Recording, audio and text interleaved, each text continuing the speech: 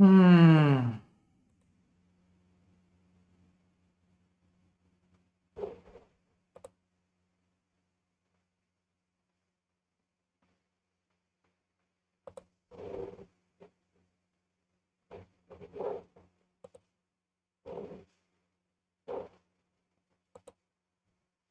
Wonder if the stream is stable today.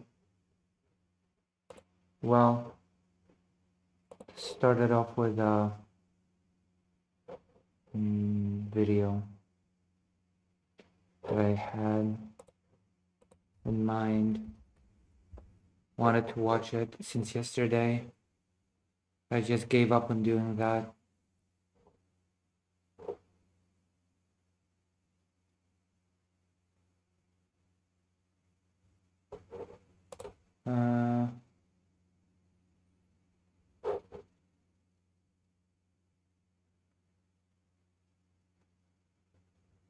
Oh.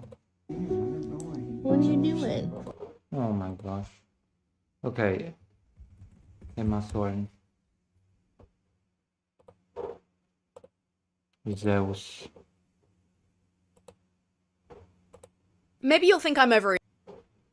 Alright, we're gonna watch this video. It's the first thing we do on the stream. What? There we go. Okay. Wait, hold on. No, wrong thing. Copy.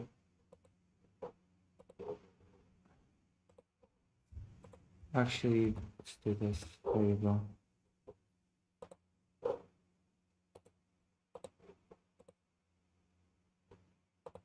There we go. This is the correct one.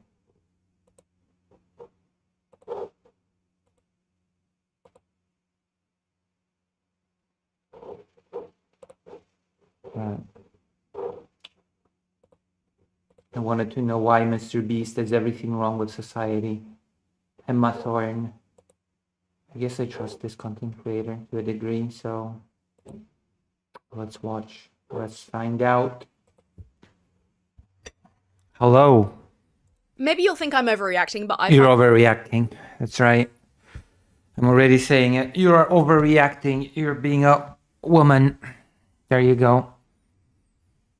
And the YouTube description highly irritating. Helped 1,000 deaf people here. Built wells in Africa. Likeable? Question mark? I don't get it personally, but I'm not 11. But he specified at that time that the team used AI within the workflow, including for thumbnail creation. Which I am so relieved to know for a fact, because I have looked at Mr. Beast thumbnails before and been like, that's not Jimmy Donaldson. That's like a different guy. AI, huh? Obviously, people have been calling out the hypocrisy in these like warnings and concerns because he is actively feeding the beast. So as far as I could tell, a temporary Mr. Beast theme park sort of sprung up overnight, and it sprung up in Riyadh, Saudi Arabia. There's a theme park themed after Mr. Beast? I did not know that. I am so out of the loop. Wow. I don't keep tabs. I don't keep track. Boo, the Saudis suck. They organize stuff for boxing. Hello, Dr. Johns. Camera quality looks amazing today. It's the camera that I use for the desktop. I decided to use it with the laptop. And here we are. You know? And here we are.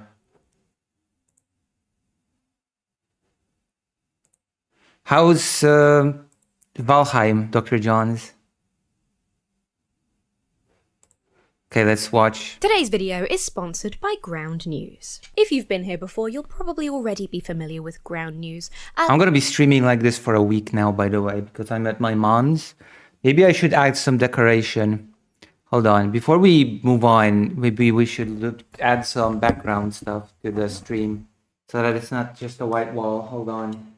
I'm gonna bring Fido here as well, so you're gonna be able to see him. I have an idea. Okay. What do you think of this?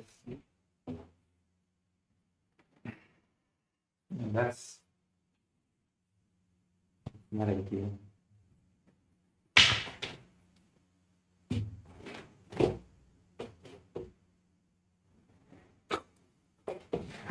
How is this? Okay, how is this? Is this good? Now I have something in the background. What do you think? My mom's painting is in the background now. Hold on.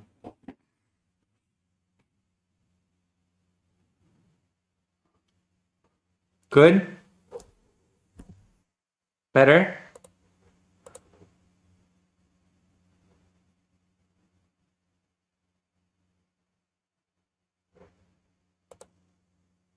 What do you think? My mom's painting is in the background now. Cool? Cool art? What do you mean pain?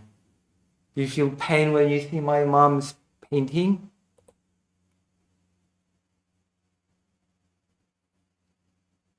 Yeah, I cannot afford a ring light.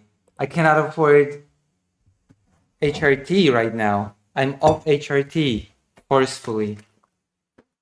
Volheim is paying now. Like I've explained it before. To get HRT, I need to do my blood. That's $100. I need to go to the doctor for him to prescribe me hormones. That's another $100. I don't have $200 to spare. If you put it on throne, we still haven't reached the microphone. Okay, we still haven't been able to get the microphone. We're still fighting for the mic.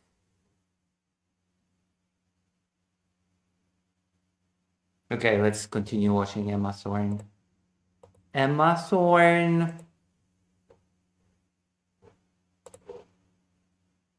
Oh, I cannot watch Emma Thorne without the...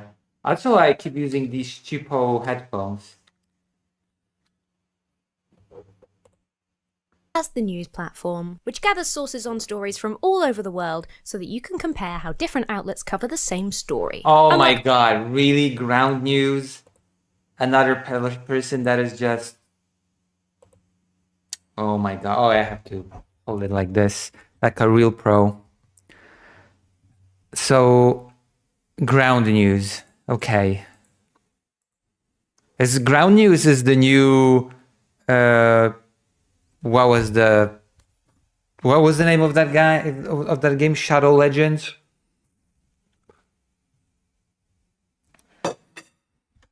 You know, that game that everybody advertised at some point? Raid Shadow Legend, yeah. Ground News is the new Raid Shadow Legend.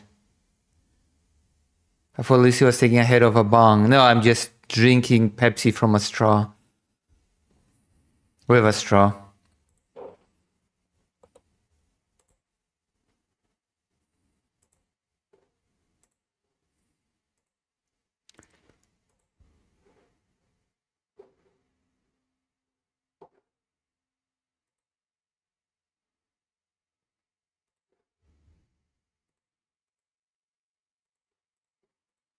Like pretty much any other platform you might be using to source your news, Ground News does not let you be controlled by any sneaky algorithms. Not only that, but it also shows you the ownership. It's like listening to how many heroes you can have, how many cool gameplay you can have in Raid Shadow Legends. It's basically that, but for news.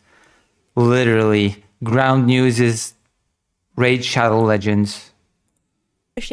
Bias distribution and factuality rating of every source. Those are backed by 3 independent news monitoring organizations. I use Ground News to get the main headlines in the daily briefing. Then I can also see the latest news from the specific topics that I follow. As a creator, I also find Ground News a super helpful tool for making videos. I will post the links I used for today's video down below so you can check those out too. It's super easy to get a nice balanced interpretation of a story from the places that have the highest factuality ratings.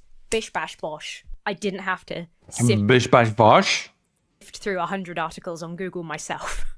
And thank God. Go to ground.news/EmmaThorne or use code EmmaThorne at sign up. Get yourself 40% off of the Vantage plan. That is what I use every day for unlimited access to all of the features, such as the blind spot feed. Here's today's blind spot feed. I am using the US edition of Ground News right now, but you can also toggle international blind spots to see what's going on worldwide. So today we have a story with low coverage from left sources.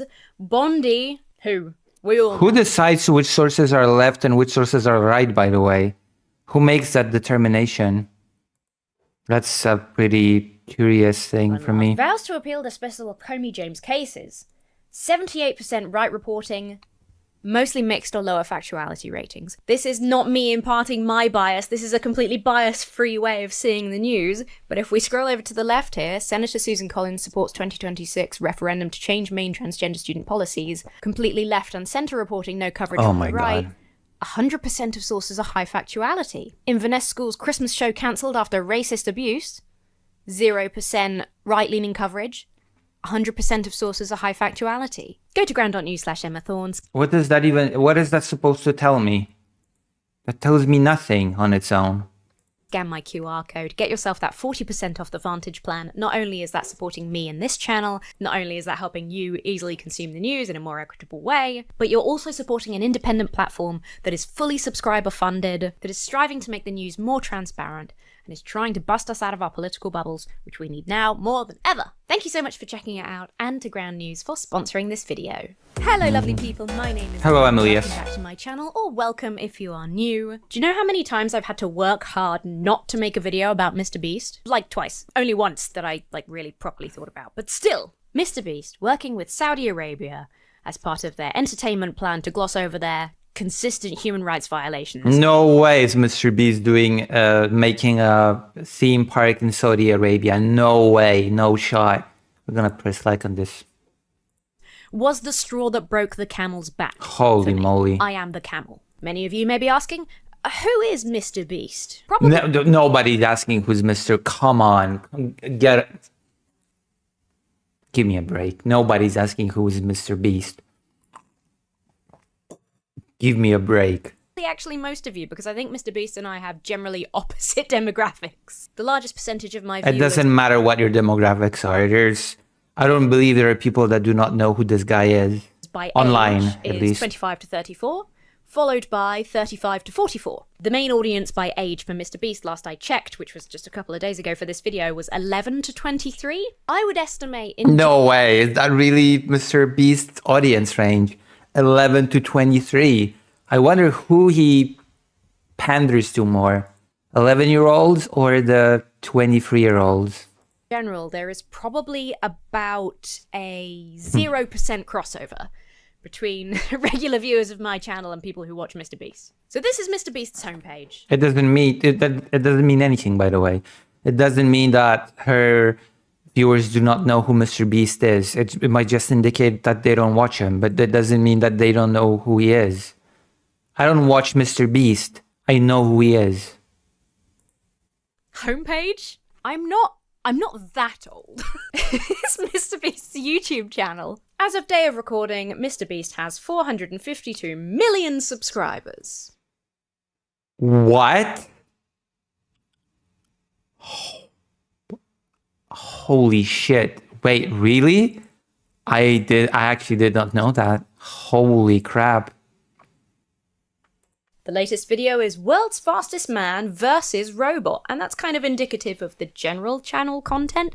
It sort of started off, or at least as far as when I became aware of Mr. Beast, the main content that was popular was more philanthropic style content that sort of bled into more game show competition style content. You might recognize the thumbnails, rightly or wrongly. I remember I had whole arguments with a friend of mine about Mr. Beast. Oh boy, I remember that. The Mr. Beast style is so popular that lots of people tried to imitate his thumbnails. It's generally like a big face in the foreground being like... You know, something like that. Something normal like that. So this face that you see here is Jimmy Donaldson, 27 years old. One of those young folks that got super rich and famous super quickly, which I generally don't think is pretty much ever a good thing for anyone. 100 people versus world's biggest trap? I don't know what that means. I saved 1,000 animals from dying. 100 kids versus world's strongest man. Would you risk dying for $500,000? I'm going to talk about controversies in a little bit, but just because that's there, I'll just share this with you. That video, would you risk dying for $500,000, got a lot of backlash. The premise of the video was a man having to escape from a burning building and getting $500,000 for, I don't know, it seems like you'd either die or you get $500,000 based on the title concept. I don't understand it personally. Anyway, so Mr. Beast, Jimmy Donaldson, came back and said, hey, this was all completely safe. Like, obviously, we had safety teams, we had safety precautions. Yeah, so it was super safe to put a person in a burning building. What's next? Will you survive in a war zone front line for $1 million being shot by foreign soldiers? Tested everything, and this Will you survive a shelling for $1 million? like a trained firefighter that did the challenge. The video is called Would You Risk Dying for $500,000? And he pretends to be offended that people thought that it must be dangerous. The danger is like the point of the premise. Yeah. Stupid. Anyway, so this is Mr. Beast. I'm gesturing like... This is interesting. It is actually very interesting that they had to go back and say, oh yeah, it was totally safe, actually. Computer, obviously you'll see it on the video. Maybe you'll think I'm overreacting, but I find the YouTube description highly irritating. Subscribe for a cookie, new video every Saturday, whatever. Huh, me too! We're so similar! Me and Jimmy, we're like the same. Raised $20 million to plant 20 million trees. Removed 30 million pounds of trash from the ocean. Helped 2,000 people walk again. Helped 1,000 blind people see. Helped 1,000 deaf people hear. Built wells in Africa. Built and gave away 100 houses. Super strange. Started my own snack company. Started Lunchily, a tasty better for you. I can't believe it still says better for you. I can't believe it says tasty, to be honest. I counted to 100,000. That's up there with reforesting and restoring people's eyesight. I don't know, just for me, Wow. If you click on somebody's personal description and they're like, I've given loads of money to charity, it's just a red flag for me. You know, the kind of people that were like that, it just instantly, my brain's like, Jimmy Savile. Yes, that sounds like it's the first thing that everybody said about Jimmy Savile in his defense.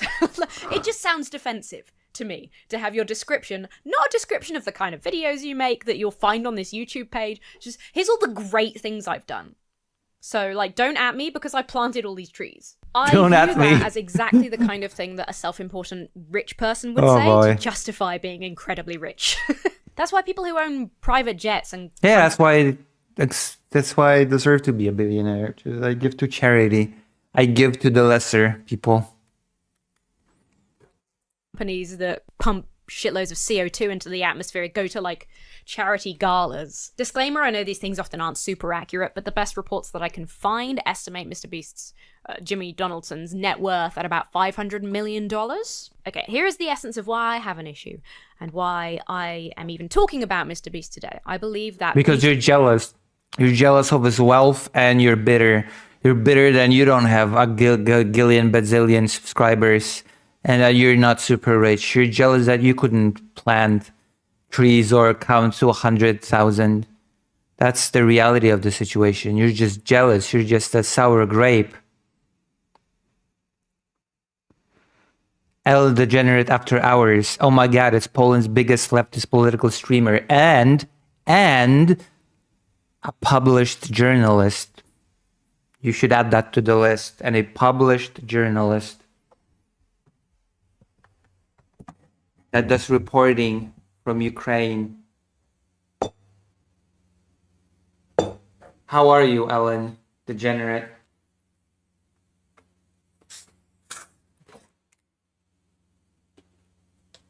Well, I'm not in Ukraine right now. I'm in Poland because my dog ate my passport, but I'll be in Ukraine again in 2 weeks. just stopping by. You should stop by more often so that I can grow from being a micro streamer to a small streamer. You should support your good friend. Aren't we good friends? Are we supposed to be good friends? What happened? I'm American. I don't believe there is a difference between Poland and Ukraine. Well, in that case, I'm in Ukraine. If that's the case, then I am in Ukraine right now, as we speak, at my mom's place. Here's my mom's painting in the background. They decided that a white wall was not the most aesthetically pleasing thing in the world. They're just both white people with mid-food to me. I mean, most of the West do not see Slav people as white, barely white. But that's the topic for another day. The side chat became so quiet. Industries, Mr. Beast, whatever you want to call them, exemplify a huge proportion of what is wrong with society. I don't think anyone should be ultra rich. I don't think the ultra rich should. I should be ultra rich, I think. I should be the exception. I think nobody should be ultra rich except for me. I think it's fine when I'm super rich. I think it's fine to make me the exception that checks the rule. Exist. I am one of those mad, wokey weirdos who thinks that at a certain level of income, taxes should step in and redirect anything further back into society to help people that need it and help infrastructure. I know I'm fucking mental. The problem with philanthropy, which is, I guess you would say, Mr. Beast's main thing, certainly looking at the YouTube description, it seems like they would claim that was the main thing. The problem with this philanthropy is exemplified by every tech bro billionaire, right? Or trillionaire now. This system of relying on charity, philanthropy, only works if we trust the mega rich people to do the right thing. Apologies if this seems like a controversial statement to any of you. I promise to you, I promise, if you make me uber rich, I will do the right thing. I make it my official promise. Americans, no, they don't. At least they've not at some point. Slavs have been seen as barely white as well in America. I would know. I believe that very, very few super rich people obtained their wealth by doing the right thing. I think if you spend any time looking at the companies and... You see, this is what makes me click off your videos. What? What is it? That's what they all say. Wait, what? That's... When you get off the... What do you mean? I have to get a... I have to interrupt the video. That's my job. It's my job to interrupt the video.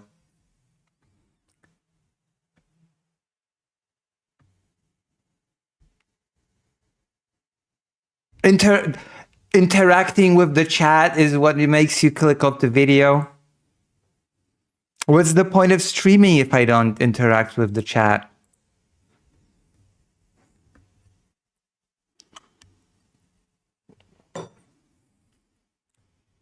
Exactly.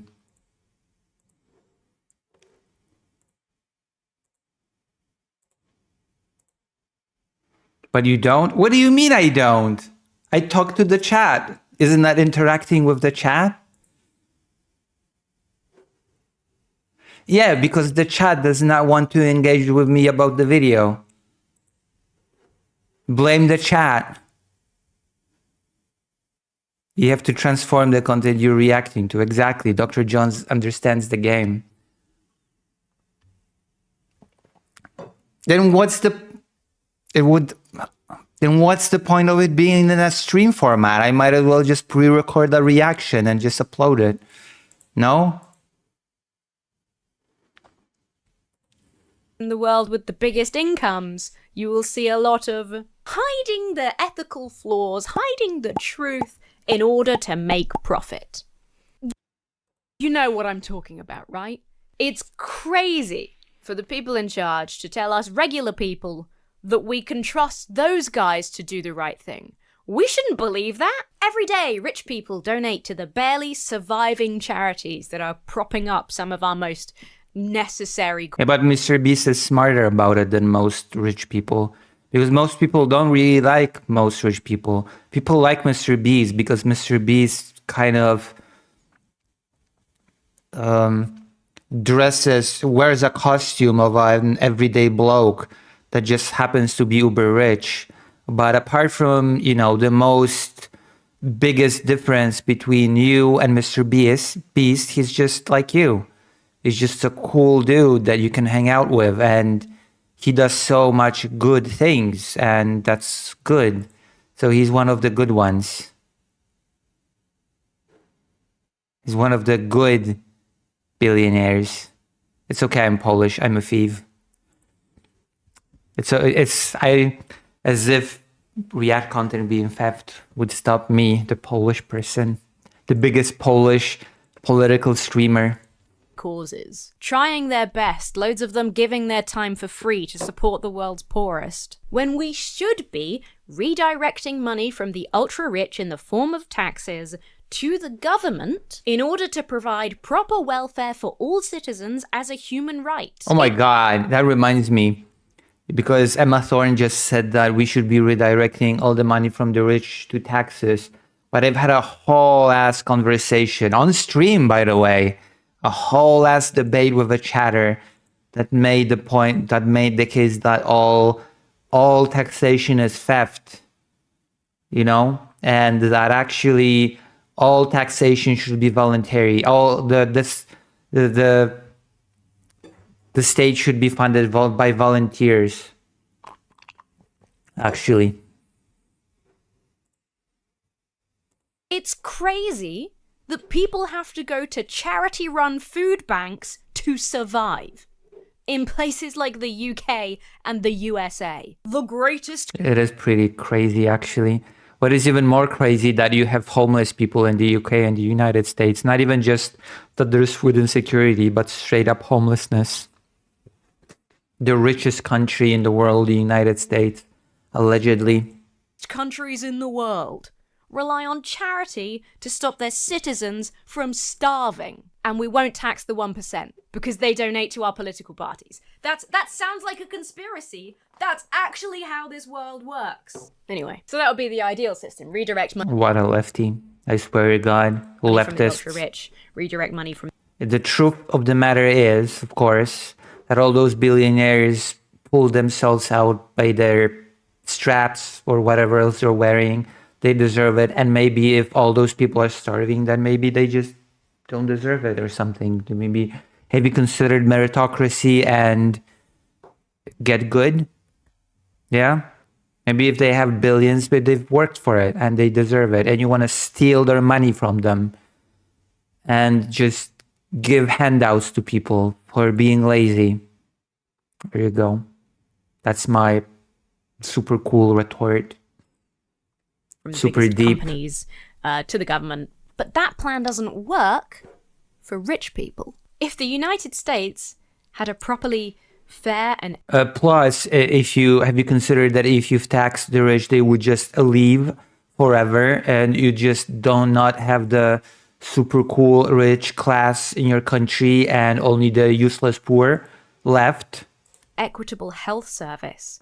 Mr. I'm Beast's smart. description wouldn't read helped 1,000 blind people see. Here's an important early doors distinction that I want to make between Mr. Beast, Beast Industries... There's a thing called Beast Industries? Really? That's a thing? The Beast Industries? Oh my gosh. The Beast Industries is a thing.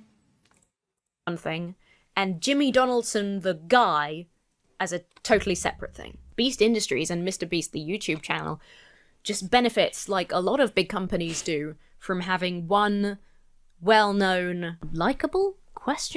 I don't get it personally, but I'm not 11. One likable ?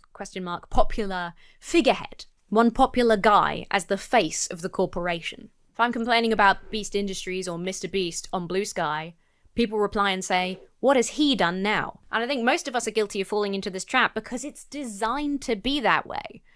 But when we're talking about Mr. Beast or Beast Industries, we are talking about the company, the corporation. If I'm going to talk about Jimmy Donaldson, I'll reference him by name specifically. So I might say something like, I'm not sure why Jimmy Donaldson is so popular. He seems to have an extremely generic presenting style and no charisma. When I talk about Mr. Beast, I'm generally talking about either the YouTube channel of that specific name or Beast Industries, which is a company with Makes sense.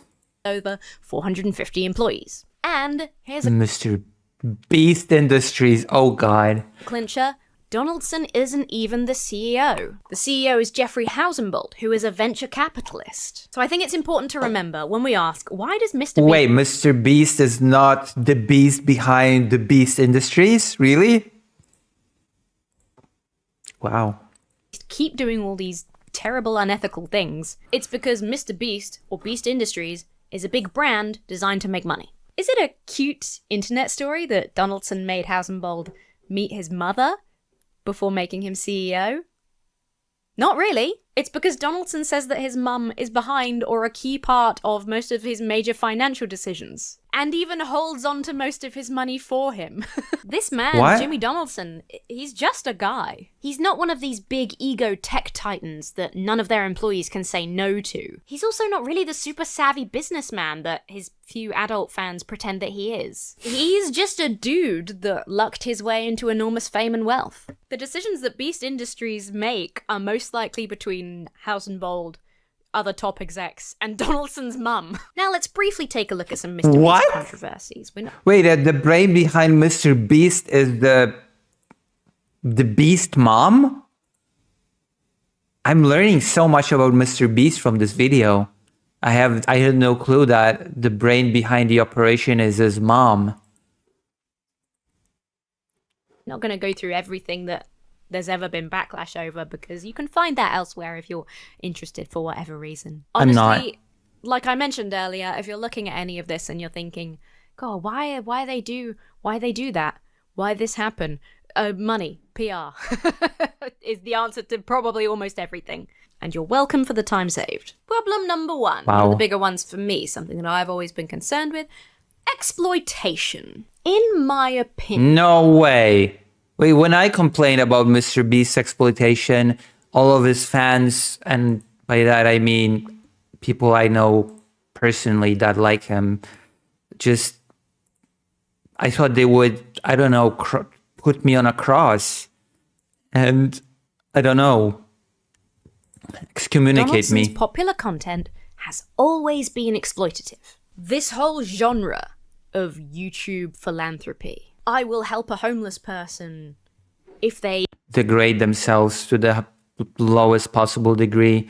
If they just do something so humiliating that nobody would do that in normal circumstances. But hey, they'll get money for it, so they should be eternally grateful to me, or something like that. sign their rights away to be in my YouTube video making me look good. That's exploitation. It's reality TV for a younger audience. Is it an objectively good thing that people who are struggling got money when they needed it? That people who were blind got eye surgery when they needed it? Yes, of course. Is it right that they had to sign away their rights to participate in a YouTube video for entertainment purposes in order to get that basic care? No, of course not. That is the systemic issue at hand. That is the point of a lot of dystopian fiction. Running Man, The Hunger Games, Squid Game. Philanthropic content like this acts as a pretty adequate distraction from the systemic Let me see what the comments say, because I actually expect many people to go, oh no, she compared it to Hunger Games. There we go. What do you think the word conspiracy means? And wrong. It's how the world slowly stops working, if that's what you'll call it. Hold on.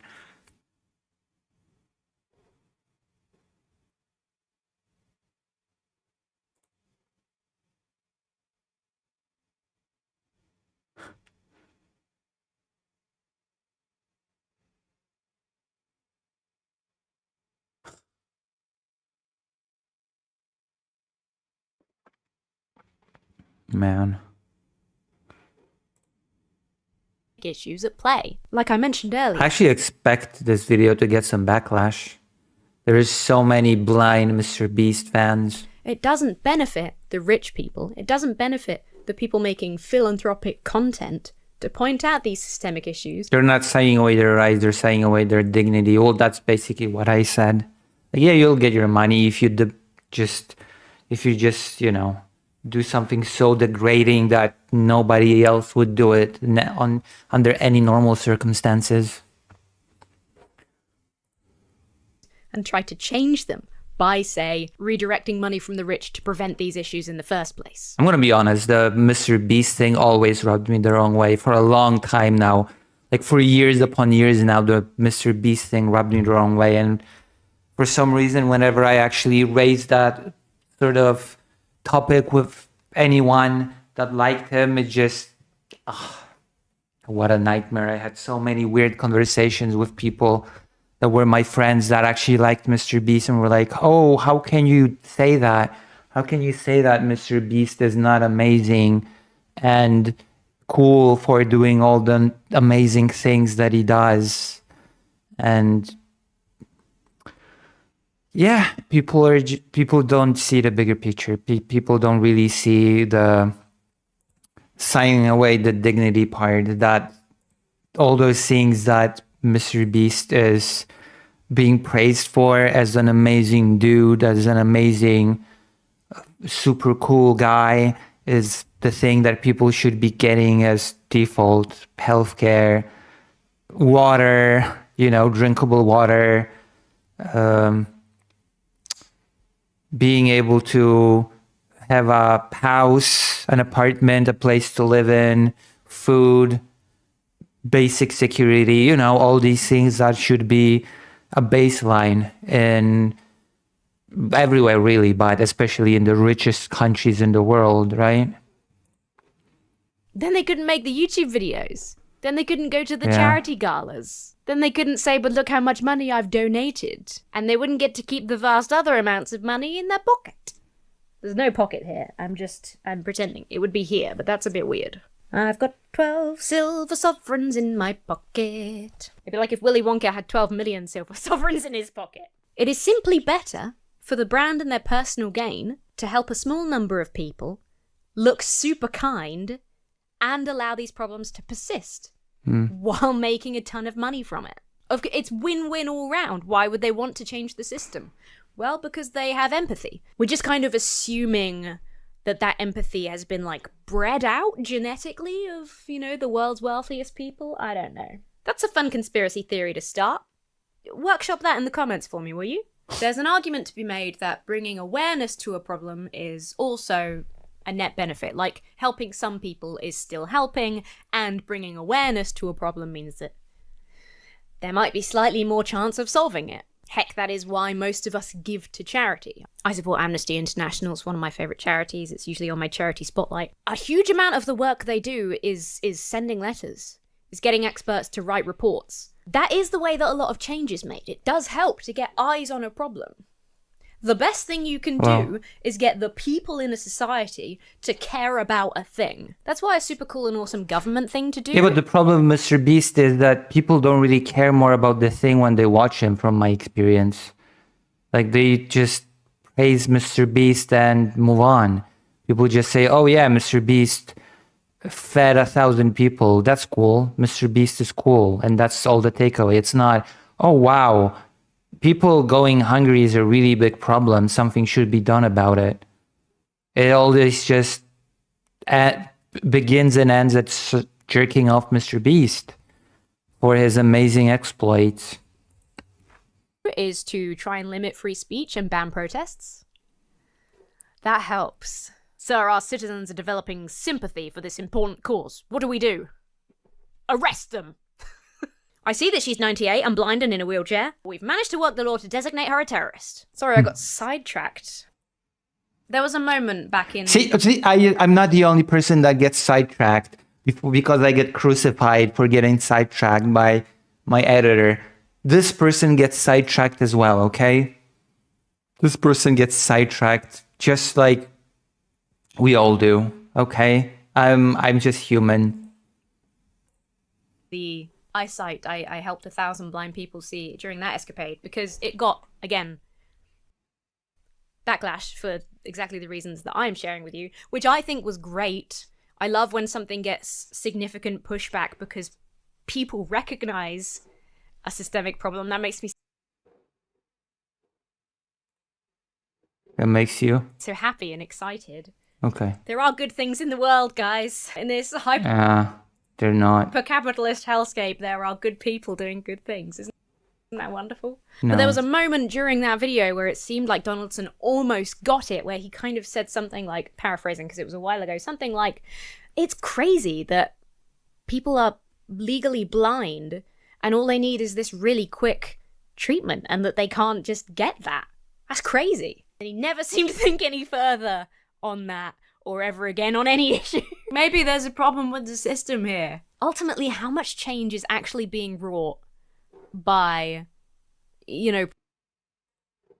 Yeah. producing this entertainment video, which is not highlighting the systemic... But I don't know. Maybe it's a little bit of a hot take, TM, but if the systemic problem would be solved, then Mr. Beast's channel would lose its purpose of existing de facto. Like if all these systemic problems would have systemic solutions, then there would be no need for Mr. Beast, and that would not really be good for Mr. Beast, now would it? To be very blunt and very cold about it. issue, not talking about ways to change it, just saying, oh, it sucks that people can't see, so we'll help some of them see. Yeah, of course. Of course he's not going to say how to change it, because changing it is not in his best interest, now is it? If people would just get those procedures from the state, then he would not be able to say, I helped X amount of people see, because that would not be a thing that people desperately need. They just get it. It's not actually drawing attention to what you need it to draw attention to. If Jimmy Donaldson did a video where he helped 1,000 blind people see, and most of the content was about the flaws in the healthcare system, how it needs to be revamped, what you can do to show your support, that would be a totally different story. But it's not that. It's exploitation reality TV. So it can't be heavy, it can't be political.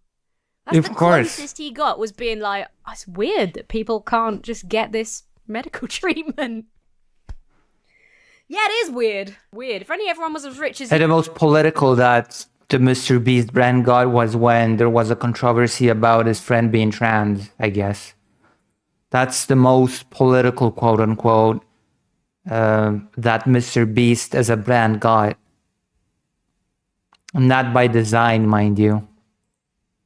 And then they could get whatever treatment they need whenever they need. That's weird, isn't it? And yeah, like stuff that I think we've even looked at before on this channel, although it's so long ago that I can't really remember the kind of YouTube videos. The helping homeless people in return for them being exploited on the internet. I hate that shit. That kind of reality TV is not for me. Looking at those videos, I don't know if anybody else thinks this, but I often wonder when I see stuff like that, what's on the cutting room floor? Or like, who said no? Which principled people either weren't approached because they didn't look right, because maybe they were, they had a terrible cough, or, whatever reason, were either passed over or on principle said, no, I don't want to appear in a video, and didn't get helped by this and that YouTuber because, hence why we want to solve the problem that forces people onto the streets, not make loads of money by doing a YouTube video about them. No, this is a pre-made video. It has a script. This is not just a rant. This is a pre-made video. It has a this is definitely a scripted video. I can tell. I can tell that this is a scripted video. 100%. Shoving a camera in their face. Mr. Beast has also been accused of You can see by the cuts. wastefulness in some of his videos. I guess he destroyed cars or something. I don't know. I look at the US and I see like the size of the cars and the level of A consumption, pre-recorded rant, I suppose. even compared with here. And that just seems kind of normal to me. So, but I guess if there was a lot of backlash, maybe it's not as normal as it sounds. Or maybe a lot of people were just like, I could have driven that car and you've squashed it. The whole Mr. Beast thing is just so hyper-capitalist. I think this is probably why I just instinctively hate it. It glorifies money. I mean, sure, but I guess we have to look at the other side of the equation. The fact that so many people eat it up. The fact that Mr. Beast has so many subscribers. The fact that so many people are just consume this mindlessly without thinking. That this is the sort of thing that becomes popular. I think that's also a thing worth exploring. Really reinforces the American dream, not just by showcasing Donaldson himself as a success story. Article after article and video after video, his YouTube description, like, oh, I wish, you know, I'm a 12-year-old viewer, let's say, I wish I had that kind of money and I could do things like plant 20 million trees because I love the environment. That's so cool. I wish I could be like him. He was just a guy. Here's his video of him from 10 years ago talking to himself in the future. He was just a regular kid like me. And now he's super, super rich because he worked hard. So says the American dream. You know, every popular person in America who perpetuates it. Not only is there that lie, that myth. Bro, is this a 12-year-old? No, she's older than 12 years old.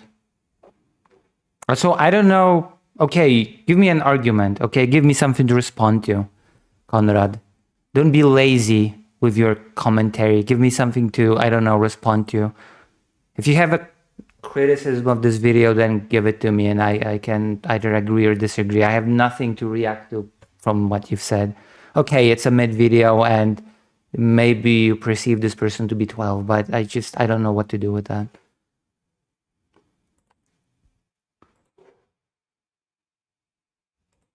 Being maintained so that people will continue to squabble over, you know, fucking benefit fraud and whatever, while the 1% hoard vast wealth. Sorry, it's just our government here talking again about cracking down on benefit fraud, and it makes me so fucking angry. So, showcases Donaldson as a success story. He's a regular guy. Look, he loves his mum. He's just like you. Now he's super rich and famous.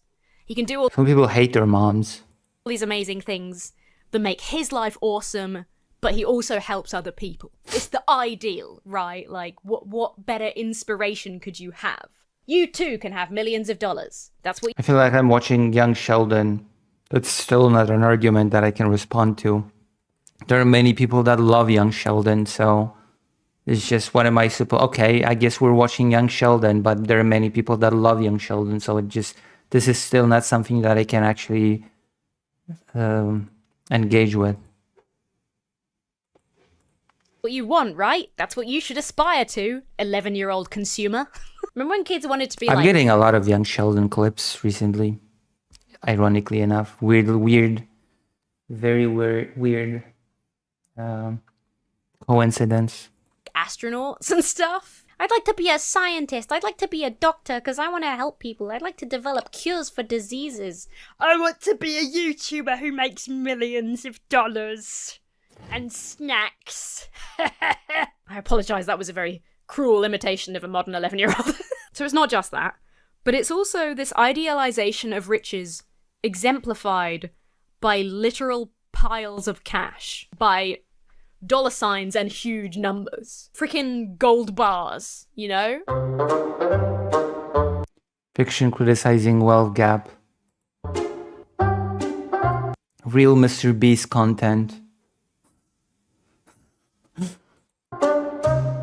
Stacks of cash are like a character in Mr. Beast videos. People participate in degrading challenges for a chance at snatching some of the... Argument what? What are you talking about? Do you have any criticism of this video? Unless you don't really have any criticism of this video, which is fine. You don't have to have a criticism.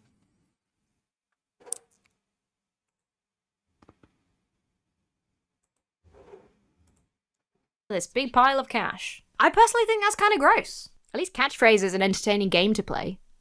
On Countdown, they play for a teapot. Mr. Beast is like a satire of a hyper-capitalist dystopia, except that it's real, and that's the reality we actually live in. More recently, in terms of controversy, we've got the issues around AI. But again, I would look at the fact that so many people find it appealing and support it. Just, it takes two to tango. Like there's the Beast Incorporated or whatever, the Beast Industries, his mom, the whole format of the show. But you know what? People watch it, people consume it, and people praise it. And there's also that part of the equation, isn't there? That cannot be just ignored, I feel like. Which has probably been a controversy for every company that has implemented its usage since the AI boom recently.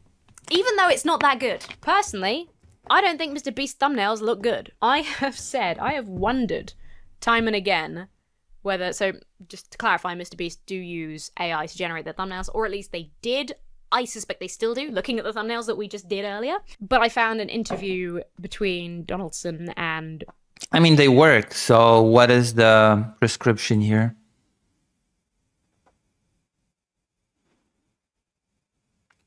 Oh yeah, I do remember your comments on my videos.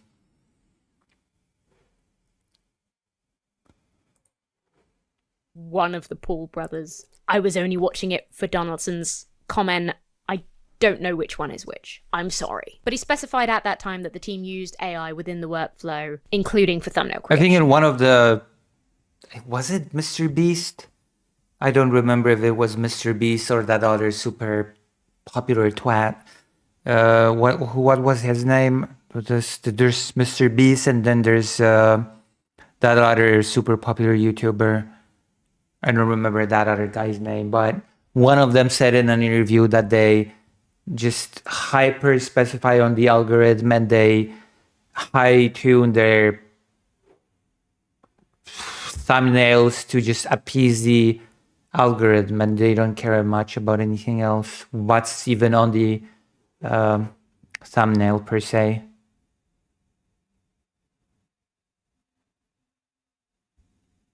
That is true. I'm thankful to you, Conrad. You're my most loyal viewer. Which I am so relieved to know for a fact, because I have looked at Mr. Beast thumbnails before and been like, that's not Jimmy Donaldson. That's like a different guy. And it is a different guy, because it's not a real guy. Then, of course, we go to the short-lived thumbnail creator that one of Beast Industries' companies, one of Mr. Beast's companies, it is called something, and so such has a name. ViewStats. This company, ViewStats, launched an AI thumbnail generating tool, which obviously immediately got a ton of backlash. Very briefly, for just $80 a month, it's about £54, you too could generate crappy AI thumbnails where the person looks nothing like you and give Mr. Beast even more money. I think this was a valuable moment in highlighting the lack of ethics in this Beast Industries corporation. Because while simple guys and people who... Yeah, but everybody knows it. Everybody, there's no ethics in Beast Industries or whatever the name is. Everybody knows that AI is being used. Everybody knows about the AI thumbnail generator and about exploitation of the people involved in his content. And yet, he is still super popular. He still gets a ton of views, and he is... So what exactly are we talking about? You know, it's just... who avoid the news, people who just... Everybody knows, but nobody cares. So I'm not even sure what this is supposed to do. What this video is supposed to do about it. Love their... But is it supposed to raise awareness about what's going on? Is it supposed to just be a rant and an opinion piece? Is it supposed to persuade anybody about the ethics or the lack thereof of Mr. Beast thing? Because I'm pretty sure many people are well aware of it, but they just don't care. Sycophantic chats with ChatGPT, while they can live in, force themselves into the kind of bubble that avoids, knowing about any of the negative impacts of AI, or just how not very good it actually is, how terribly badly it scores in terms of... Okay, but most people will just say, sure, AI is not that great right now, but the more it develops, the better it will become, and sooner or later it will become good. And they will just ignore the whole environmental bit of it and call it just fake. Just like the president of the United States calls the global warming fake. Actual accuracy. While there are individuals who can be blissfully, I think probably slightly intentionally unaware of that, there's no way that a company... I mean, people just care about being entertained. I'm getting entertained, so why do I care if people have to be ridiculed for it, if people have to sign off their basic dignity for it? I get my entertainment. I get my however long video I get to distract myself from whatever my problems are, and that's it. I don't care about anything else. That's probably why the videos are so popular, if you think about it. Oh, it's not political. So I don't get any of those pesky politics in those videos. Several people involved in producing and selling a tool wouldn't be even a little bit aware of the environmental impact, the impact on artists and creators. No, people would just not care. People would ignore it. People would say, yeah, sure. I bet it has so much impact. The aggressive copyright battles happening all over the world to do with AI image generation. There's no way that none of them knew nothing about any of that. The alternative explanation is just that they don't care for ethical business practices. True. It makes sense because it is a big company, of course. The CEO who is a venture capitalist, trying to make as much money as possible. Hence the value of looking at Mr. Beast that way. In response to the backlash, Donaldson made a comment I thought was really funny, to be honest. Yeah, when he launched the AI thumbnail tool, Mr. Beast said he thought people were going to be pretty excited about it. Can't believe it. Mr. Beast acknowledged the feedback and told his followers, I care more than any of you could ever imagine about the YouTube community. He cares so much we couldn't even us peons couldn't even fathom how much he cares. True. I mean, probably most of his income comes from YouTube, so I think I could imagine. Obviously, I'm the biggest YouTuber in the world, and I don't take that responsibility lightly. Fuck off. That's so untrue. It deeply makes me sad when I do something that people in the community are upset by. Note, not doing something wrong. No notes about the actual ethical issues that people have. Nothing like... Yeah, that's typical. That's typical speak. Everybody does this. I'm sorry you're upset. Okay, that's just standard practice. He didn't realize that this was harmful to artists. I care so much that my viewers are upset because I make my money from you. So if you're upset by something that I've done, that's so bad for me. He said his goal with ViewStats had been to build tools to help creators, but if creators don't want the tools, no worries. People worldwide are concerned about actively losing their livelihoods. It's probably very difficult for an incredibly rich young YouTuber to understand, but people are losing their livelihoods because of this technology. People are having their creative work stolen to be repurposed by charlatans using these tools, and he's just like, no worries, man. If you don't want to use it, no worries, bro. I care so much. I suppose it was smart to keep his response short because, like I said earlier, at this point, you can't pretend you don't know about any of the ethical problems. So you just don't... Yeah, but people don't care. People really, really don't care. Acknowledge them. I've long said, I'm sure Donaldson personally is a nice guy. He seems like the sort of guy who has just fallen for this American dream, who thinks that like philanthropy is the way forward. He clearly obviously wants to help people. I am starting to think that he probably is just a prick. I long thought that he was a well-meaning, rich moron, but I am strongly starting to suspect that he is a prick. I don't think you can get that rich and famous and not become a prick. It's very hard. Somebody like Brian Cox is like an example of the opposite, right? Everyone who signed that letter saying, hello, we are incredibly rich, please tax us and people like us. Those people... they can get it. But it's a very small group of them that get that kind of money and don't turn into an evil villain. People have been quick to point out that Donaldson has been making quite hypocritical statements about AI since this thumbnail thing, talking about how it's scary times for creators. Obviously, people have been calling out the hypocrisy in these, like, warnings and concerns because he is actively feeding the beast. Scale of 1 to 10, Wow. how cool do I look? Obviously, people have been pointing out the hypocrisy there because he is using AI on a corporate scale, including me. I've been complaining about it. I love a complaint. And here is a fresh fact that you might not know. According to a company that collects footage for the purposes of AI training, Mr. Beast is allegedly one of several creators making money by selling their unused footage to this company. The footage is then bought by Amazon, Meta, whoever, to train their AI. I'm being irritatingly vague here because I heard this firsthand because the company wanted me to sell them my footage. Get your filthy paws off of my face, AI scum. For me, this is another example of a distinction between a dude and a corporation. Jimmy Donaldson, as both a video maker and the owner of his own face, has talked about the dangers of AI generation for content creators. He's questioned how social media is going to tackle AI deepfake, after having been the subject of a scam with a deepfake video of him going around for scam purposes. So how is it that the same person facing these issues that artists and creators face and being aware of those problems can also make and sell an AI thumbnail generator? I wonder. It's not the same person. A dude who makes videos and a corporation designed to make profit are two different things, however much overlap. Does Donaldson have responsibility for the company that he founded and part Yes. owns? Yeah, of course.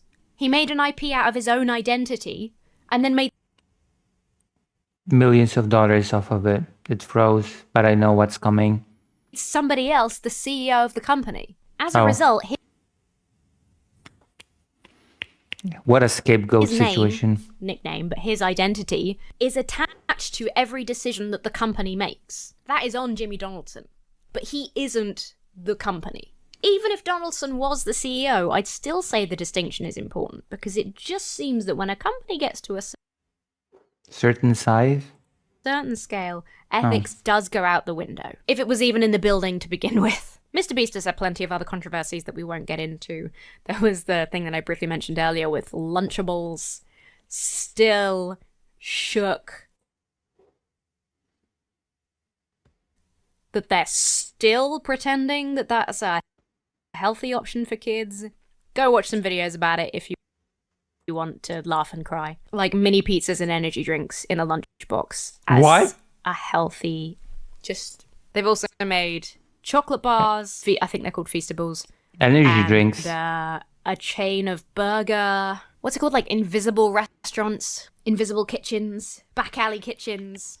What's it called? You know, where it's just like a random kitchen in some industrial estate that takes orders for loads of different restaurants which don't actually physically exist. And the company just sends them, Mr. Beast just sends them the packaging. You know what I'm talking about. He done one of those. It always amazes me that this wasn't a bigger part of the conversation or not one that I noticed. But it kind of seems like a lot of the stuff that Beast Industries expanded into is just like making the least healthy possible foodstuffs for children. If you slap a brand Yeah, no, but that's because nobody cares. that a child likes on something, they'll want it. Of course they want a Beast burger, but it's not healthy. It's fast food. The chocolate bar's not healthy. The lunch shit isn't healthy. And maybe that's why it says better for you, because they can say like, oh no, it's better for you than a McDonald's. But doesn't mean that has to be good. Better doesn't mean good. More expensive, Smart. though. Might as well have Smart. fucking McDonald's. It's just Smart. Mr. Beast using their incredibly Young audience. to sell the most unhealthy products in the world to children. Why is that okay? Because it's entertaining and people like being Parents matter. entertained, and that's all they care about. They don't care about the content. They don't care about what it does to people. They don't really care about any of that. They care about being entertained for a brief amount of time via video. That's all. I mean, I guess they sell like spaghetti hoops with Peppa Pig on the packaging, but you know, spaghetti hoops. That's the actual answer. That's ironically the answer.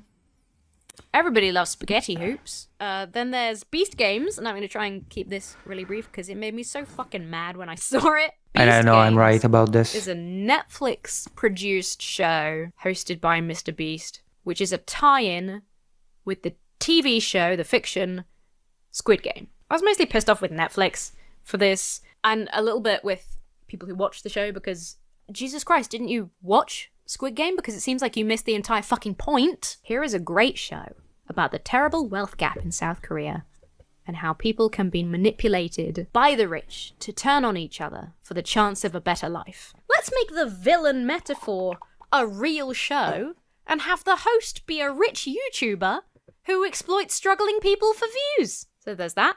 Like I said, there's plenty of Holy other shit. controversies. People who used to work there or people who have been on his game shows, on the Mr. Beast game shows. You see, it's so instinctive. So there are people who were on some shows and felt that they were exploited, including Beast Games. There was some stuff a while ago that I found quite interesting about the way that Beast Industries ran certain lotteries, which again, a lot of that covers sort of exploiting people and particularly exploiting younger people because of the nature of the audience. So you can check all that out if you're interested. Let's talk about Beastland.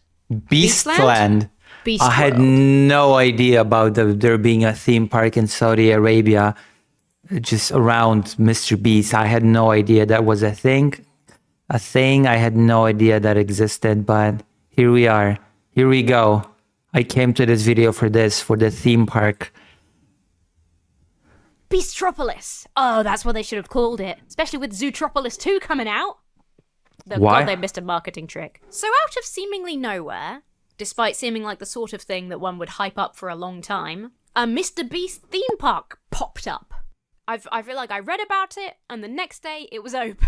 Part of the reason that I think this was a weirdly last-minute sort of story event is because it's a temporary theme park, Oh. which always bodes well. It's really Why is it a temporary theme park? Why does it exist? Why in this particular place in the world?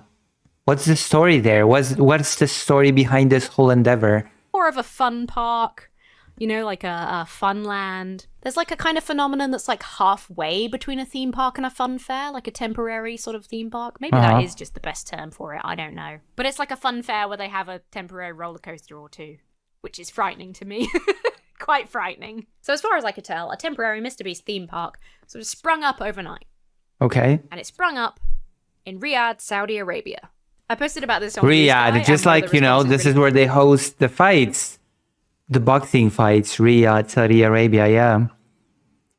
Maybe it's connected. Maybe it's a temporary park when people box one another in Riyadh. It made me laugh, but is kind of a good point. They kind of said, like, are there going to be kids out there begging their parents to take them to Saudi Arabia for their vacation this year? Like, Oh gosh. that's what Saudi Arabia wants to be happening, legitimately. This is for tourism. That's not what Mr. Beast said. That's not what Jimmy Donaldson said. What did he say? But it is the truth. Please, Mom, can't we go to Saudi Arabia this year? Okay, little Timmy, but you gotta promise you'll read the travel advisory real carefully.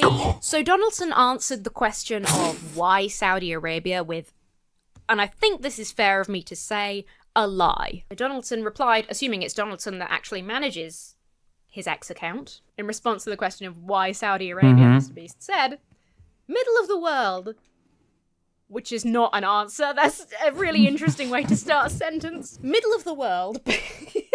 Middle of the world because a majority of my audience is outside America and we have a big Middle Eastern fan base. Wanted to give them a chance to participate. Oh, I got he got some really good big Saudi money.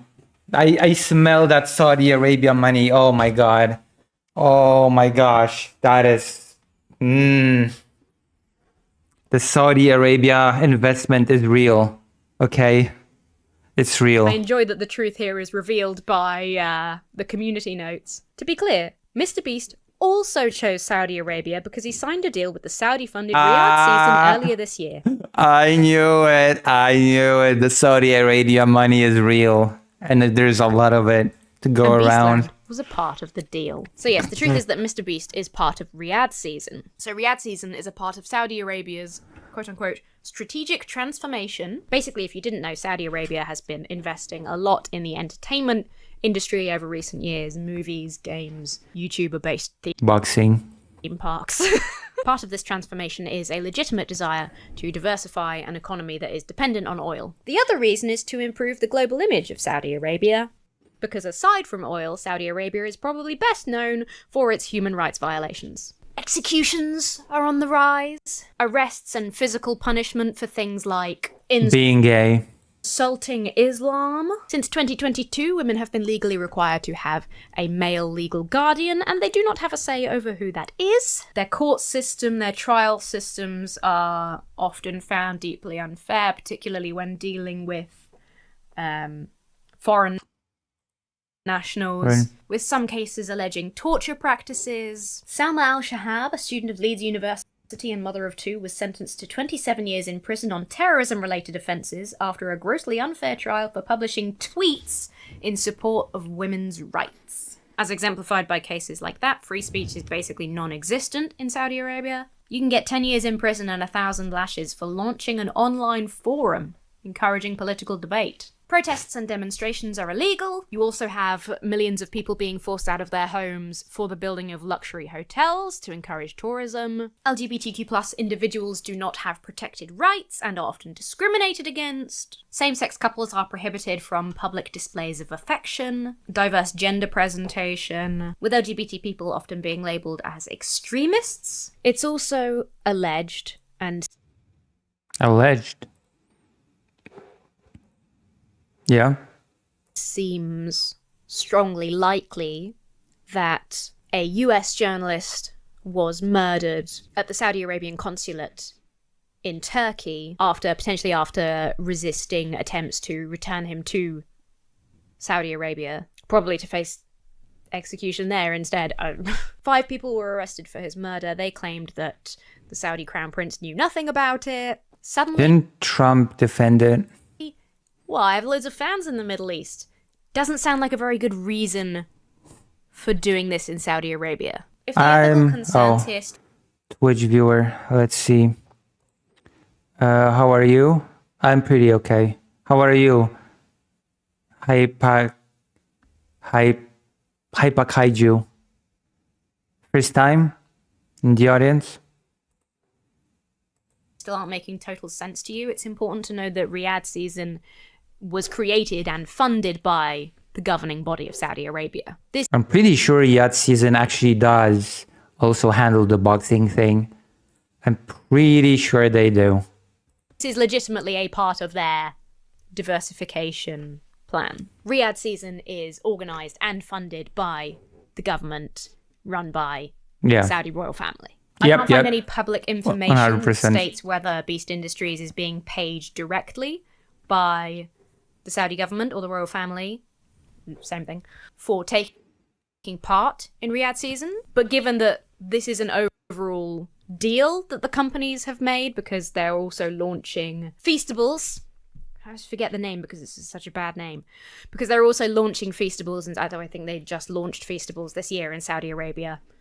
So this is part of an overall business deal. So I think it's fair to guess that probably Donaldson and this company, Beast Industries, have more or less been paid by the Saudi royal family as part of this giant attempt to... Yeah, Saudi money. Just why else would that whole thing exist and be done and be temporary if it wasn't some deal with the... Yeah, of course. It was... That's the most obvious part of it. It's not a secret. It's not some... It's like, yeah, anybody could have guessed this without asking Mr. Beast for input on the matter. rebuild their image and distract people from the human rights violations they keep committing. Even if the deal was just to be able to sell Feastables, if it was some, import Speaks. tax deals or whatever, to be able to course. sell their products there, etc. Like a profit split on Beastland, Beastopia, Beastopolis. There's Dystopia. financial incentive there.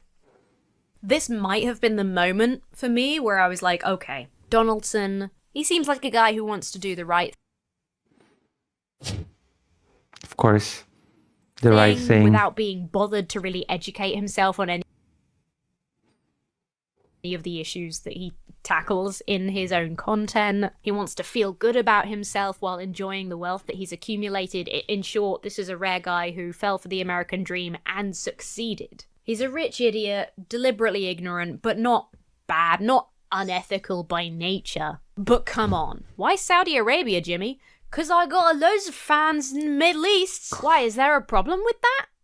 Except that he doesn't ask, because he knows the answer. Beast Industries, the CEO, they know. There will have been big conversations about it when they were deciding whether or not to take a deal with Saudi Arabia.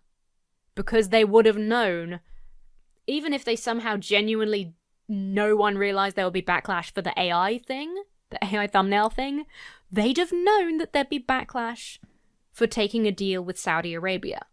They'll have discussed it and decide that it was worth it.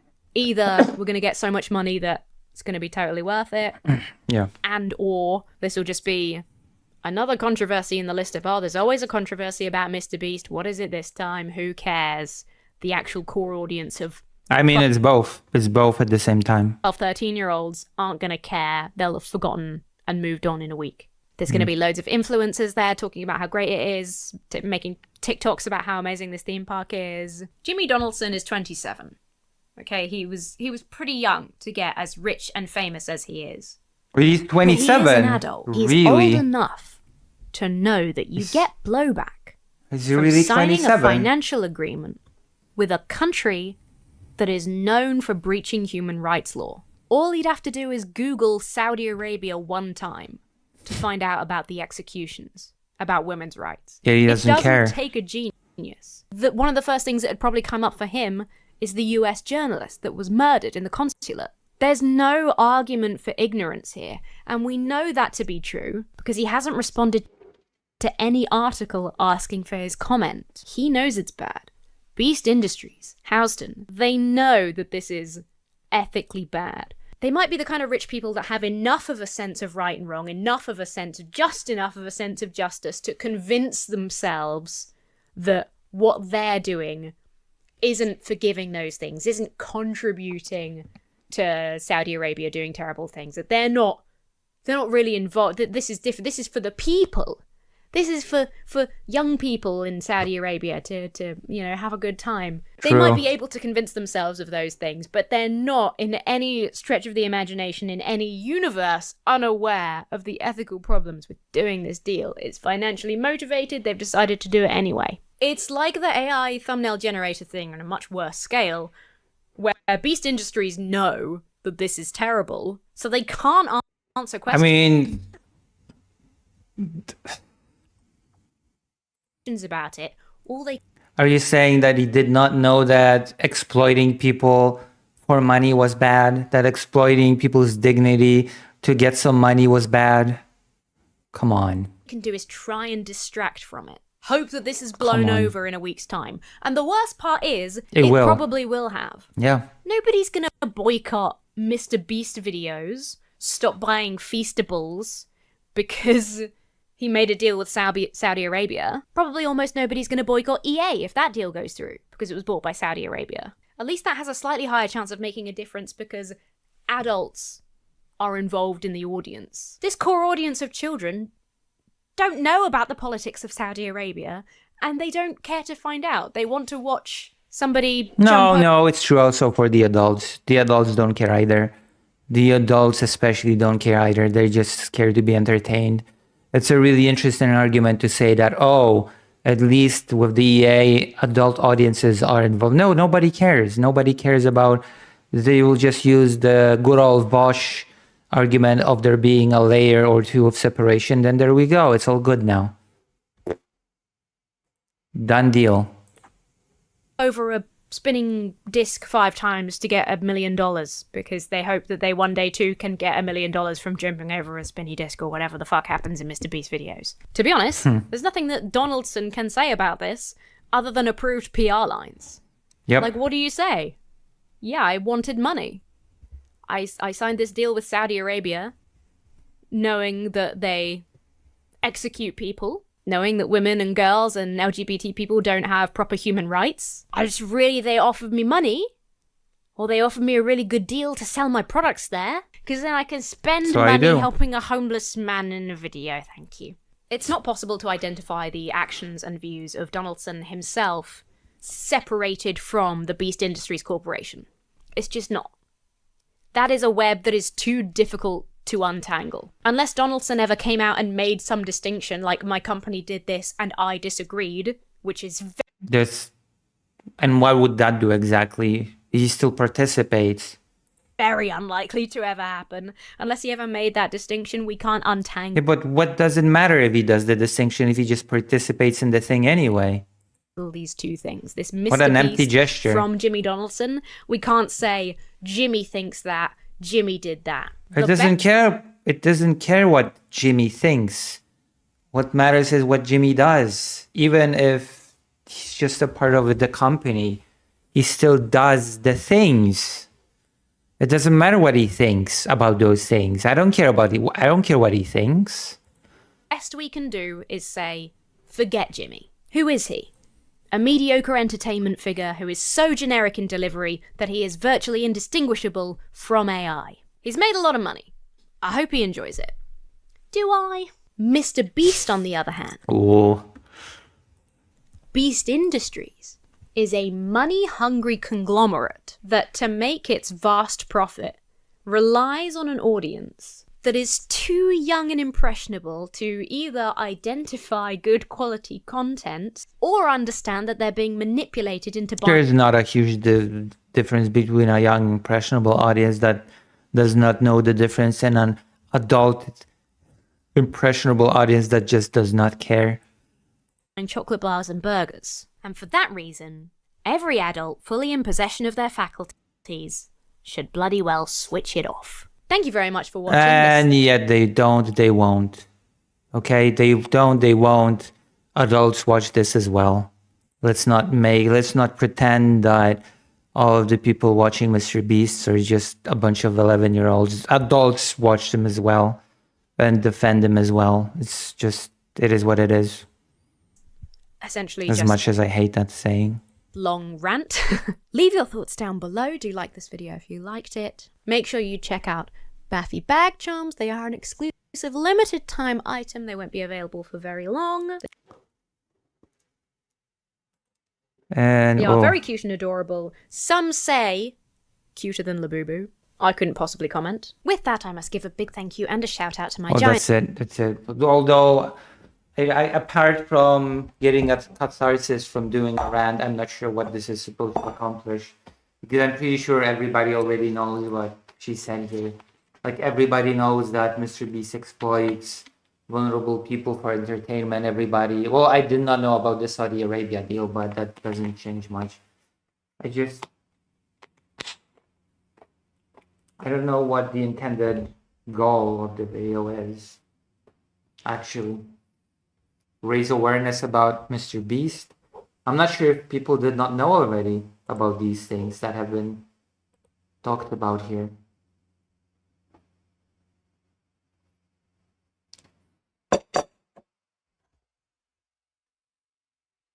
You know? Okay, time for the mystery game. I'm gonna make a poll to see if people are ready for the mystery game that I've announced today. Ready for the mystery game? Yes, no. Short poll. Easy. I don't even have to change the answers for this one.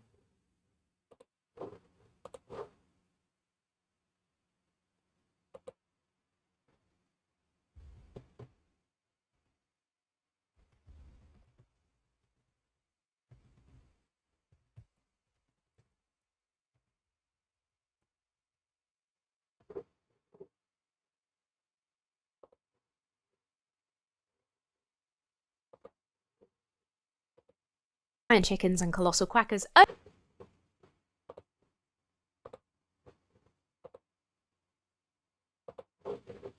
Right. Yeah? Oh, people seem to be ready. One vote. At least one person seems to be ready for the mystery game. I'm gonna change the title.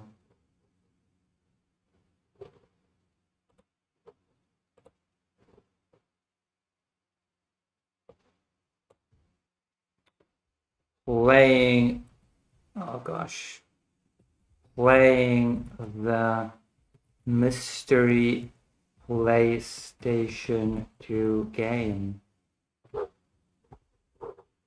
Save. Playing the mystery PlayStation 2 game.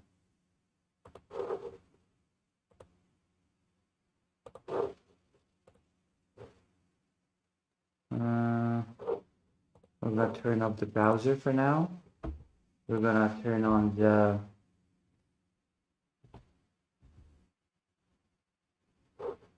what's the name of the thing? Okay, that's my tools for making more articles. PCX.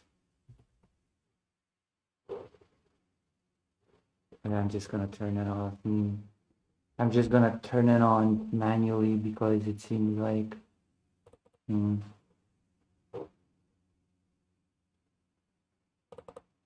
okay, I'm turning it on manually.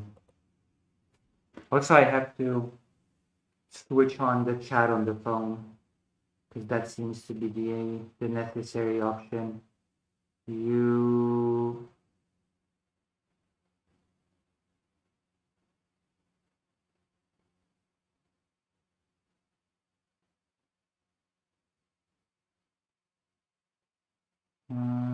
so this is it here.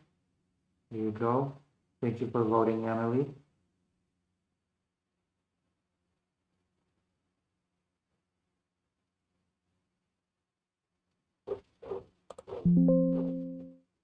Remind me later.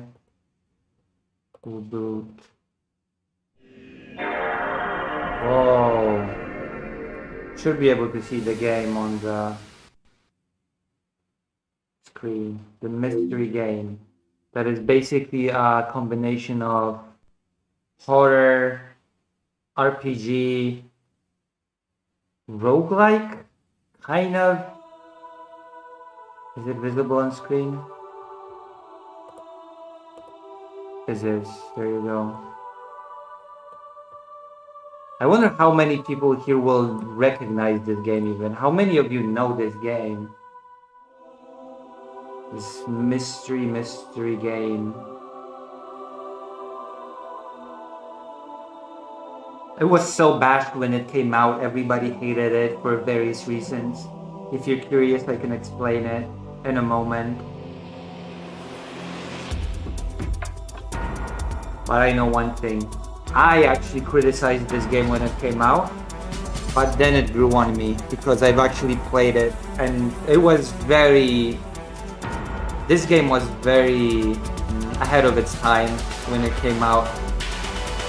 If it came out now, it would be far more popular. I am 100% sure. If this game came out now, it would be far more popular than it was when it did.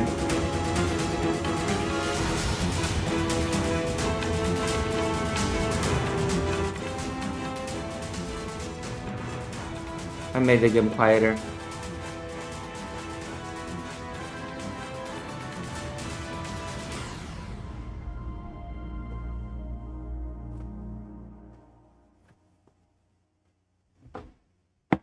Let's start with the title of the game.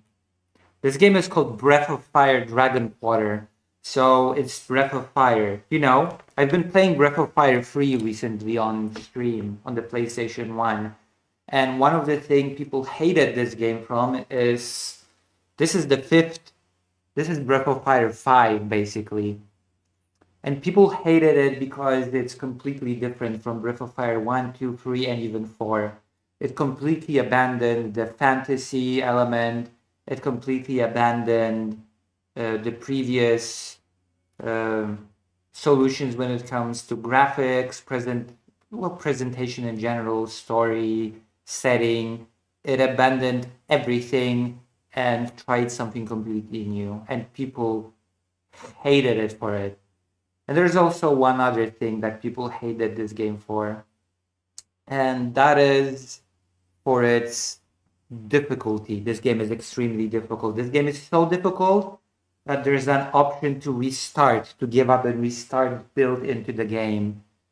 There's a countdown to game over in this game, and this countdown to game over,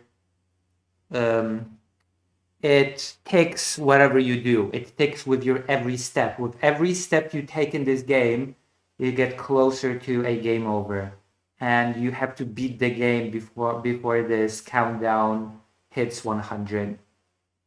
And that is also one of the reasons why people just hated this game. And the reality, it basically killed the Breath of Fire series. There was no real Breath of Fire entry after this game. There was an attempt at making a mobile game, but it failed.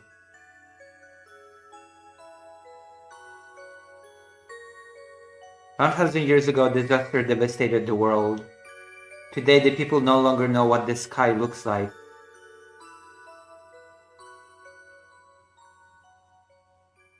The premise of the game, of course, is that people live underground because of a catastrophic war that destroyed the surface, and you're a hunter that deals with rogue monsters, genetically created monsters that attack civilians, and everybody has a rank that they're born in this world. There is this very hierarchical system.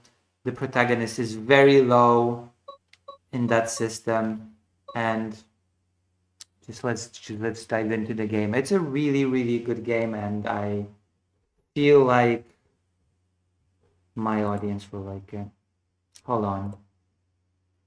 Let's make the game a little bit louder now.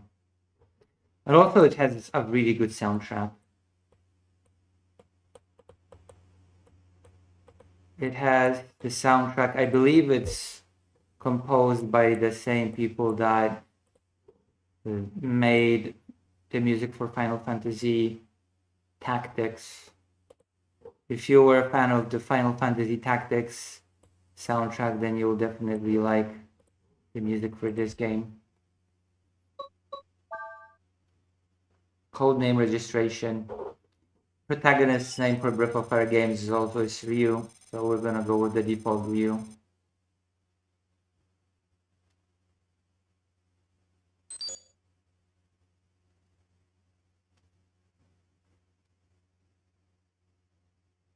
Error, the memory card for PlayStation 2 is not formatted. Will you format it? Yes.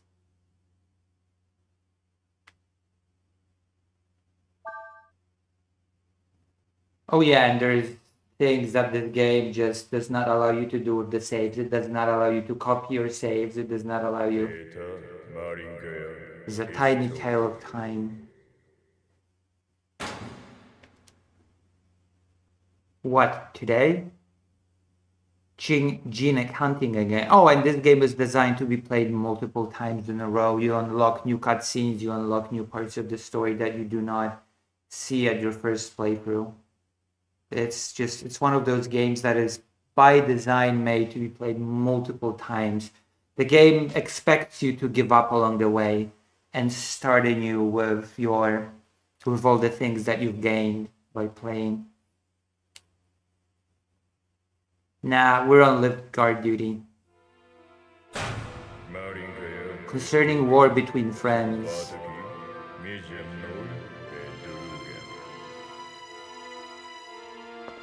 Guarding the lift.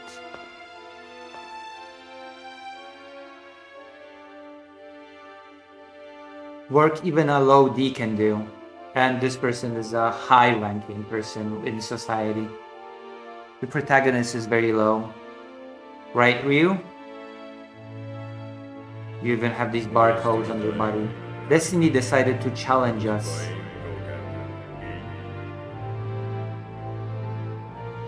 Everything will become much more clear with the story. See you there, partner. And so we choose to end the world on the surface because everybody lives underground now. In order to meet our mortality,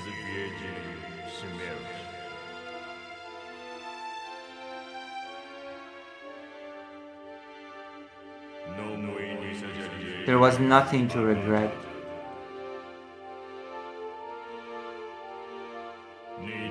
Nothing.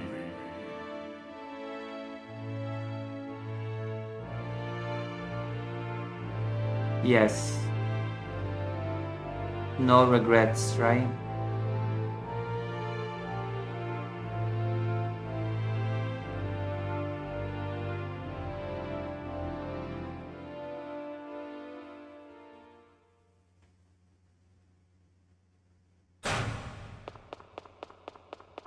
So we begin the gameplay portion of the game.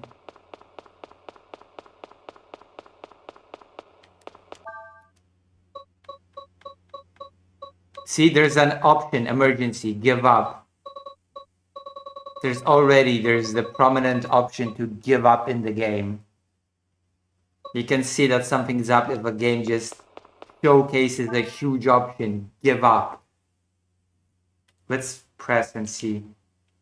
You can restart the game with some of your experience and items intact. Like the game expects you to do this at some point. The game does not expect you to beat the game on your first sitting. It considers it basically impossible. You know? The game thinks that you would just not be able to do it.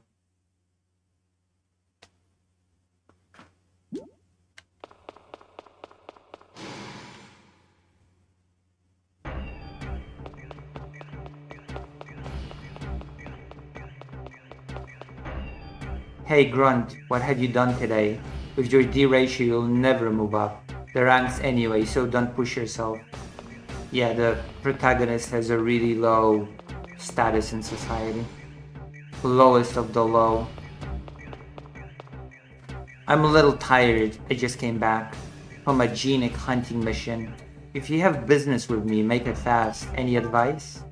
Pay attention to the points on the Navi when you're outside the living areas. They indicate the presence of enemies, when weak genics can be formidable. Pose if they attack en masse.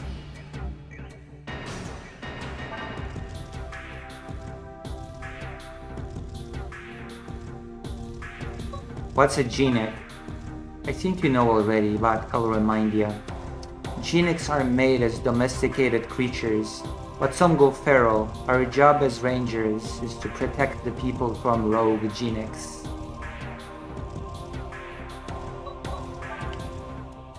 Also, there's one other reason why people hated this game. It's because there's supposed to be an RPG game. This is an RPG game first and foremost, on paper. But as I said, this is a game that is a combination of RPG, survival horror, roguelike, maybe. And one of the things, what do you know about saving the game in the Resident Evil series? You need to, in Resident Evil, you typically need to gather a saving item, like ink or something, and then you save your game at a typing machine. That's the standard with games like Resident Evil.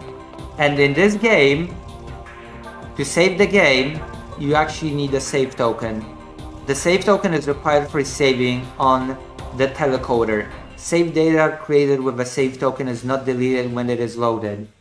So, yeah, you need to have a save token to save in this game. I think you can have an emergency save in this game, but that save gets deleted once you load it. And this is one of those things that people just criticize the hell out of this game for. It's just, why do you need a save token in an RPG? But this is not Resident Evil. This is not a survival horror game. But you're going on a mission, right? Captain Zeno is waiting for you in her office. This game is such a departure from the past entries of the series that nobody was prepared for it. Nobody was prepared for Capcom to create a game that was so vastly different from all the ones before it. I caught a guy trying to attack the lift outside the living areas. Low Ds are nuts. How did they expect me to die to live with this government rationing? Those damn rangers, nothing more than government lapdogs.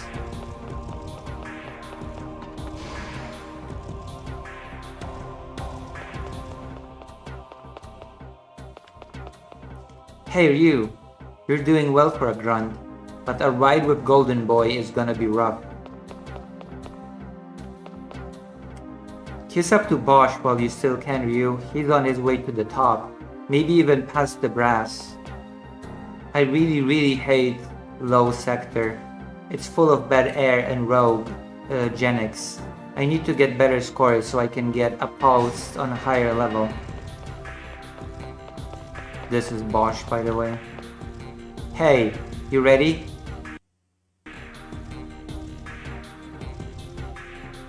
Let's go. Waiting makes the captain grumpy.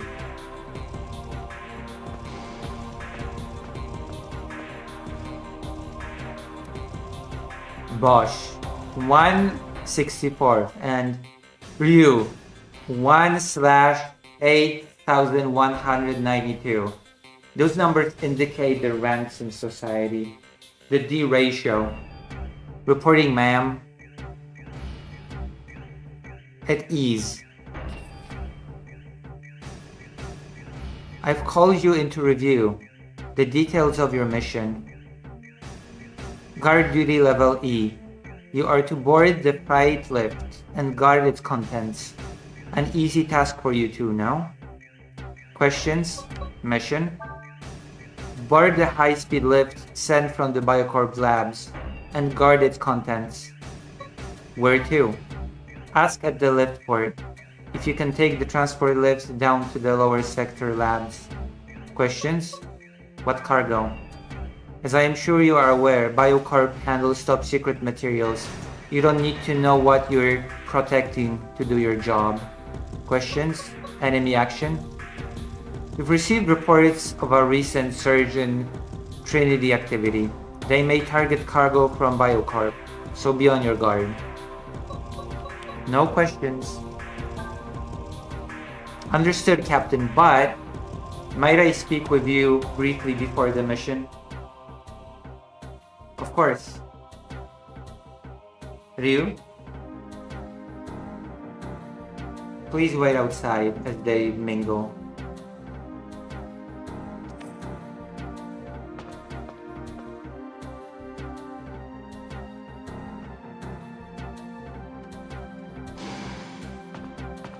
They've finished. Sorry about that. Let's get this over with, partner.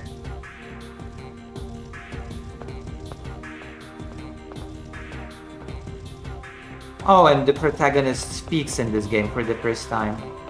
Up until now in Breath of Fire 1, 2, 3, and 4, the protagonist was a silent protagonist, and this is the first game in which the protagonist speaks. This is the Breath of Fire that changed everything about what was considered to be a Breath of Fire game. Every single thing.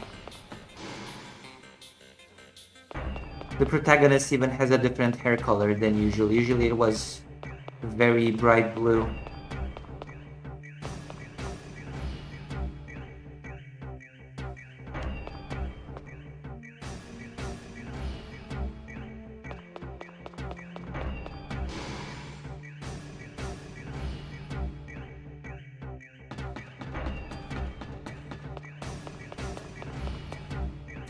This is a telecorder. It's a device that lets you save using a coin called a save token.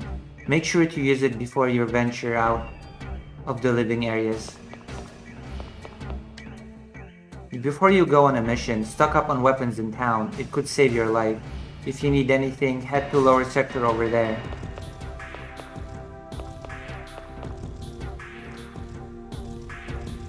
Were you the one who beat the Genic that came in the other day? Thanks a lot, Mr. Ranger.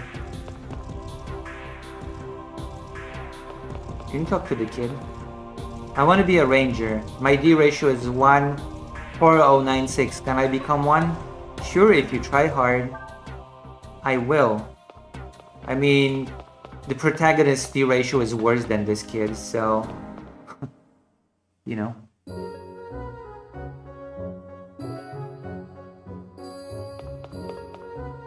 This is low sector. It took decades to build these living quarters. The ceiling's painted blue to look like a thing called the sky. I'm not really sure what that is though.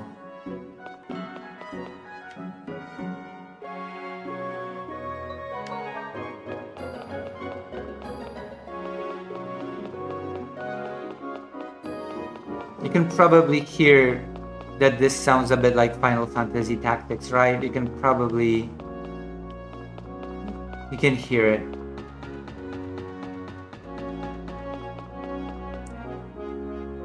The air is worse than ever today. They say their quality is fine, but it's not. Guess that elevator is broken again.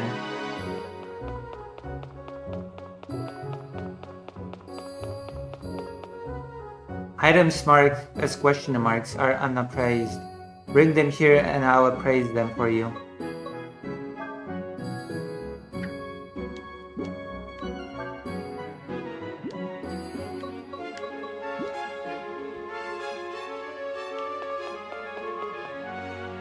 Once you start getting good, standard weapons won't be enough.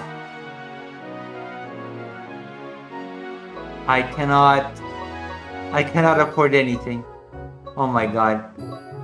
Everything's out of my...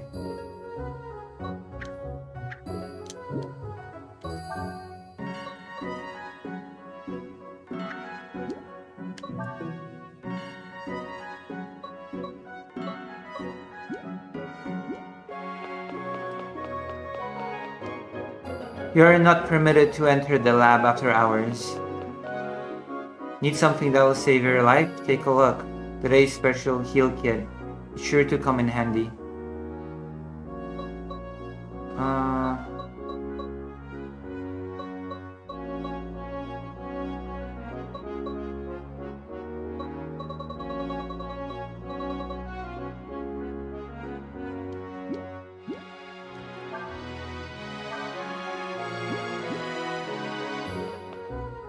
I came to buy edible.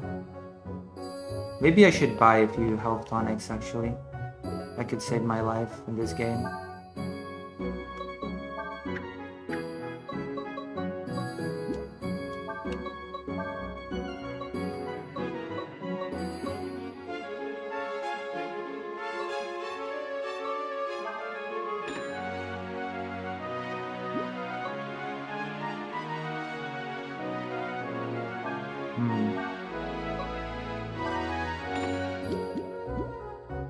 Yeah, that actually could work.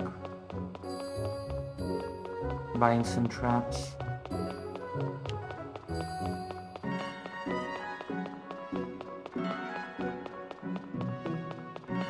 Okay, let's get out of here. Let's start the mission. You'll see the proper gameplay loop of this game.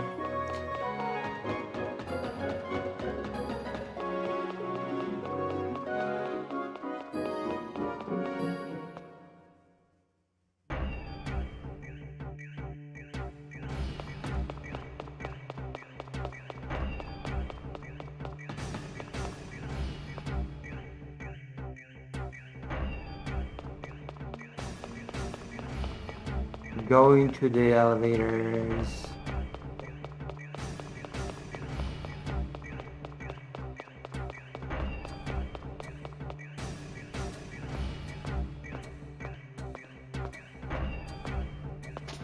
What's wrong? The lift's down. Typical.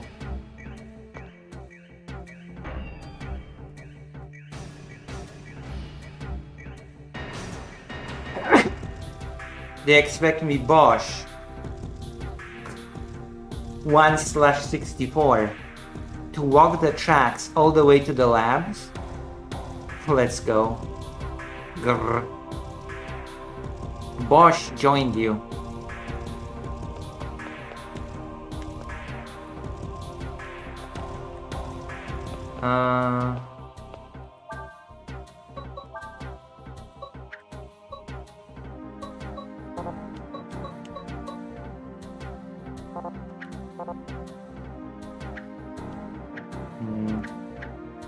You cannot remove his blade, I think. You cannot remove his weapon. But he has a much better weapon than mine. Physical attack 16, physical attack 28. He's much stronger. Because he has a better D ratio. He's a better person than me, basically.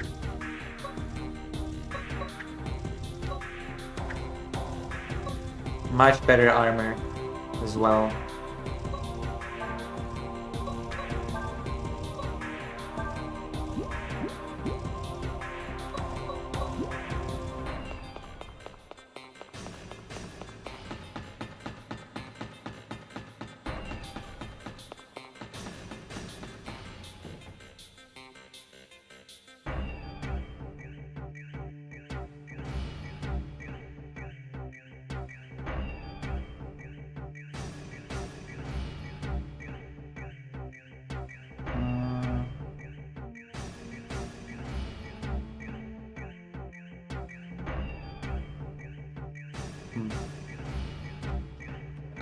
Oof.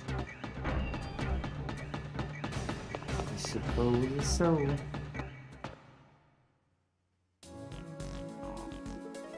This is the first.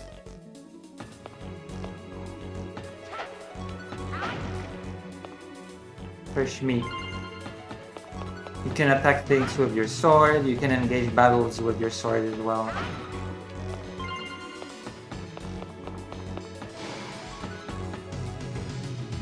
Battles begin when enemies touch you, but if you strike them first with the attack button, you will be given a bonus extra turn to act in. Use the trap button to set bait. Use one when you're being chased by enemies, for example, and it will lure them away from you.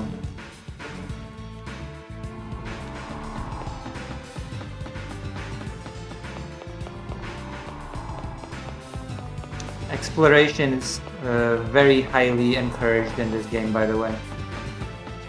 To find any advantage that you can. Of course, it's still not happening now, but later there will be that countdown to game over, so you have to be very effective with your... There we go. You know what? I'll be smart and I'll leave. I can leave now, right?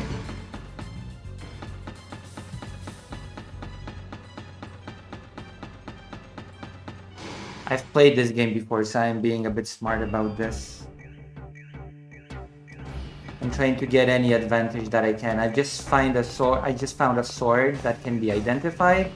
So I'm gonna go back to the city and I'm gonna identify it and equip it probably to get a little bit of an edge in battle. Because there was an NPC that told me before that if I found anything that could be identified, they'll do it for me. Hopefully I don't have to pay money because I spend it on the bombs and all that other crap, but I think it should be fine. I feel that it should be fine.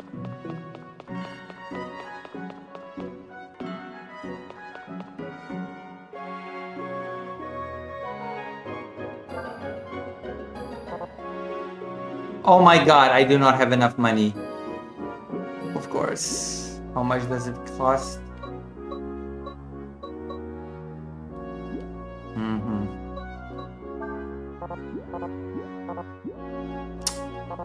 Yeah, I'll have to get some money.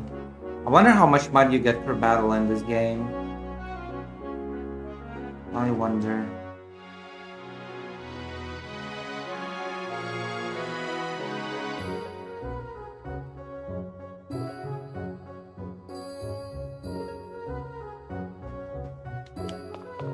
I wonder.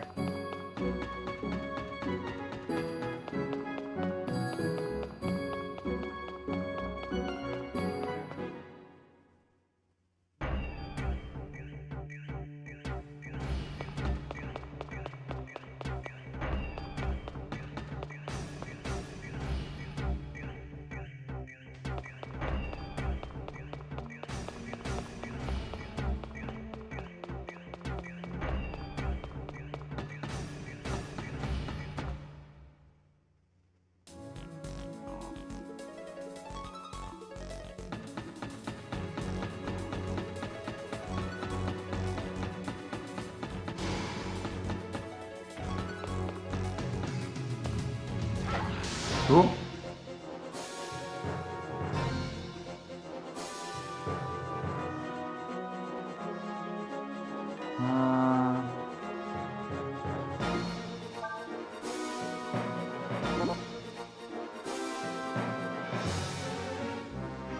So you have AP, you can see it, and every attack costs AP. So you can do the slice for 10. Oh my, holy shit, really?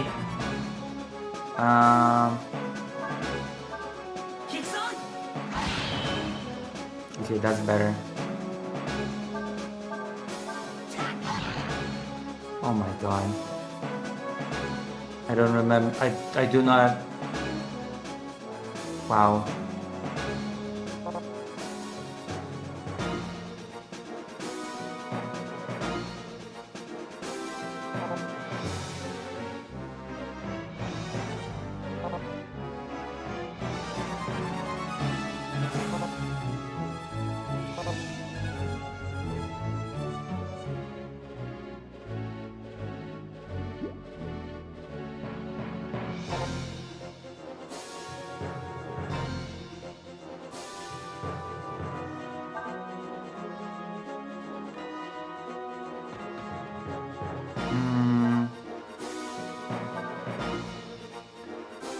Power poisonous enemy. Okay, let's do this.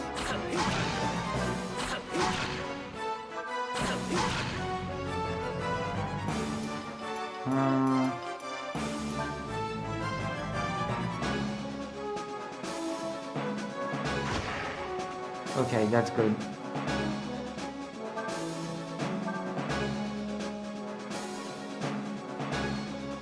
This is really good, actually.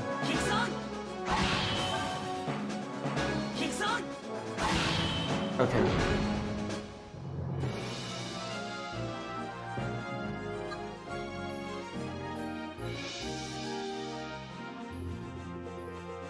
Do we get any money?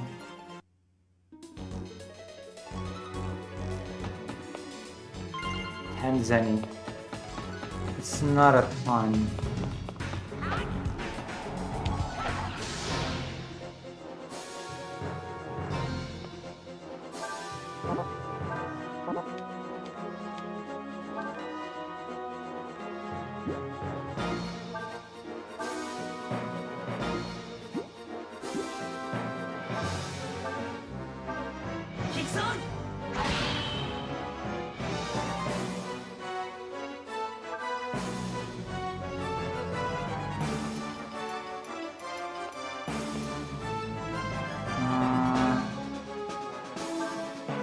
Power line up center.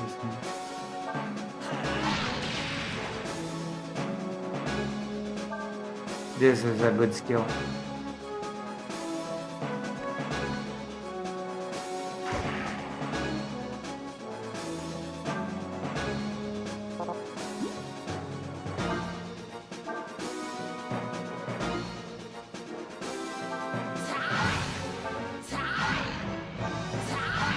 Okay, now we can finish him off with the boss.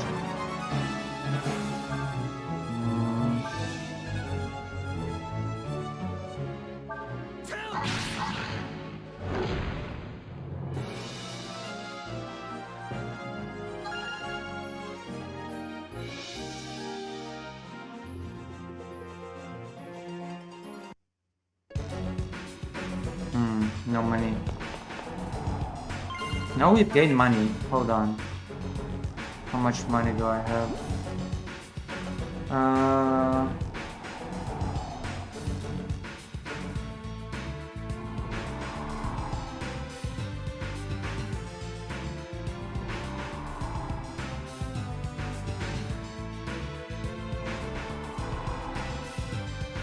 Breath of Fire, Dragon, Porter, Identification cost. Okay, so I think we could be able to get identification in a few battles.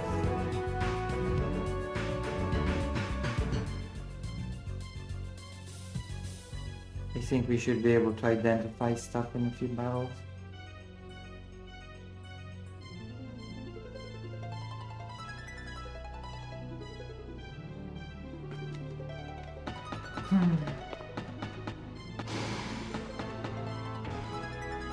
Pets. Check your Navi at the bottom right on the screen. The white dots shining inside the pets range lightened area represent the enemies you'll fight in battle. A PS battle. Moving and attacking in battle use AP. You recover 1 AP gauge per turn, and AP left at the end of the turn will be added to your total AP next turn.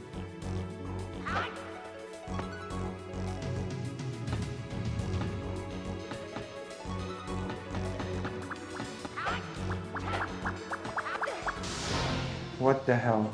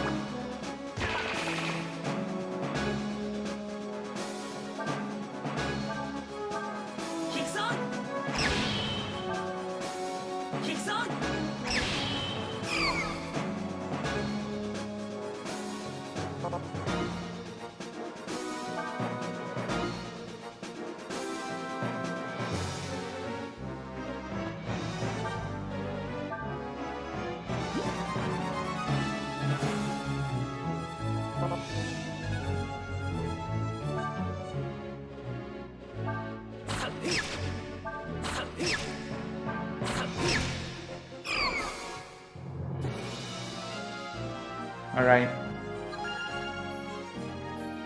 Wait, he doesn't have... When you obtain a treasure key, a key icon will appear on the Navi map. A treasure key will only open a treasure box on the same floor it was found. Boxes and keys from the same set are always on the same floor. When you find either one, keep an eye out for the other.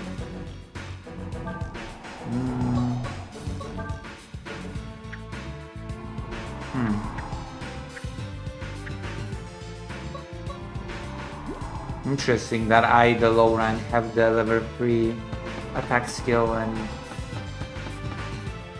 and he doesn't.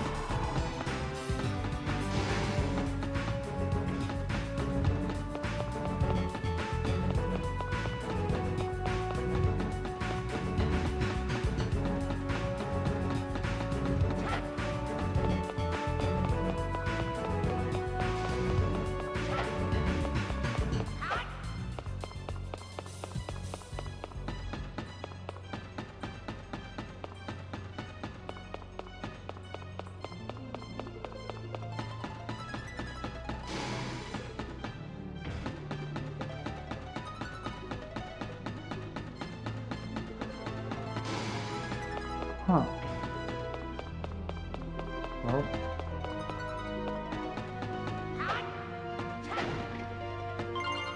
Fresh meat.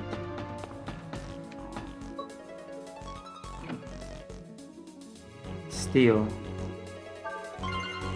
You have obtained a skill. You can learn skills by using skill items. There are two types of skills. Weapon skills that can be threaded, equipped onto weapon, and shield skills that can be threaded onto shields and that activate when attacked.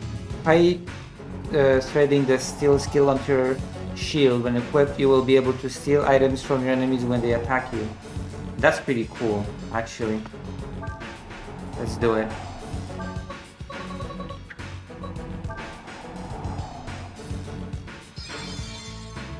I need it equipped onto both of them.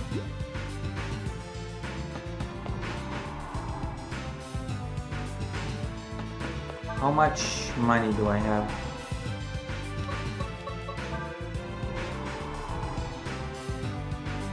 $40. We should check if I can identify that weapon now.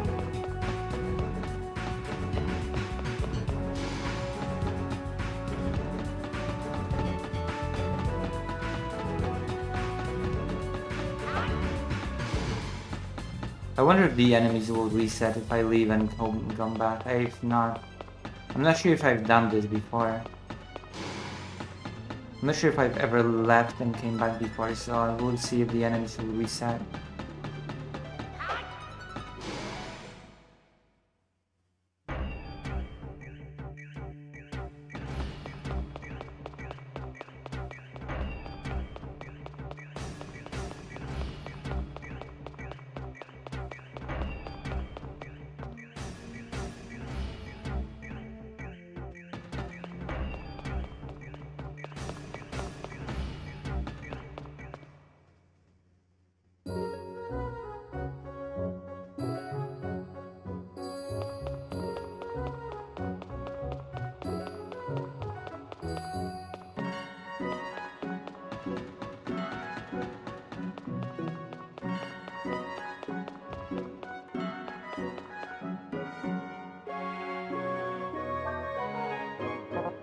Not enough money. Maybe if I sell something. But that's... no. That is a bad idea.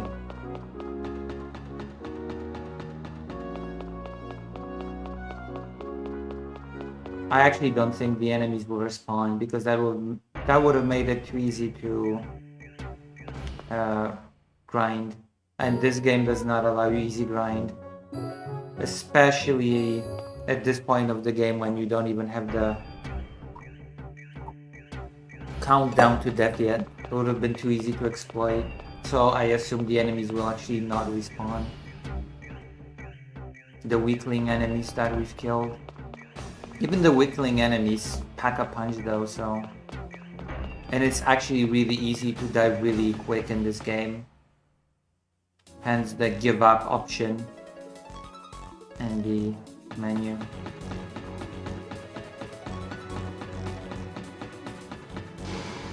Yeah, they do not respawn. I think. Nope, not respawning. Okay. You should have guessed. So I know that the enemies ahead are the first up enemies.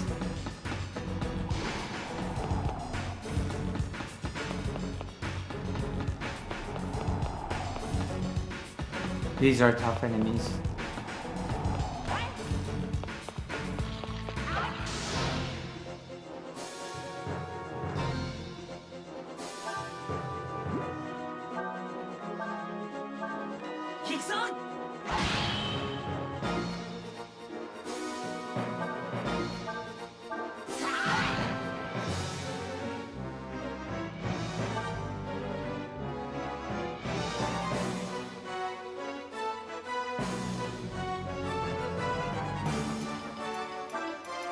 Lance, man. Pan.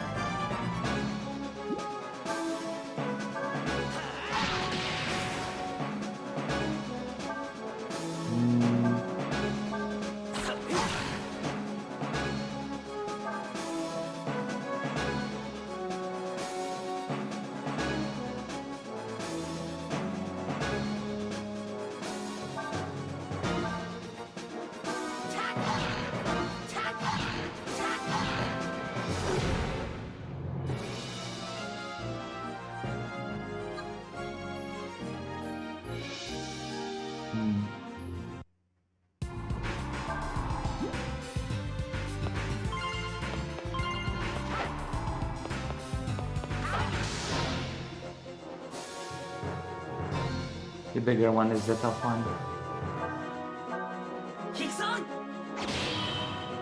As you can see... Oh my god. Yeah, this is the tough opponent. There is a chance that I will die here. If I'm not careful. Yeah.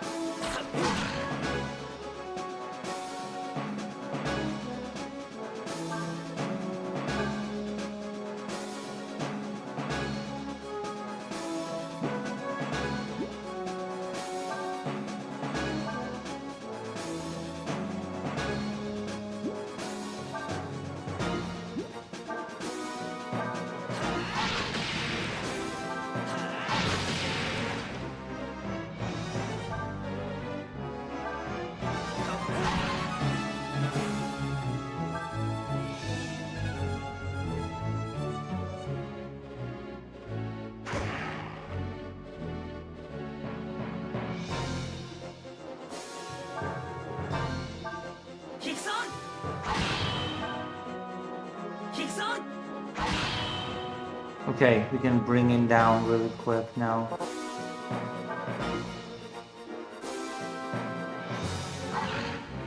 What? That's the poison power. Yep. Yep. That's about right. Oh boy. Do I have a revival item?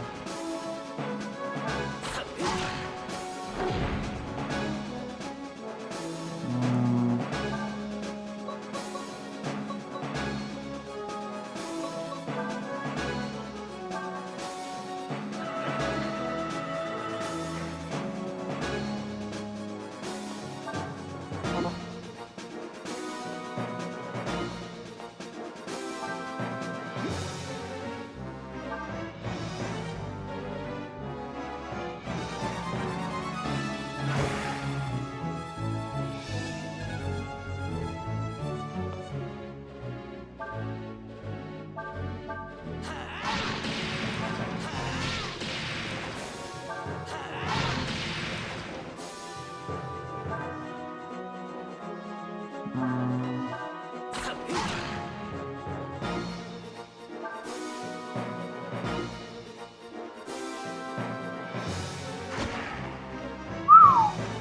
That was lucky.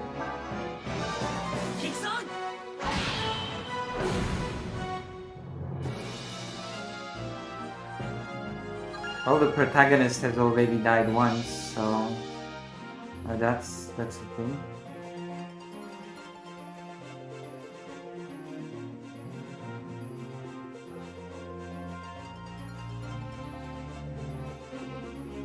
How do you like the mystery game, Dr. Johns?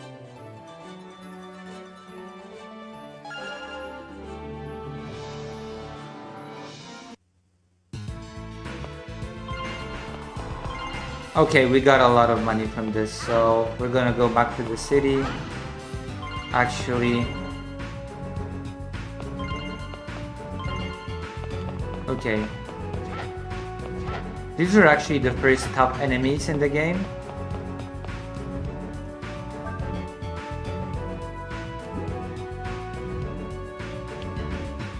And as I've said before, this game actually has an inbuilt option to give up.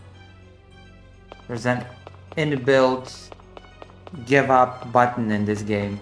When I go to the menu, you can see L2, give up. We're gonna go back to the city and get some stuff. Maybe I'll get another revival tonic.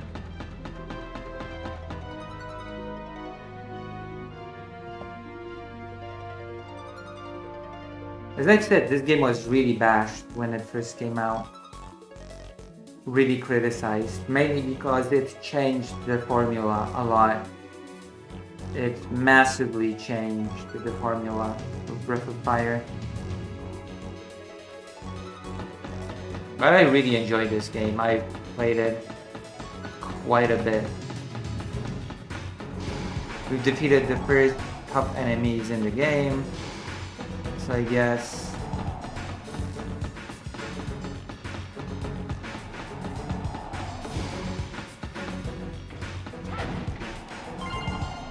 oh, a save token. And yes, like I said before, in this game, you need save tokens to save the game, like in Resident Evil. That's why I said that this is like a combination of RPG and a horror game. Because in this game, you save the game like in Resident Evil. And it has roguelike elements. This game was very, very much ahead of its time. Nobody was prepared for a game like this when it came out, and nobody liked it. And now this kind of game is actually quite popular, so I really think this could have been a far better received game if it came out closer to now. It would have been actually quite a lot more popular. But because it came out when it came out, it killed the Breath of Fire series. It killed it dead. It became a dead series.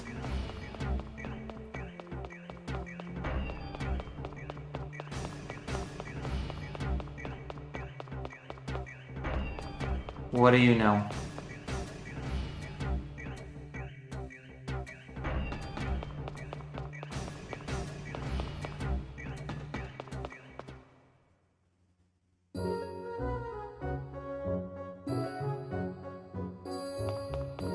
So let's go down and identify my sword. +1. Item smart, blah blah blah. Thank you. Appraise it. 100? Okay, Buster. No way. Hold on.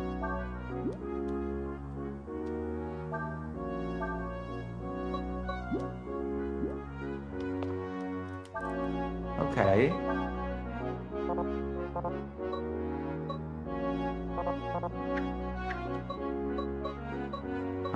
How do I change my weapon?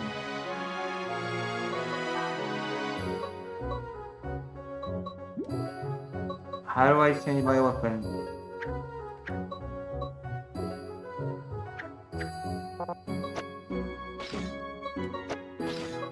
Oh, okay. I think I get it now.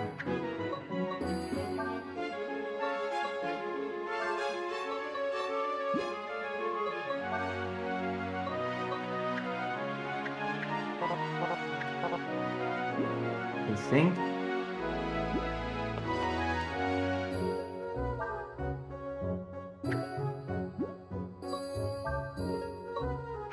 Ah, okay.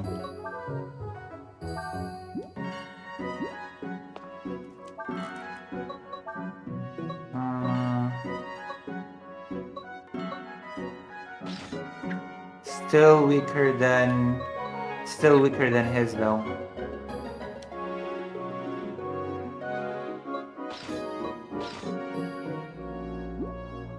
What are the skills that I have now?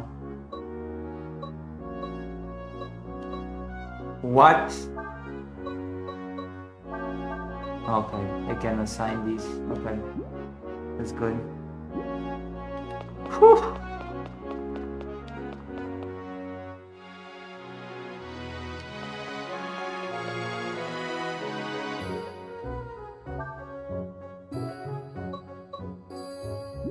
Oh.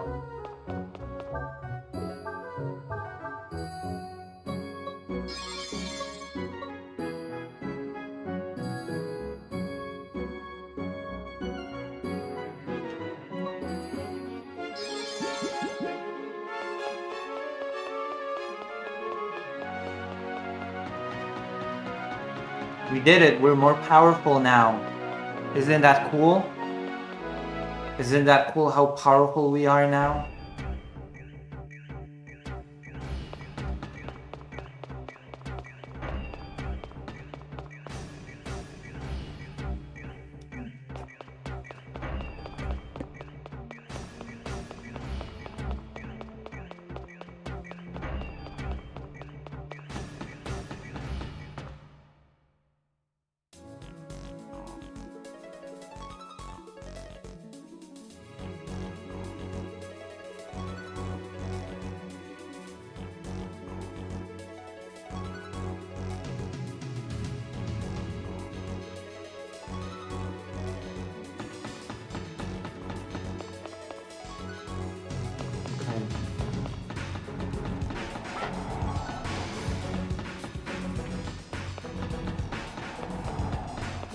The written word is the word of the bond.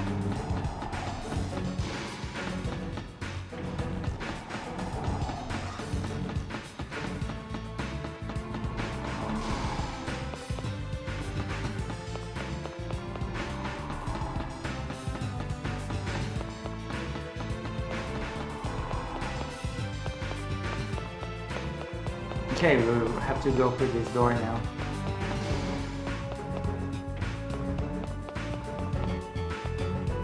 Hi there, pleased to meet you. I'll teach you alternative useful information. Combat tips.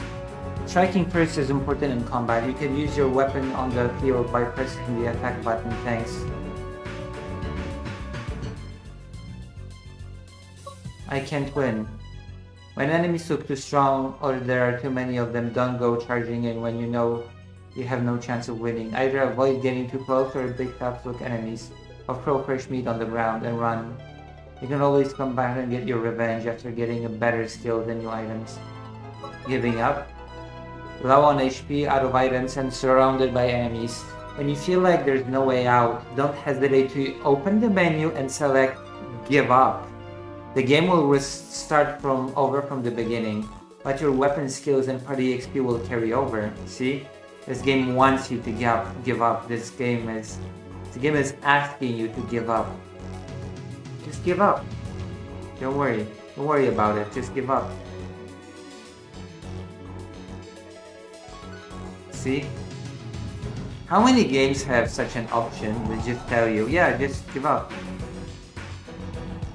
Giving up at the right time can actually make your life easier. Anything else? People really hated that this game told you to give up. People are really salty about the fact that the game was like, yeah, give up. Don't worry about it.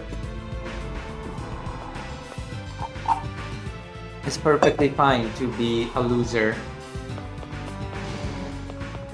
It's cool.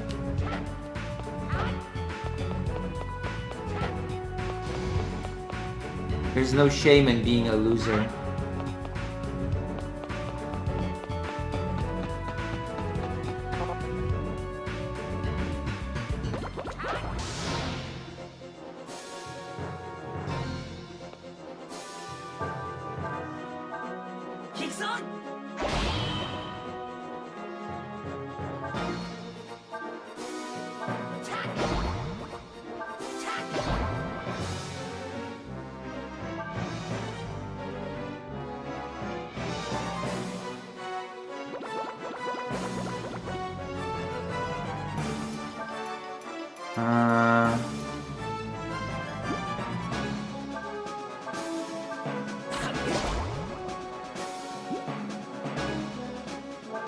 Lion Smash.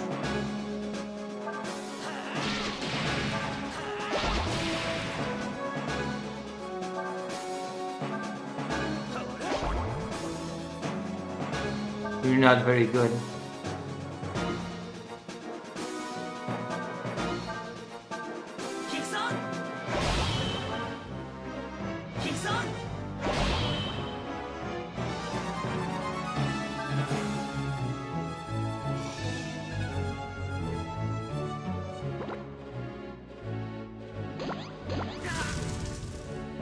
Okay, that's actually... Never mind. I was about to say that this enemy is not such a big deal, but you know what? I stand corrected. It is a pretty big deal.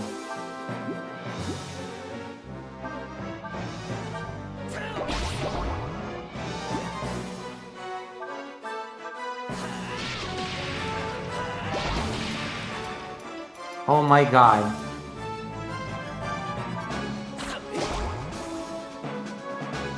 It's immune to poison.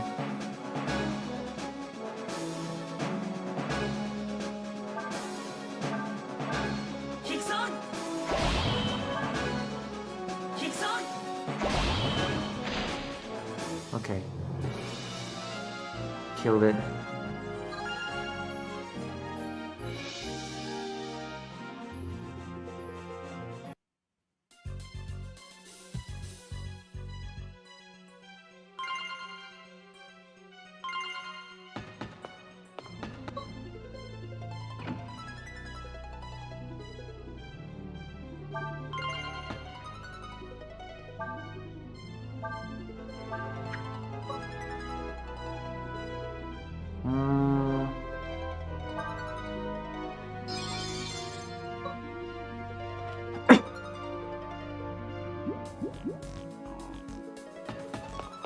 I don't think I can afford.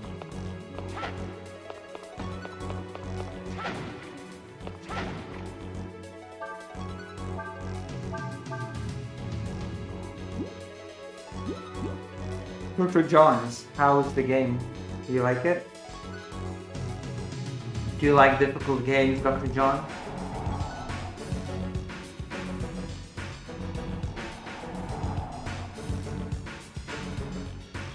What about the YouTube audience?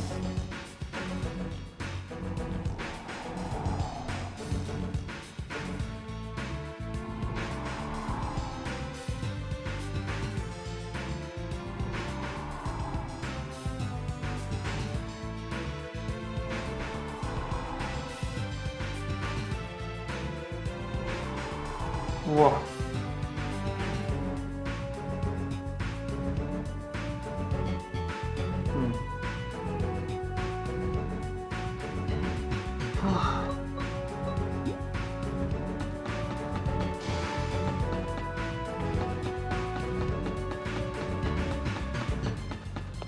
Hello. Hello everyone, are you using those skills you found? Just having a skill doesn't do anything. First you have to... Oh yeah, I have to set it on the weapon. Right, I forgot actually. I actually forgot to do this.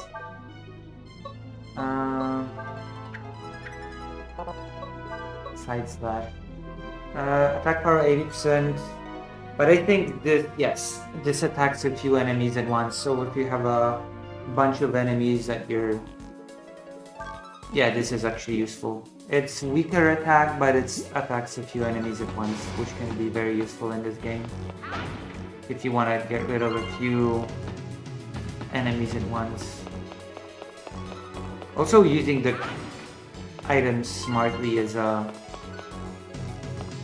can lead to victory very nicely. Notice you cannot go through this door. Oh, well, thanks for telling me that I cannot go through this door.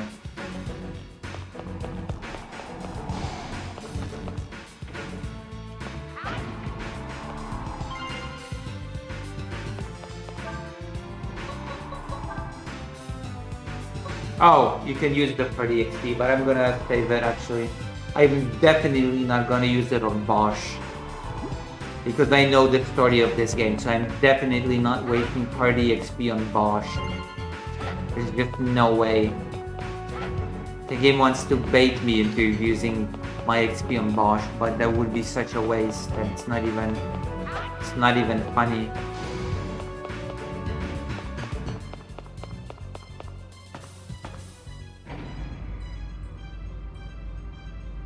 I would say if you know, you know, but I'm 100% sure that nobody in my audience has played this game ever before.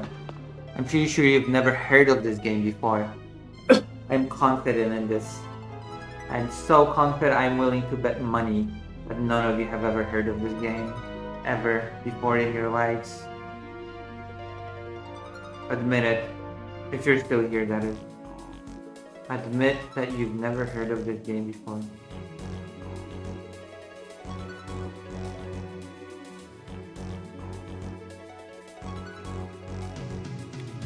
Check the top left of the screen. Press L1 and L2 buttons to choose the trap items. Oh yeah, bombs you can... Yeah. That is good advice, using bombs. I'm gonna start throwing bombs at enemies to lower their HP. Not on bats. It's not worth using bombs on bats.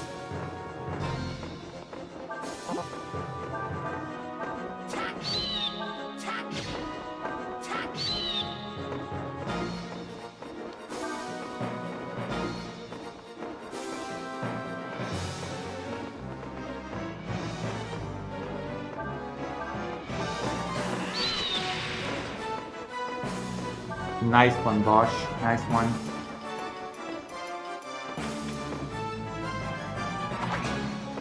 What did I steal? Oh, never mind.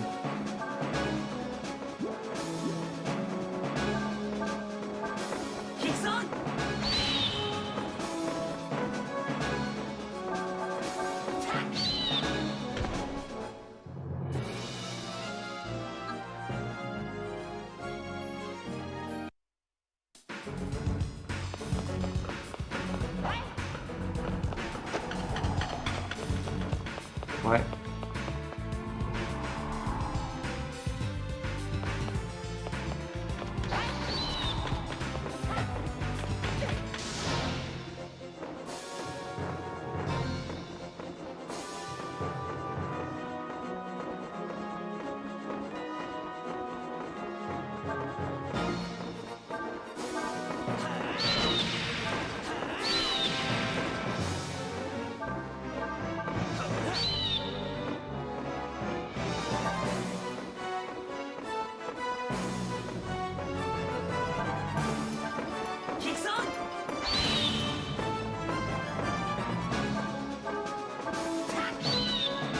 Okay, we got it.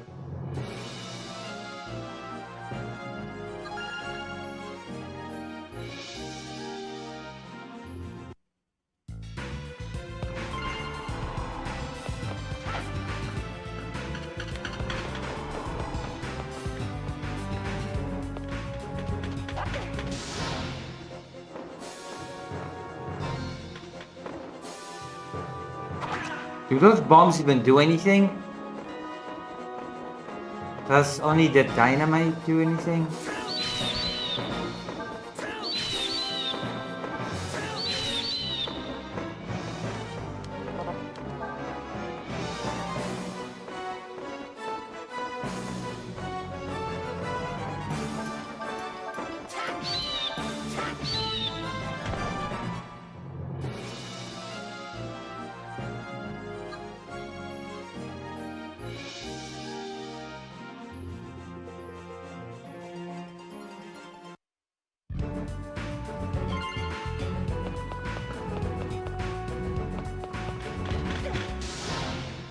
Wow, okay.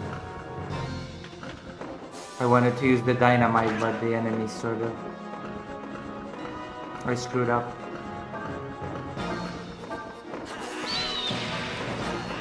There's no other way to put it. I screwed up. That could have been glorious, but I screwed up, so it's not.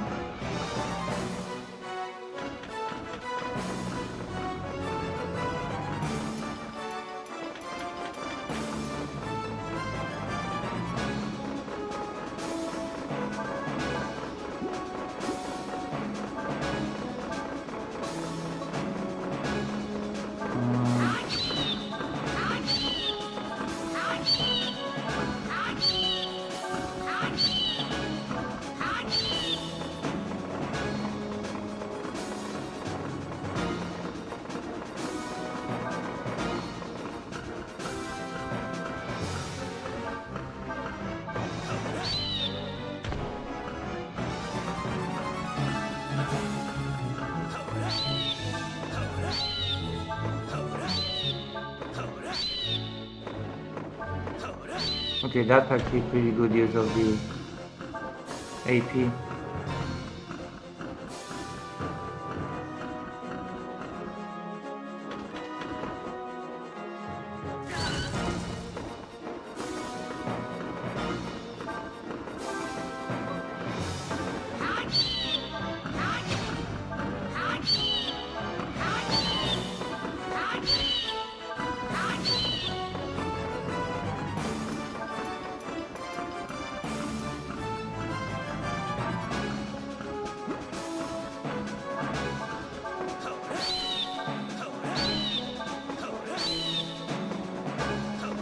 This would have been so much better for me if I actually managed to use that.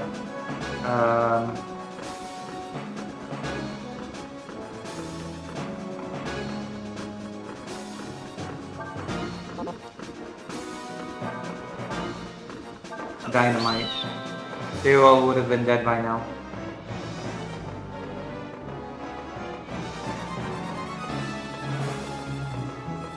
But you know, whatever. It is what it is.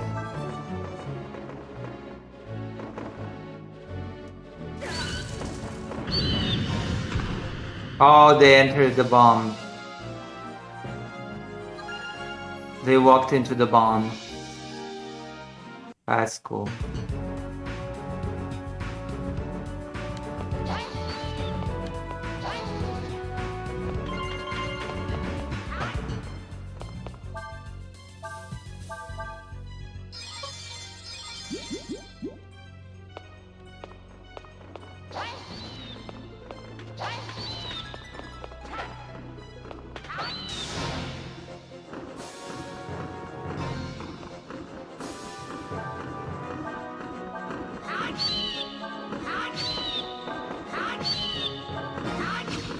See?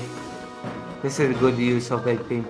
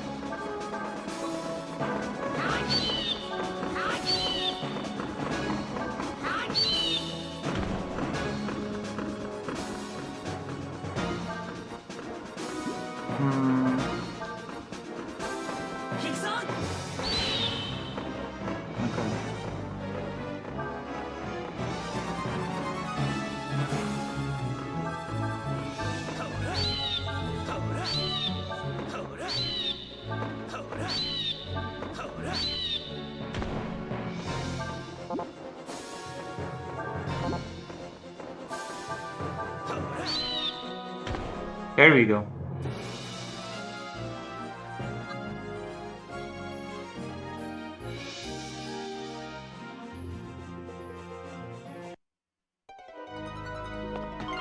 And we keep getting the party XP as well, which is useful. Why couldn't I use that door again?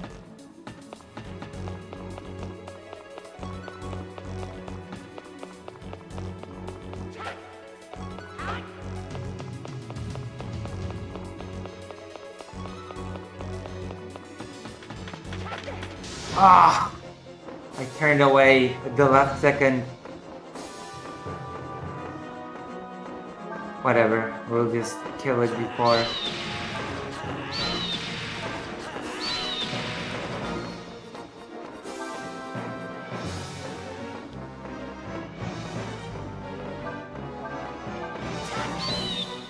Okay.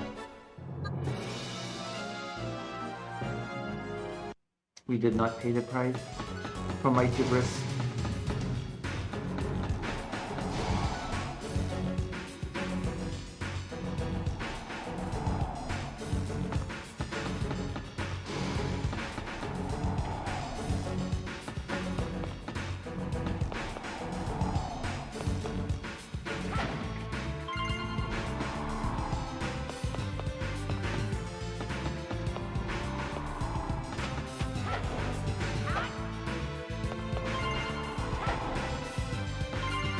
Alright, free health kits.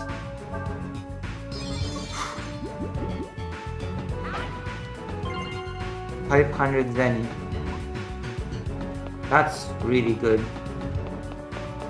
We could actually get pretty good gear now.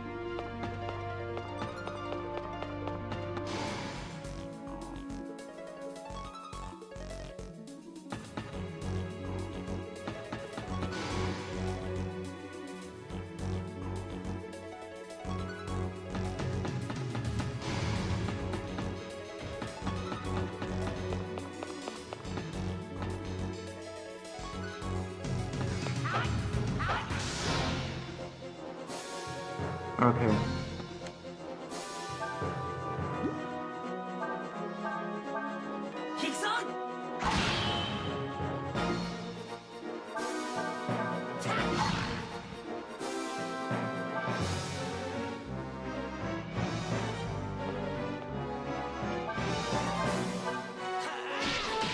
Oh, come on, dude. You missed?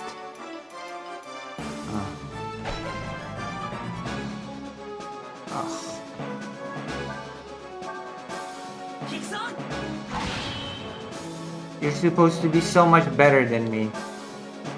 And you missed.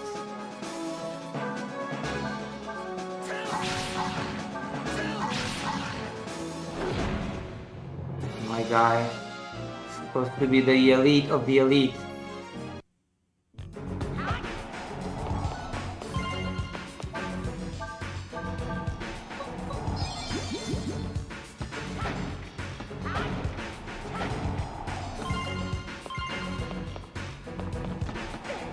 No! Oh god. I might be screwed.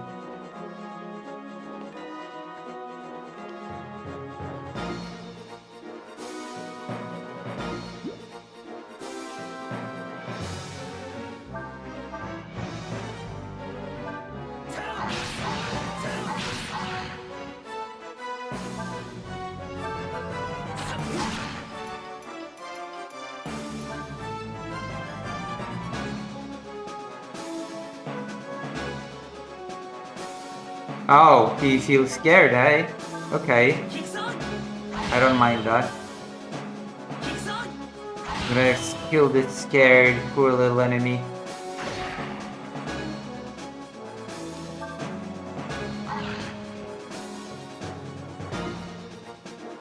Poor little baby.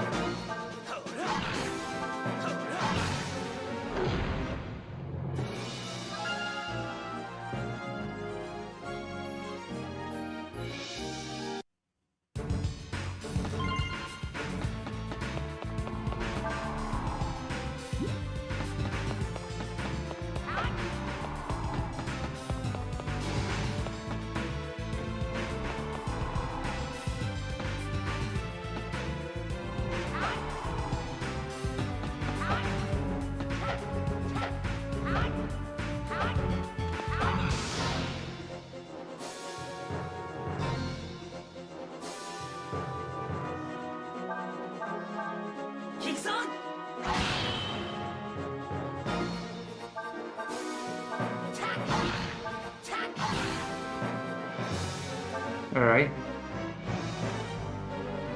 Bosch, do your thing.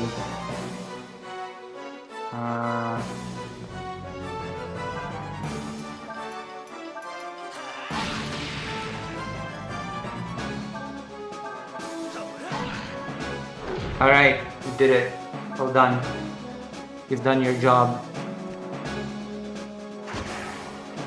And the enemy ooh, there's a third enemy. I actually did not see that coming.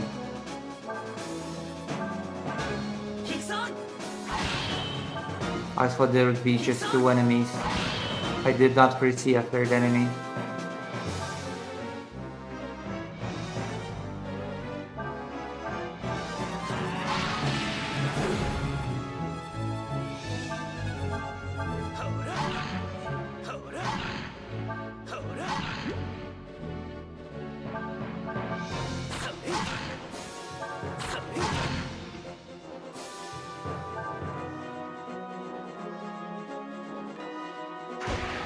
Ooh, almost killed me there.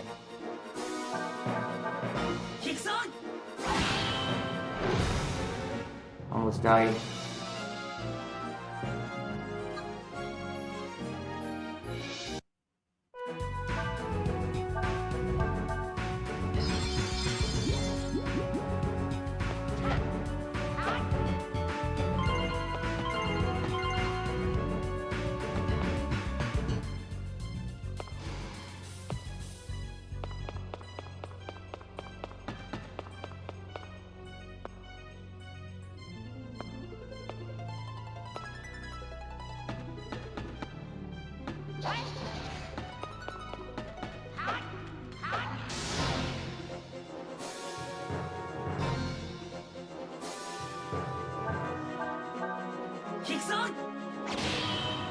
Whoa, missed? Oh man. I hate it when that happens.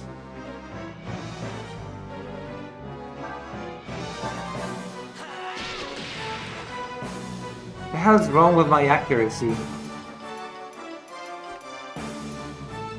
Yeah, attack Bosch. That with the much better armor, please.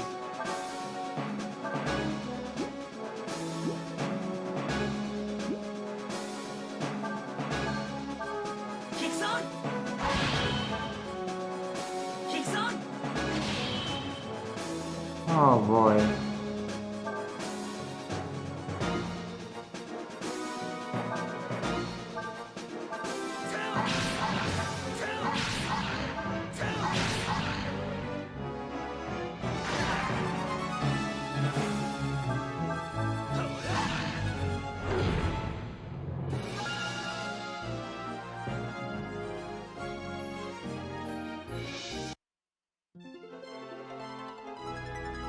Are you waiting, Lucy? So far.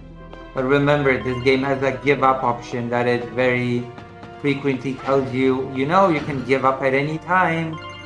Don't hesitate to give up. Just, you know, you have this option here in the lower left screen. You can just give up. There's no shame in being a loser. Well, you know what? There is shame in being a loser. Even if this game's trying to pretend that there's not.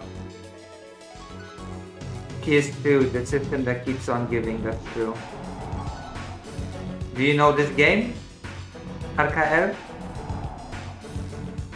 Do you know this game?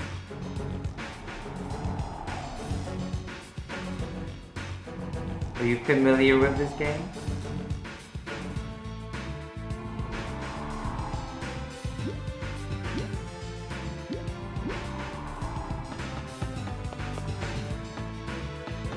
Oh.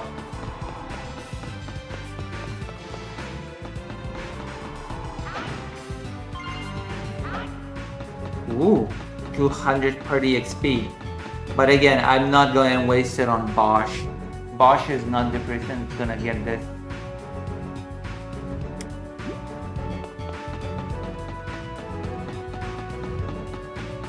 I think party XP is the XP that you keep if you give up. When you enter a danger room, all doors leading out of the room become locked. Be careful when the music changes. A danger room's lock will open once you defeated all enemies.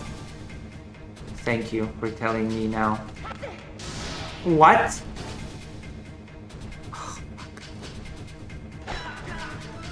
Oh my gosh. Thank you for telling me now that I'm trapped.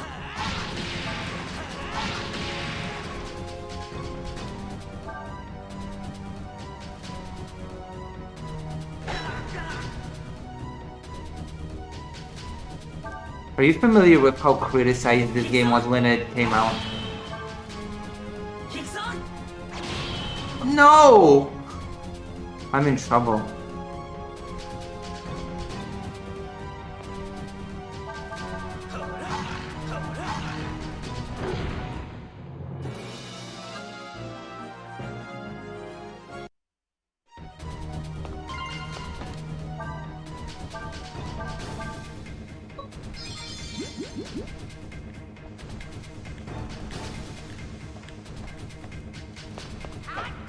At this point I had a dynamite.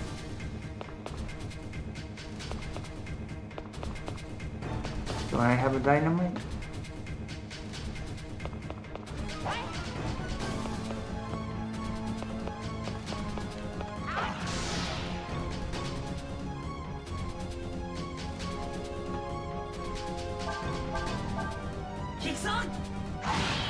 Alright, let's go. Good damage. Well done. Well done, Ryu. Maybe we'll not have to press the give up button quite yet.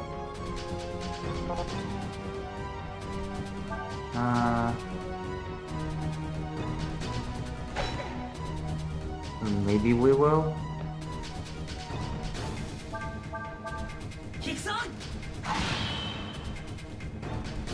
Depending on just how bad my situation with the healing items becomes. What is even the purpose of the poison if it just does 0 damage?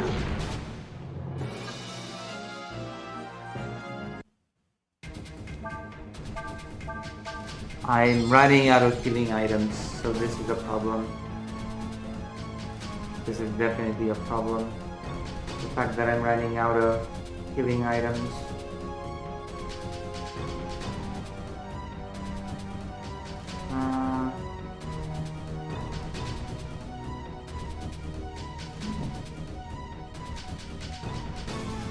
The system that keeps giving, indeed.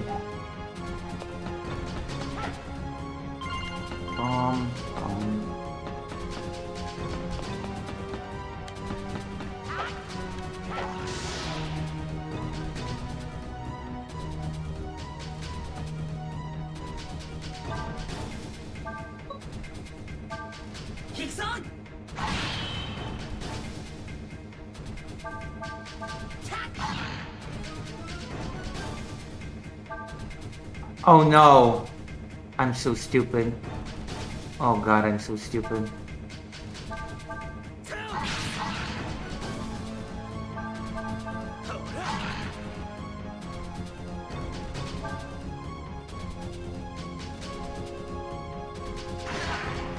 I'm the stupidest person ever.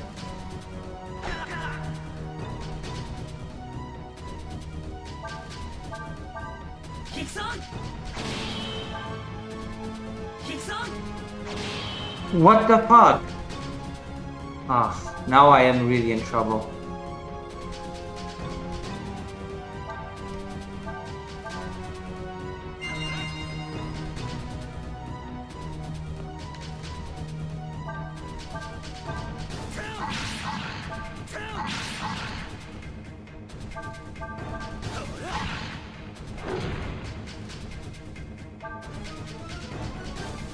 I actually don't have any healing items anymore.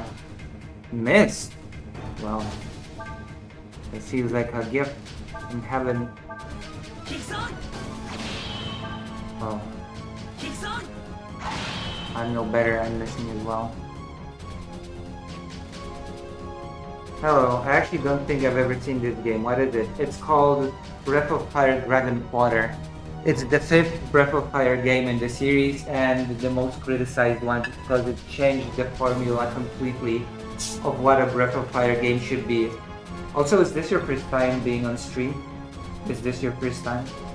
If so, then welcome. Yeah, Breath of Fire Dragon Quarter. It is a mix of RPG, survival horror, and roguelike. And it was very ahead of its time when it came out, and people did not like it. People did not appreciate that sudden change to the entire formula. People really did not appreciate this game when it came out. Me included. I criticized this game a lot before I actually gave it a fair shake.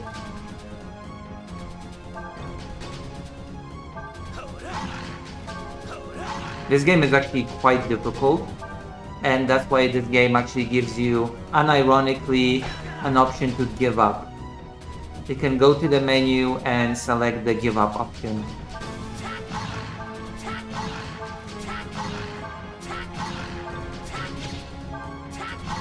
At any time of the game and start over. Also, this game is designed to be played multiple times.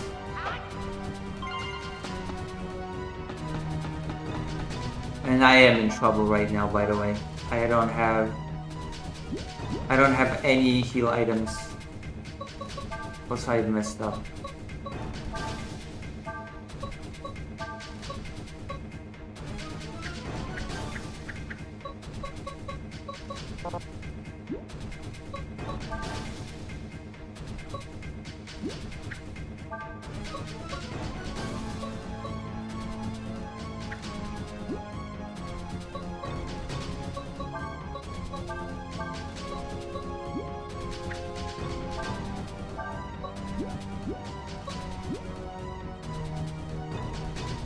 Lucy should play Deadly Premonition one day. Maybe. Also, nice to see that people are flocking to this wonderful game.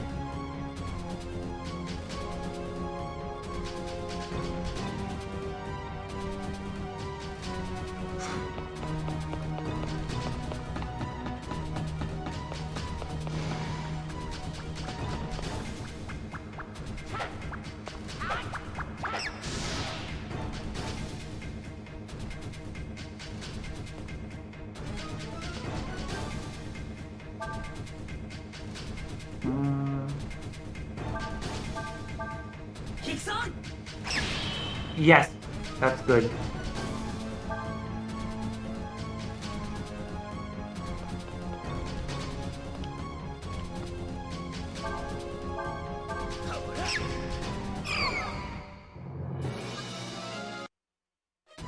The real premise of the game has not even started yet. The real premise is actually very interesting because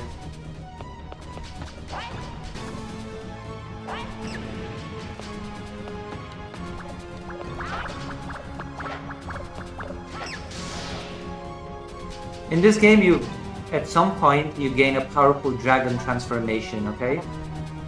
And you become unbeatable in battle when you use it. But there's a counter to game over in this game. And this percentage counter raises a great deal when you use the dragon transformation. And once it hits 100%, it's game over. So you have to use the unbeatable dragon transformation very sparingly. or risk a game over. This is one of the aspects that people hated in this game. What is this? A Breath of Fire game in which you are, dissuaded from using the dragon transformation? Like, this game just took the Breath of Fire formula that was refined from Breath of Fire 1 to 4 and decided, no, we're just gonna do something completely different. And that takes balls. That takes courage from a company, but holy crap! Oh my god! Okay. I don't know. I think I'm in trouble.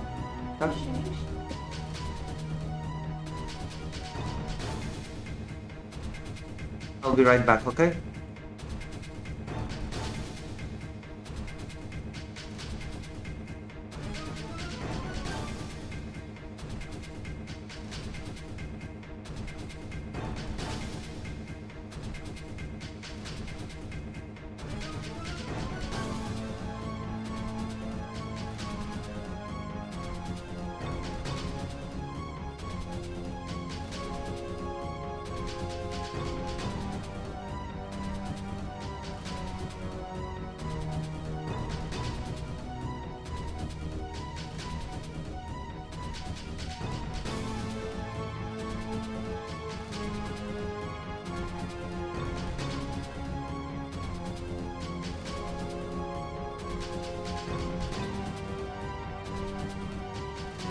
Welcome.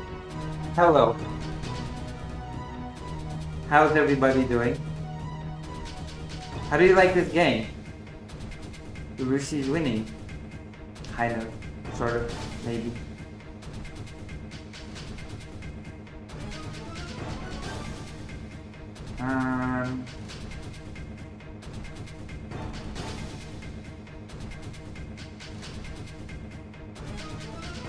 If I had one more bomb, it could weaken this enemy because it looks really big and strong.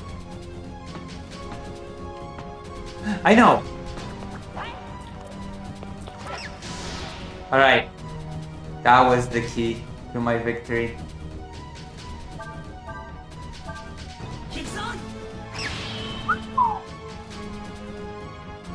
You know what? We might win yet.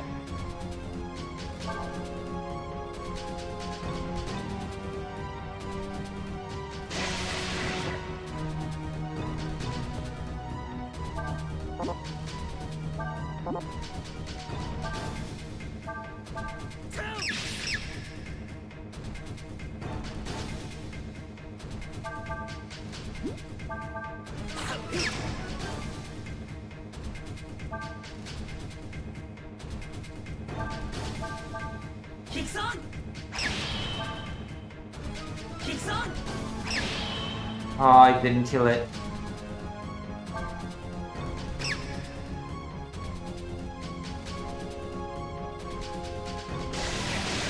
No! Oh!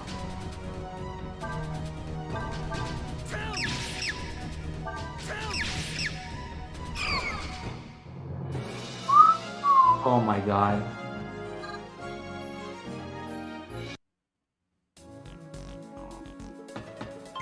Oh my god. Please give me a healing item. What is the Juju?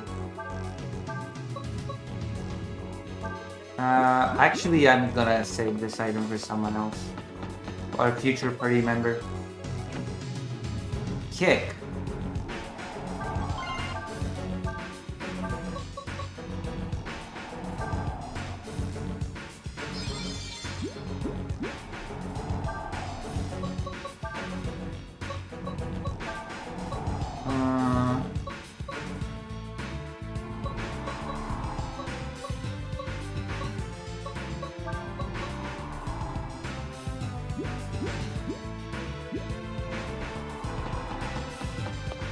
Okay, I have a choice now. I can move forward or I can go back. What's the name of the game? Breath of Fire Dragon Quarter. So I can go back to the city and buy some items, which would save my ass basically. Or I can see what's up ahead.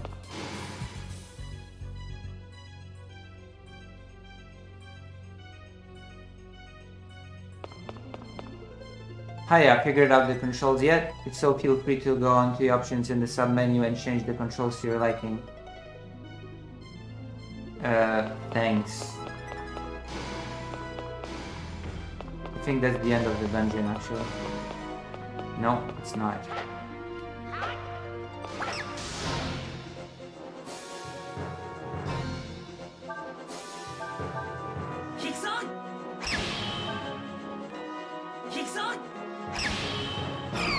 I'm so close to using that give up thing. If I only could find...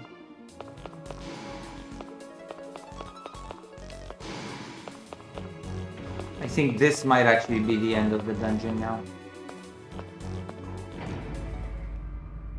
Yeah, that's the end.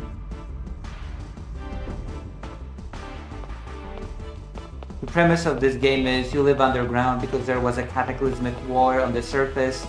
The surface world was destroyed and made unlivable, so humanity moved underground.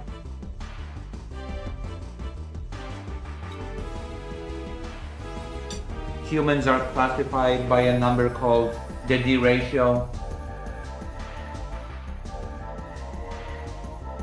The lower it is, the lower your status in society.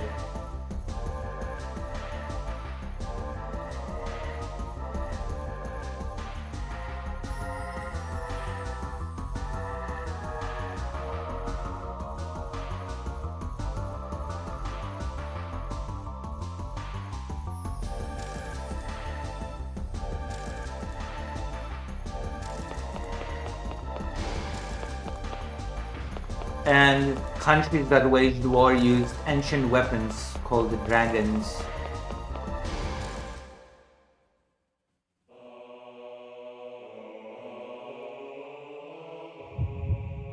The long wait is over.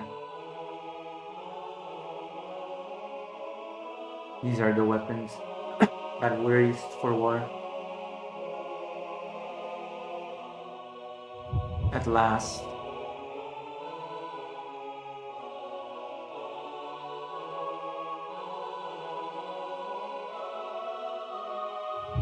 You have awakened.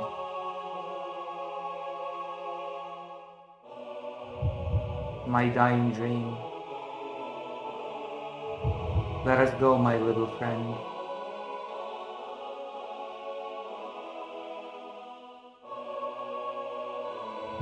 Once again to the sky.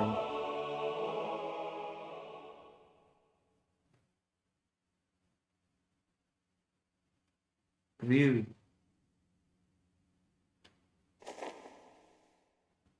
The main mechanic. I have not unlocked the main mechanic of the game yet. The main premise that governs the gameplay.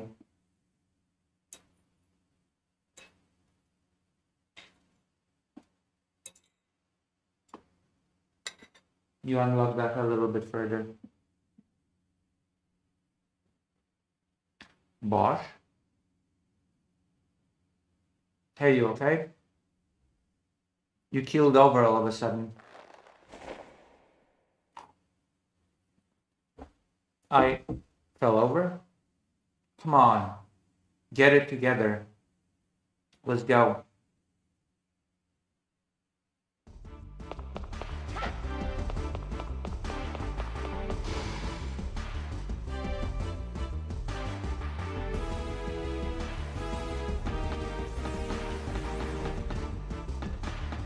This is the dragon. Whoa, what's that? We don't have records of any Genix this big. Maybe it's some kind of experiment. What, you scared you? It's dead already, it won't bite. Let's finish up this mission. Either that or face the wrath of Captain Zeno.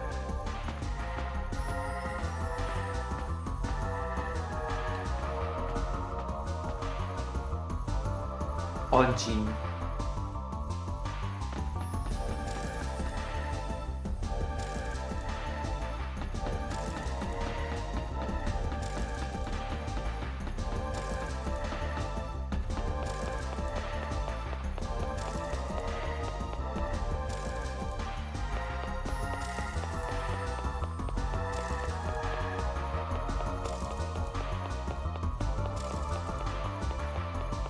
Huh, I thought there would be something new here. Notice the icon in the upper right corner, by the way. Also, what do you mean, Zoshowitz?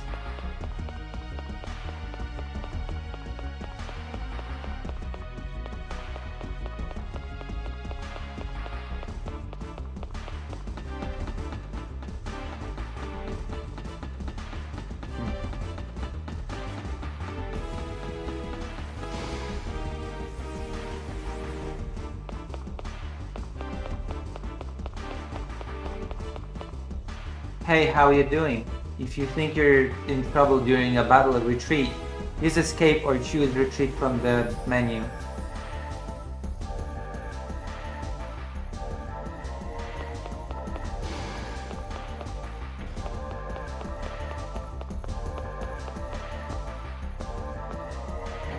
I will do my best not to use the give up option in the game, by the way.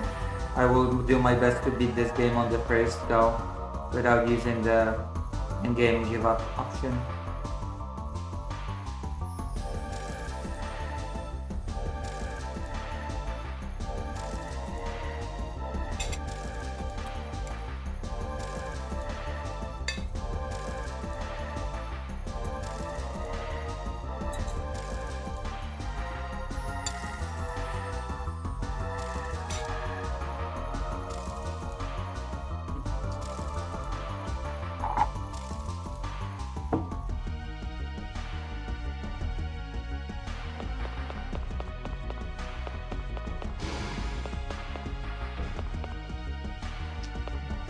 You can save using this. Yeah.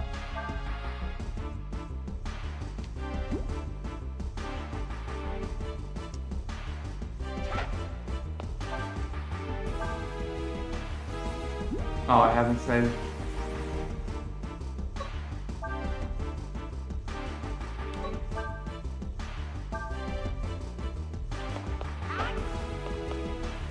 Yes, that's right. You need save tokens in this game, like in Resident Evil. The world above? Oh yeah. Well, actually, well, I'm not gonna spoil the ending, but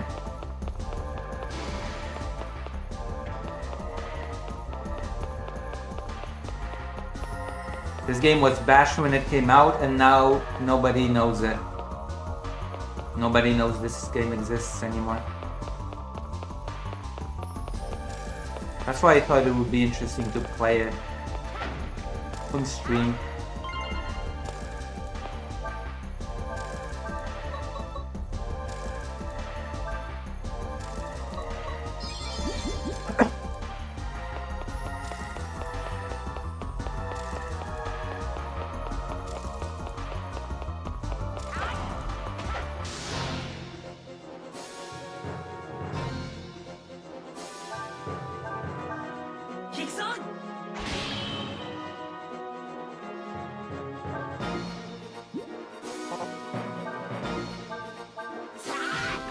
It would be very embarrassing if I had a game over to a big slug. Okay?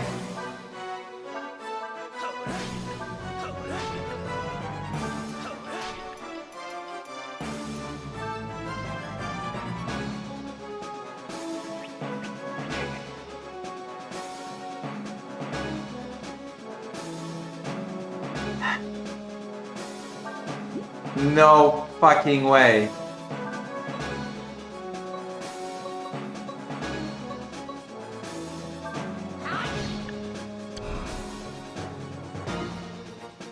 Oh my god. No way, I almost died to that slug. That slug almost murdered me. There's no way. No way.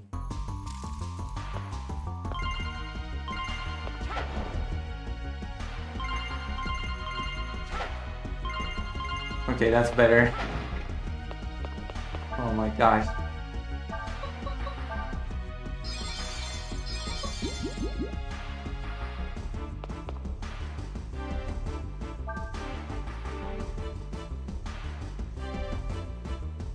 Nudie, what? What? Nudie, sir?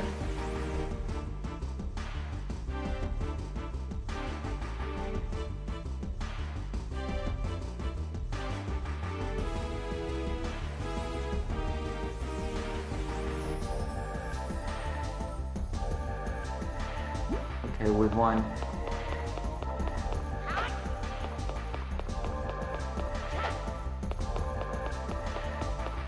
I'm out of here.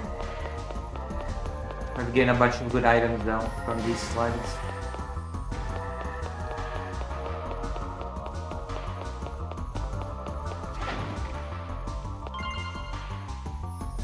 Actually, I've got a lot of money now.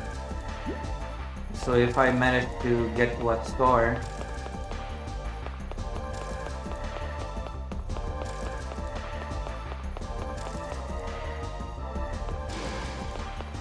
that would be nice.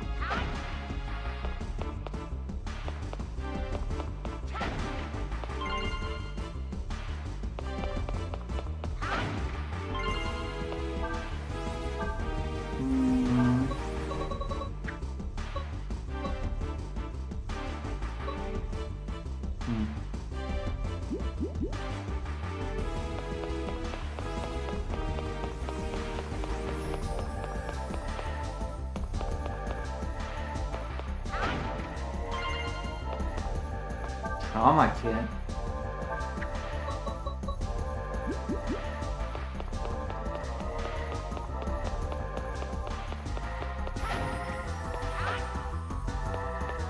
Oh, I'm carrying this game has limited inventory space. I've almost forgot.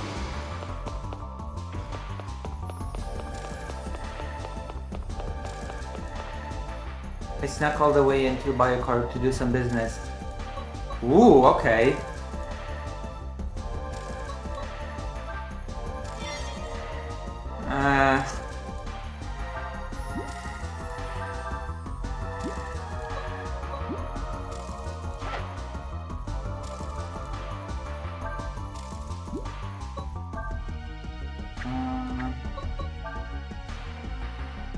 Can I sell it?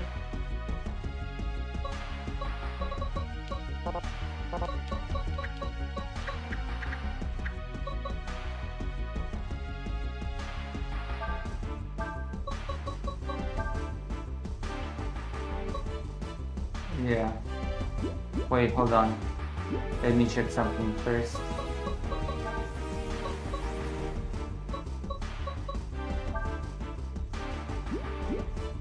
I might as well sell it.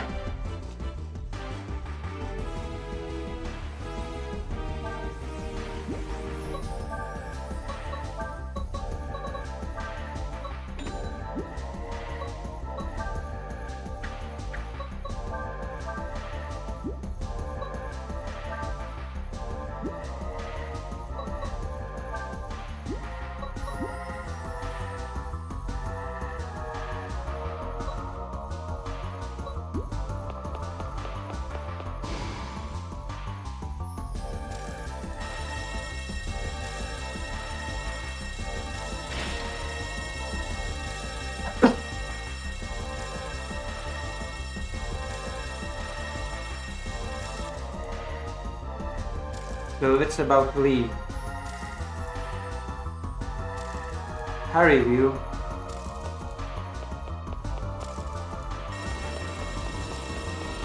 We're protecting cargo on our train.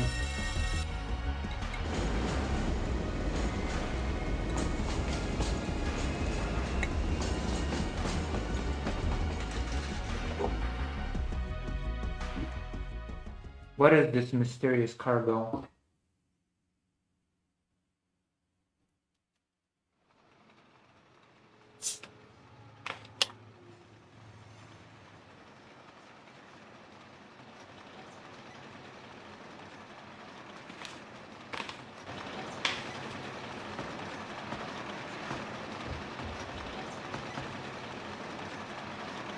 You. Relax. Whatever it is, it must be special.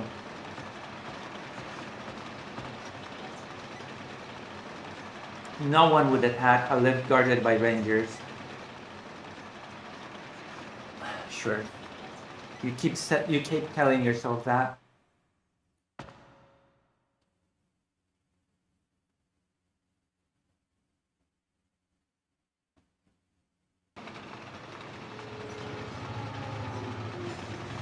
View. I need your scores. What? I have the potential. All I need is reputation, and they'll have to promote me. If things go well, I could even be regent. I have the qualifications after all. A regent? Are you serious? I am. I, Bosch 1/64, will be regent. I must. Ryu, with your 1/8192 D ratio, you'll never make past runs. But once I get on top, I'll be able to help you out. Come on, Ryu. What do you say? Sure, why not?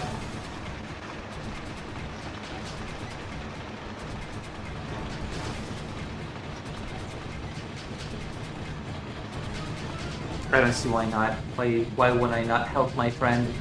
My best friend, Bosch, who will never betray me. Who will never do any harm to me. My best buddy, Bosch. Award Genic 380.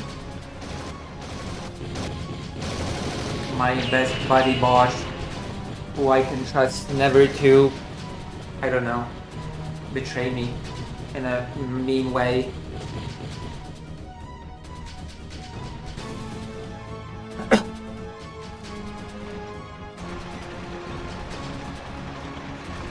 Did it give up? Damn, looks like they'll do anything to stop the lift. But you said nobody would attack a lift guarded by rangers. No, you said that a train... Whatever. Bosch is a liar.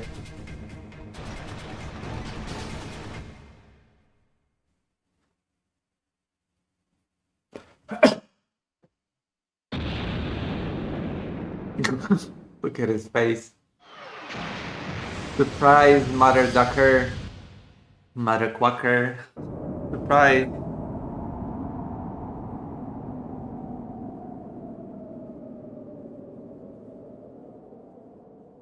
Ew.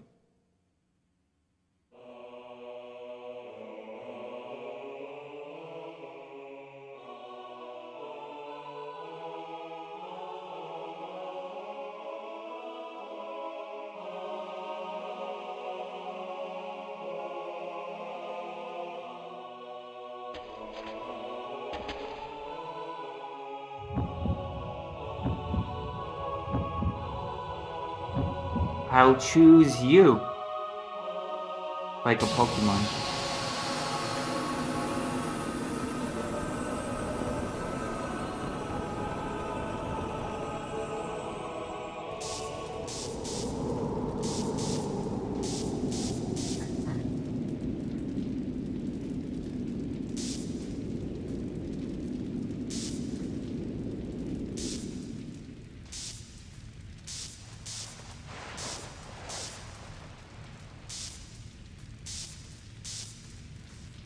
What?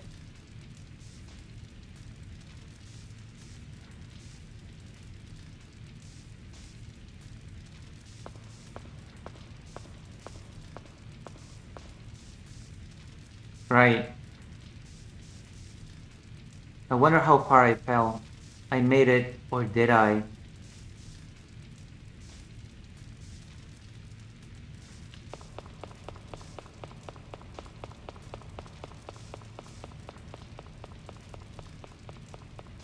This is one of those bits in the game when there's a possibility that I might be forced to give up. Because I'm alone. Oh wait, maybe not.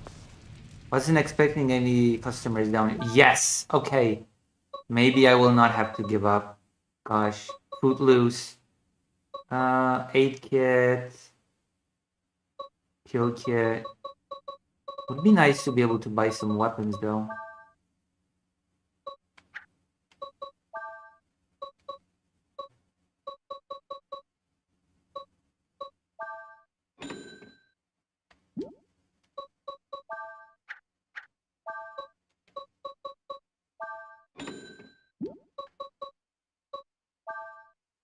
Hmm.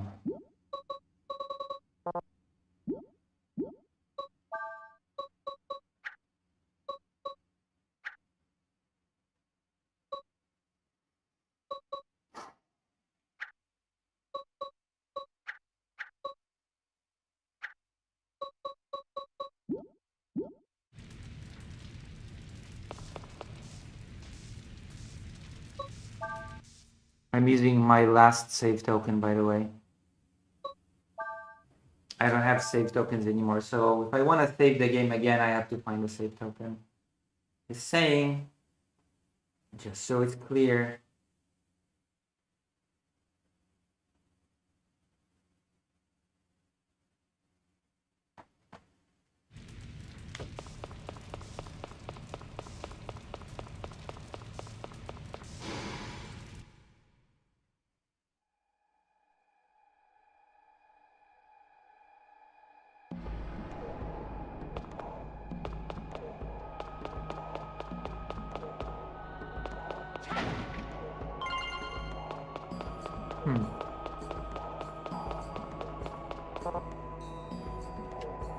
Okay, so we need to find a key. Defeat an enemy that has a key or just something.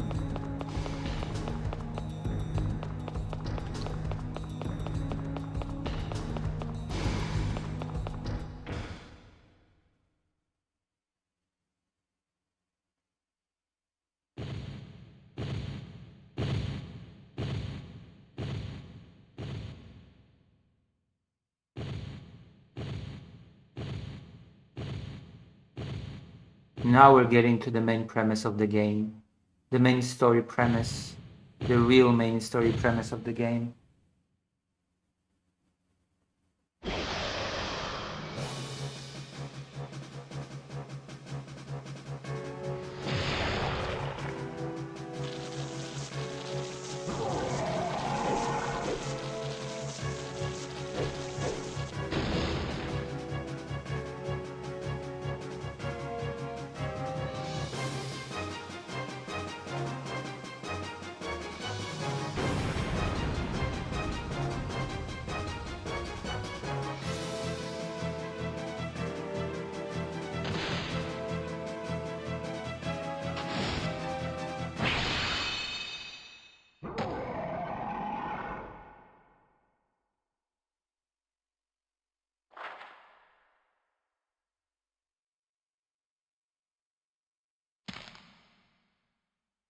You've been chosen by the dragon.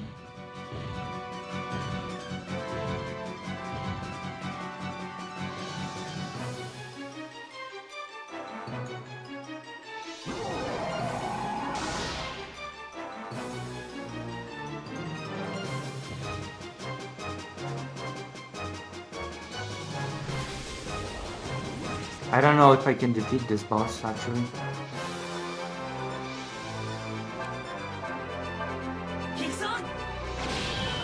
But you can probably hear that it's the same composition as in Final, it's the same composer as for Final Fantasy Tactics. You can probably hear it, right? Can I assume that you can hear it? Can you hear the influence?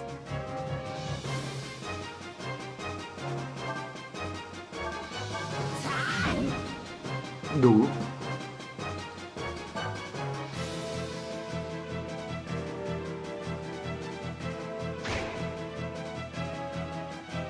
Holy moly.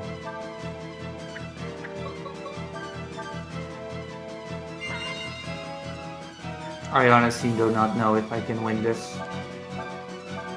Kick-san! Kick-san!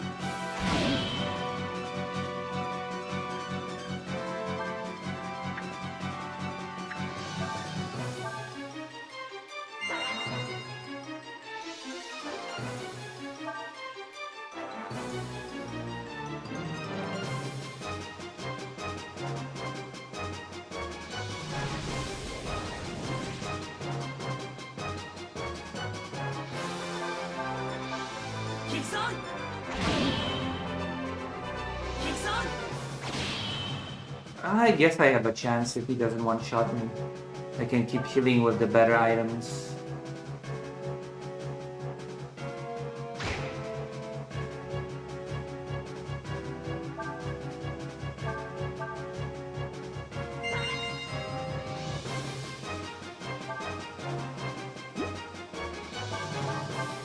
Kick-san!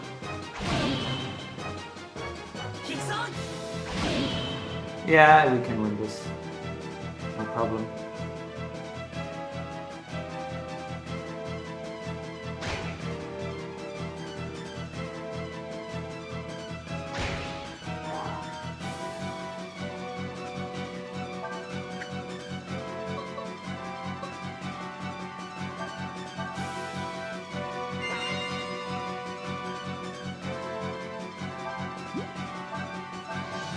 Kick-san! Kick-san!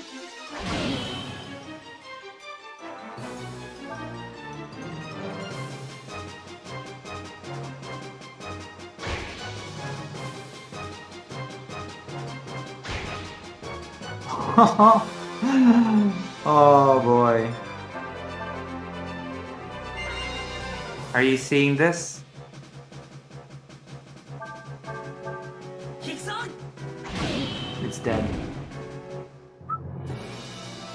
It's defeated the boss. You really cannot hear that this is the composer from Final Fantasy Tactics? Can you?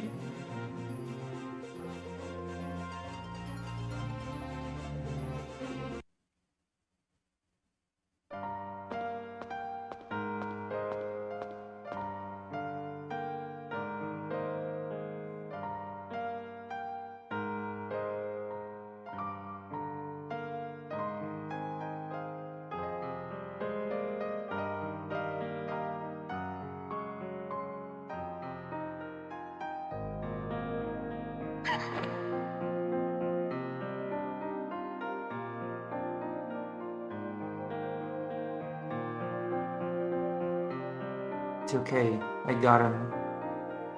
Can you stand?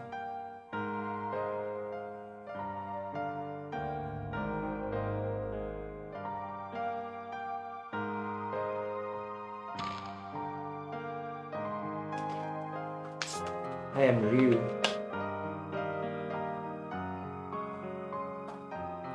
What's your name?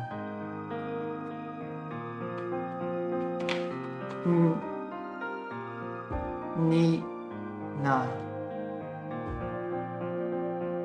Nina. Your voice. You can't.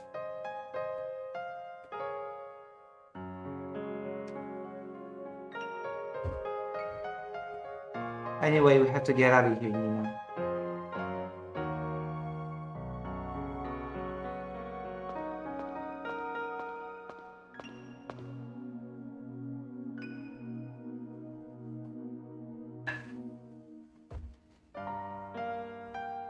Here, let's go.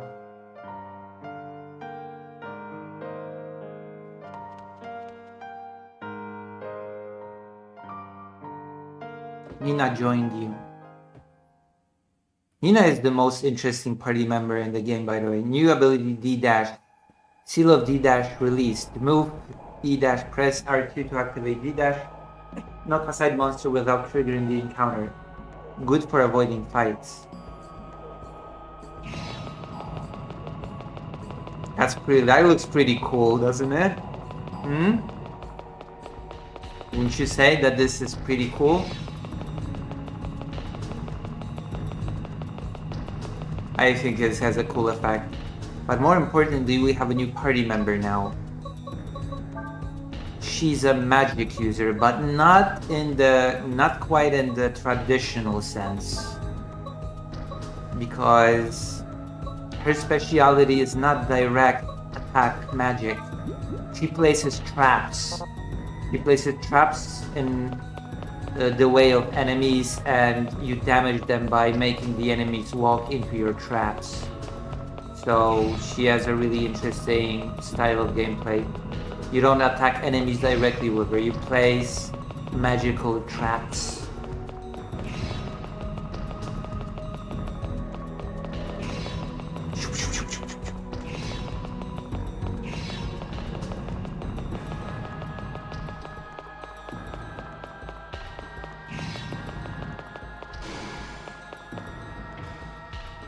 Battle mode.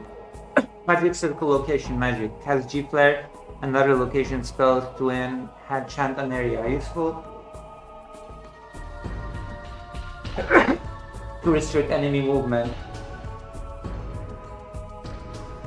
Can deal lots of damage on contact.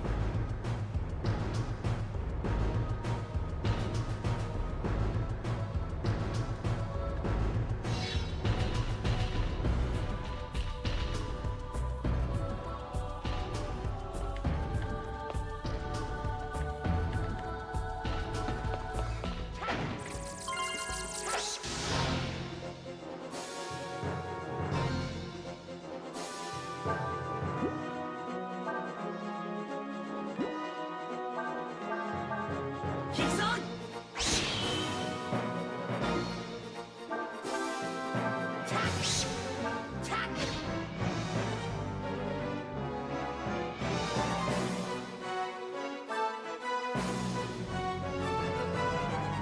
Now look at this.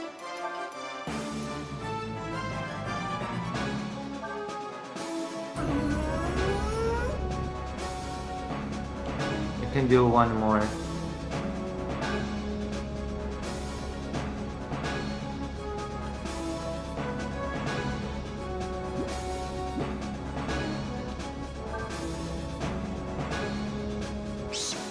See? It got heavily damaged. Kicks on! Kicks on! Nina is a really good character.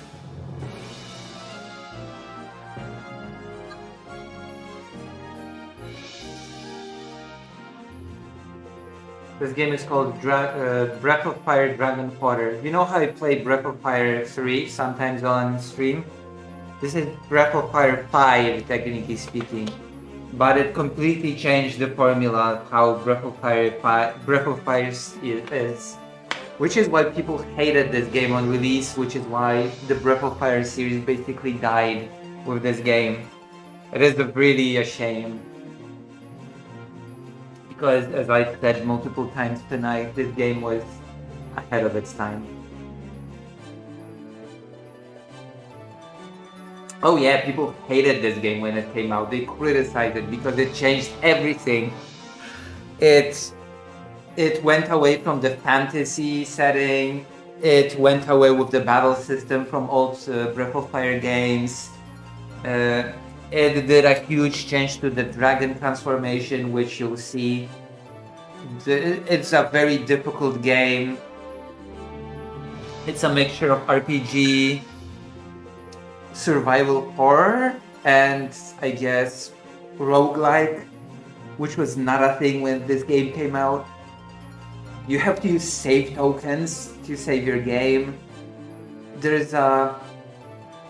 It's not here yet, but there's a countdown that happens with every step, and when you use the dragon transformation, a percentage counter, and when it reaches 100%, you lose, it's game over, and people hated that. And this game has an inbuilt give up option. Like, this was such an unappreciated game. This game was very, very... It's a sad story because this game is actually quite good, in my opinion. The worst part is that I actually criticized it myself when it came out at first, and then I tried it and discovered that it's actually really good. But yeah, when I saw this game at first, I criticized it just like everybody else for not being like the other Breath of Fire games.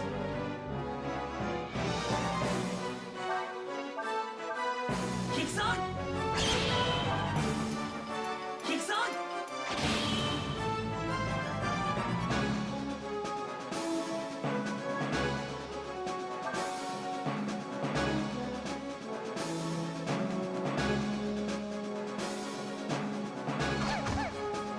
Oh Oh man. I did not see that coming.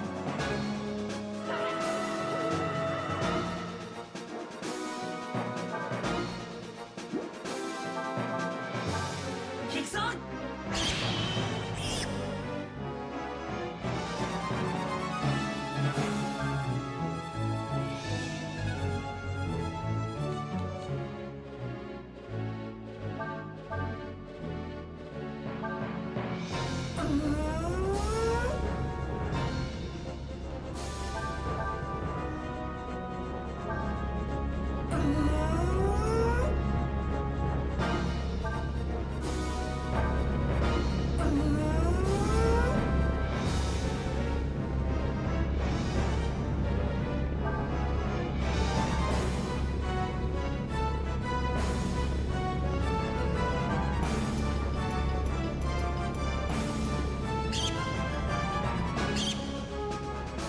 See? Very nice.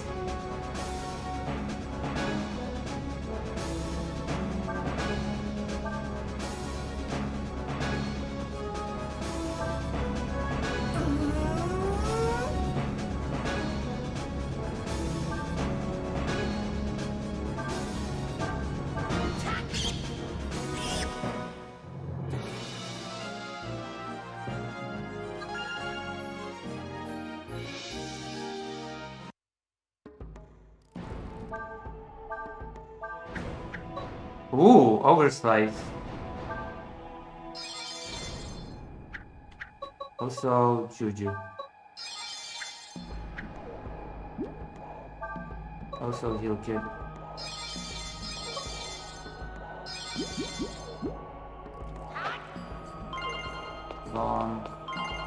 Treasure key. Let's go. Let's go back and get the treasure. Also, how do I... Sorry.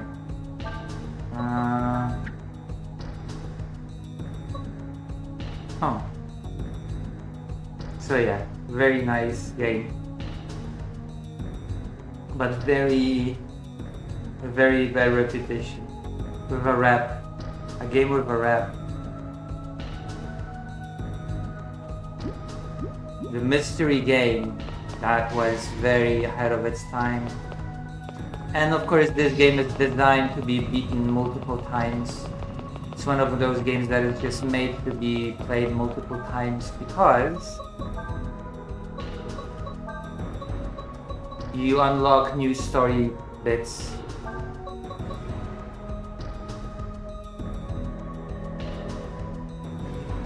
Not that great. They're oversized.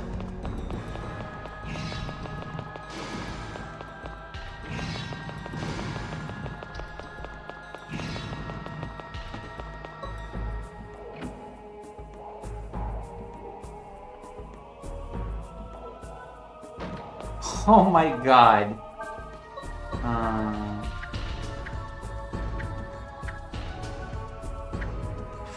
How do I get rid of the...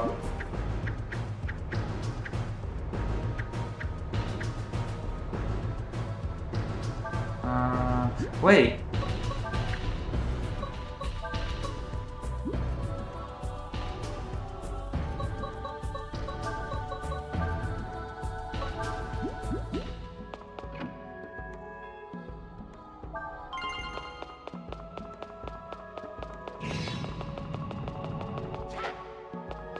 What do you think of this game? Any of you who are watching, what do you think of the game so far? You like it? Do you think it was criticized unfairly, or do you feel like this is not a good game?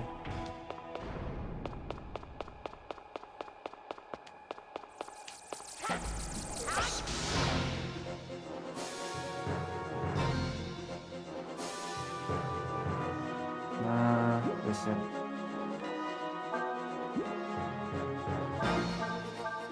Kicks on! Boom! He's off. Slice it. And move.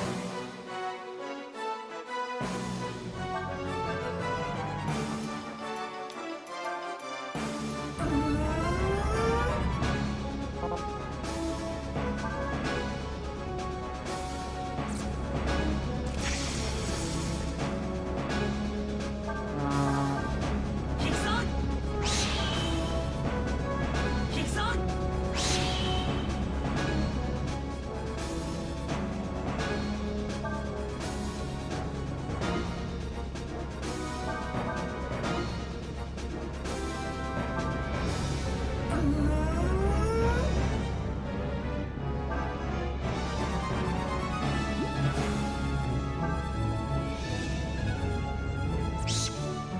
Oh my gosh, I went into the trap. I actually thought that I wasted the turn by doing this, but the enemies can be pretty silly. It's okay, Emilius. It's important to sleep. This is Breath of Fire 5. Just got here, so no opinion. Yes, this is Breath of Fire 5. How did you know? Do you know this game? So you knew this game beforehand?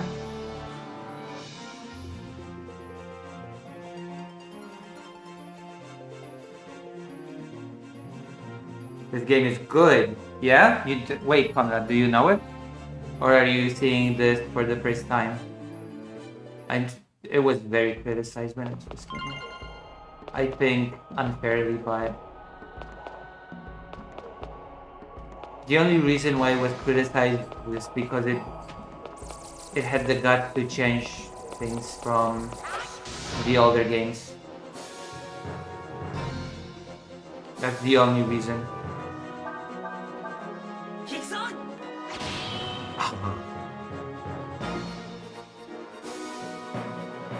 Okay, we'll retreat.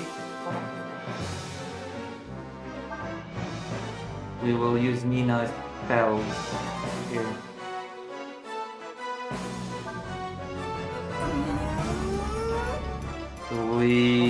No. Okay, we got it hidden. Kicks on!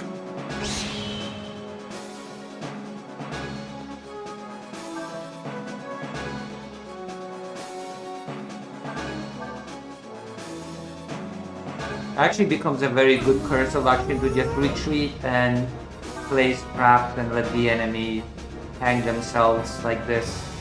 If they want to pursue me, they will have to go into 2 traps in a row and kill themselves. Like, it doesn't hurt my eyes, which is good for PS2. Yeah, it has.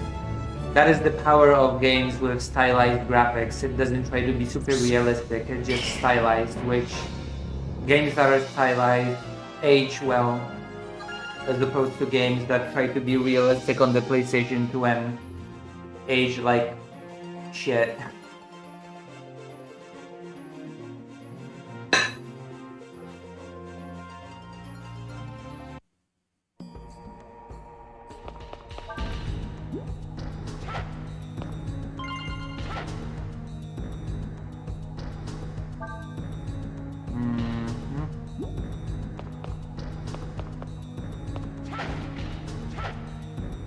Oh, save token.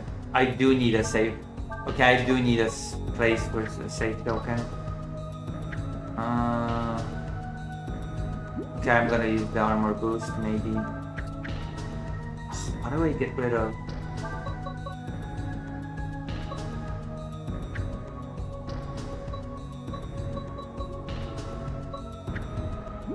Yeah, I'm gonna use the armor boost, I guess.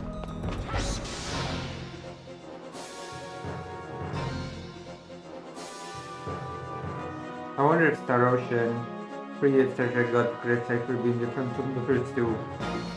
Star Ocean Free was not different from the first two, actually. Not in the way that this game is different from Breath of Fire 1, 2, 3, and 4. Did you have a PS2 before, or did you buy it, or is it an emulator? I did have a PS2 before.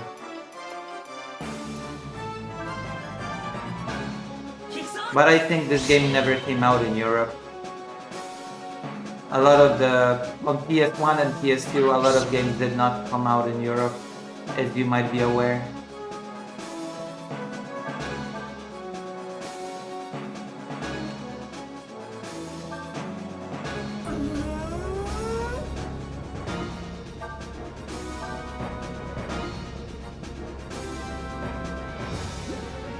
Actually,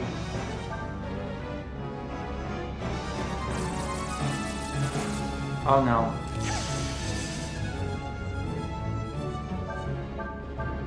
Kickson!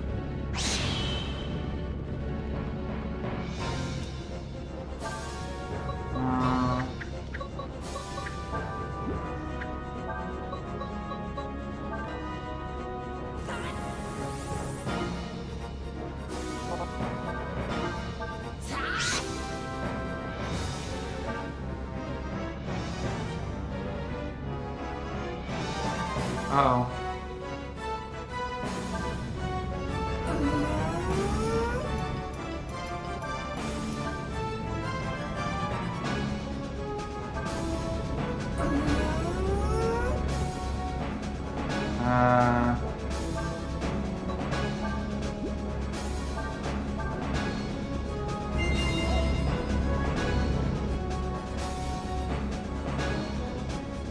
Those are the games.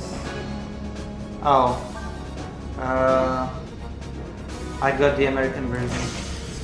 I actually have to check.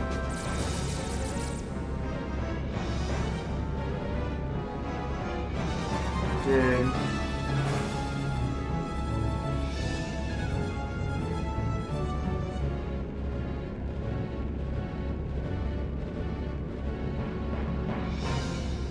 Okay, this one actually was released in Europe. You can find more for retro games very easy. It took me about 30 minutes. A Russian archive site. Interesting.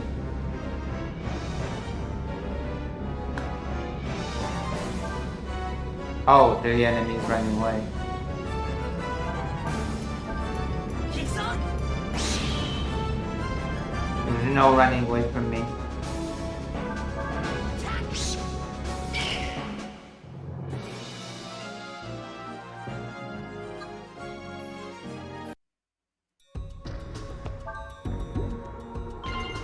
Push me.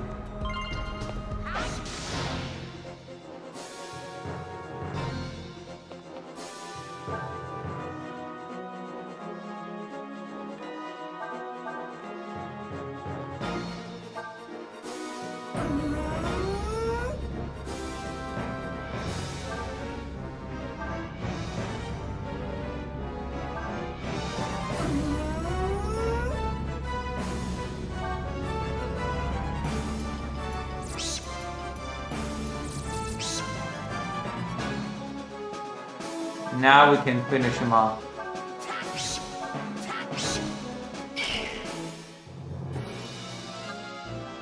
Yeah, this game should have a remake actually. But Capcom will never remake this game because this game was hated by fans when it came out and it killed the Breath of Fire series. Even though it's a good game. It's very unfortunate.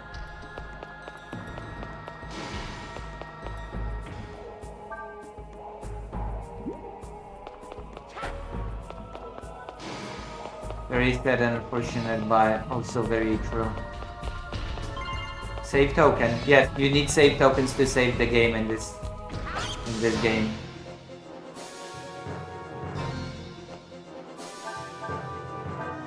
Kickson!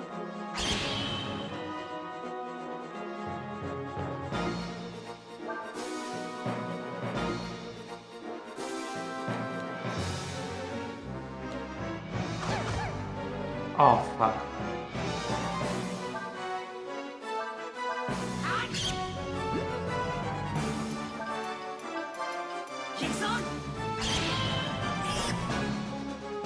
I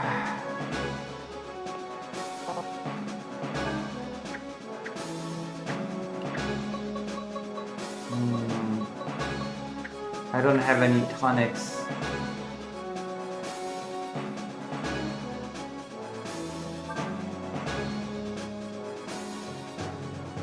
This game does not mess around.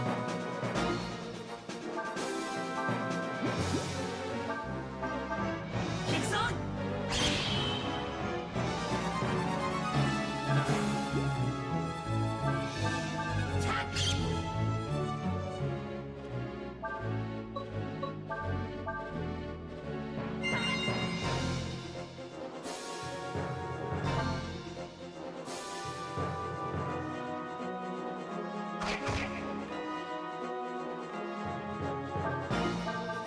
Kick-san!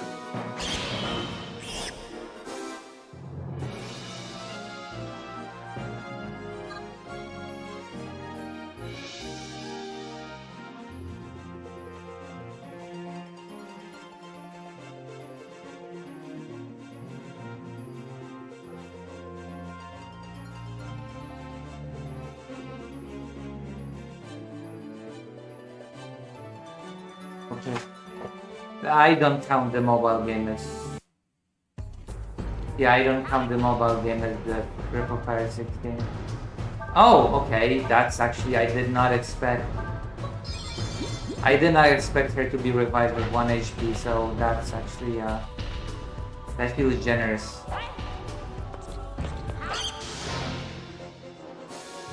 But no.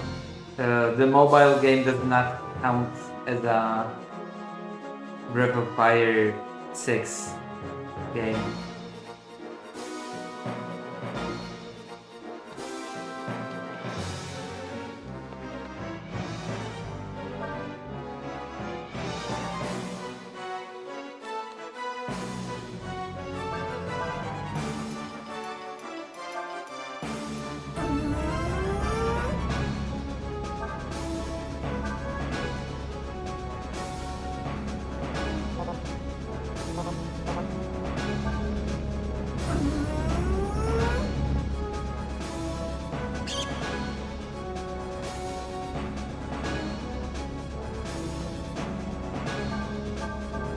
Kick-san!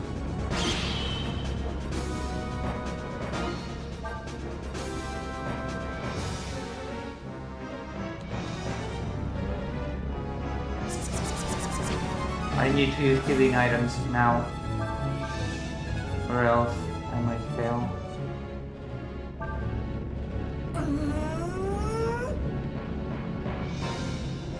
Oh wait, let's move on.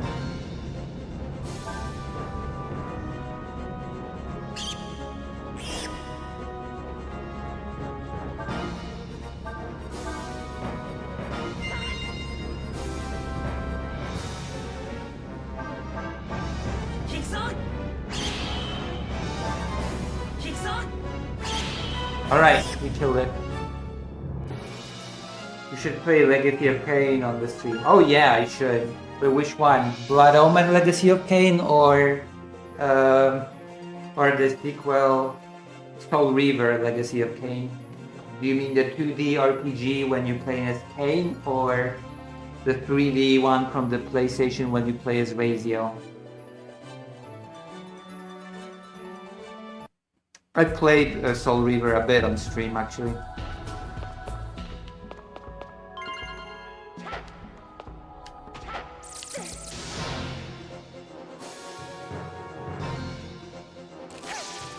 Oof.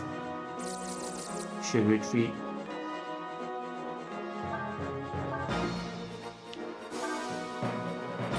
Everything? Yeah, I can do that. I don't see why not. We should start from Legacy of Kain, of course. The one that started it all. The vampire game.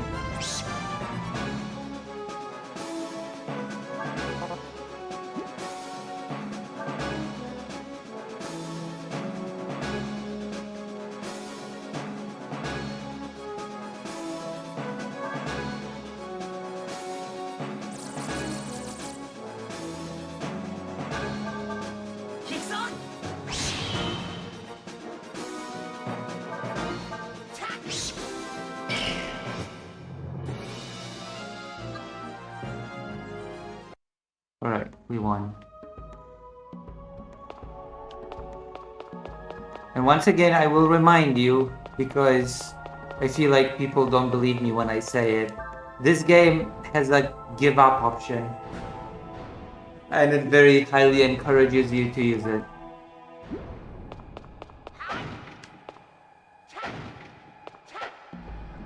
Power meal. Oh god.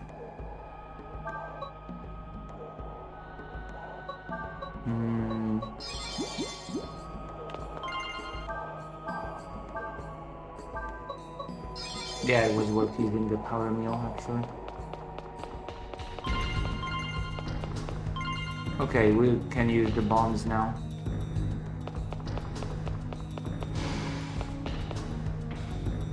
Why? Oh, because this game is difficult. And if you give up, you start over with some of the experience in your equipment. This game actually expects you to give up at some point.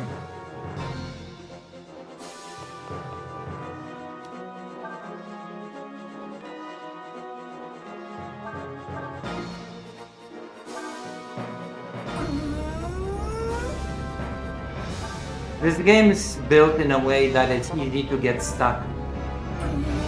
It's not apparent yet, but there are reasons why the give up exists. It will become more apparent when I actually unlock the main mechanic of the game, the dragon transformation.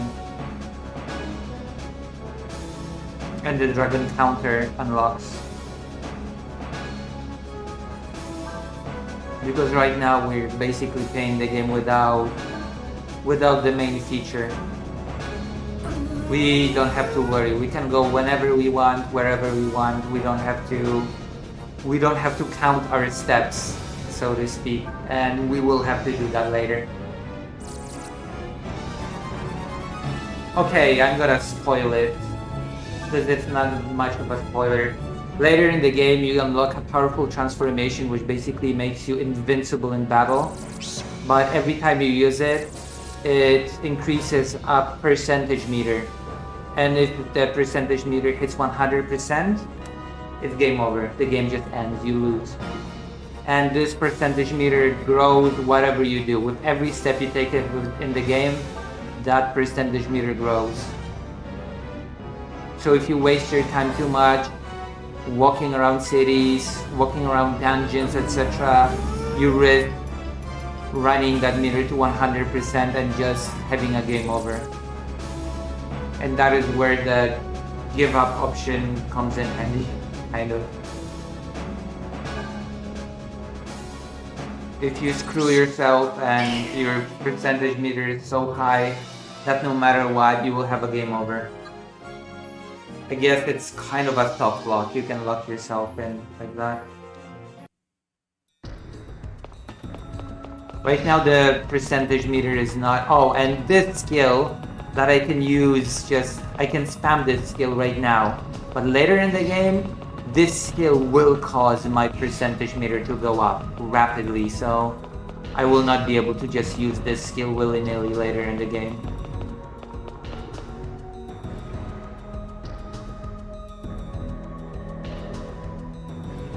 That system would give me an anxiety disorder. Yeah, it was a huge criticism of the game. The fact that every single step brought you closer to a game over. The fact that you need save tokens to even save the game. It's a very specific game. This is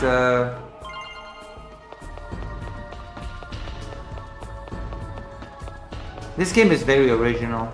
I will give it that. It's very different from Breath of Fire 1, 2, 3, and 4. That Capcom went really innovative with this game.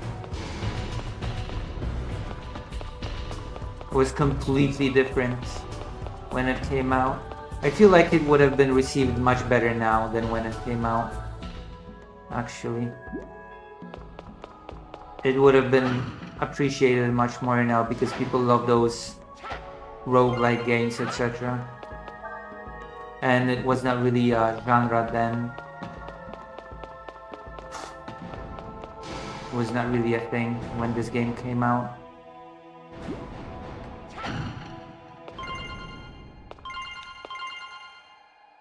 See the party XP? I can give party XP to myself to boost my level. I have 1000 party XP right now. This is the experience that you retain when you give up. It's just this one Dream Theater song where it's like every step brings me closer to my last. Yeah, it is, literally. I mean, not yet. Right now the counter is not on yet, but it will be. It will be.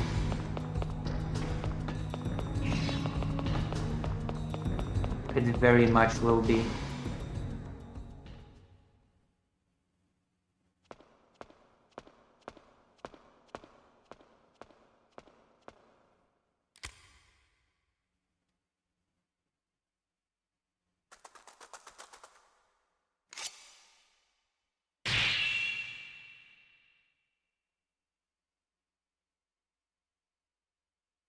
Trinity.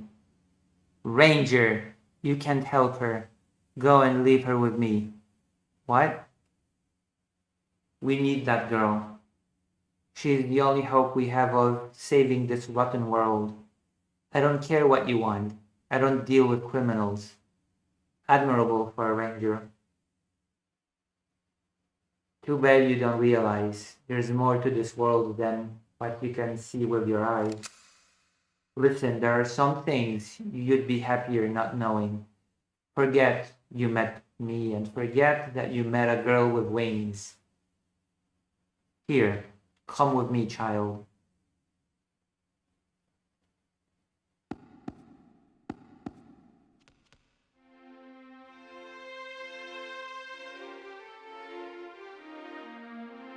Trust me, he can't help you. Alright, Ranger. Let's work together, at least until we leave End Sector. I'm supposed to trust you?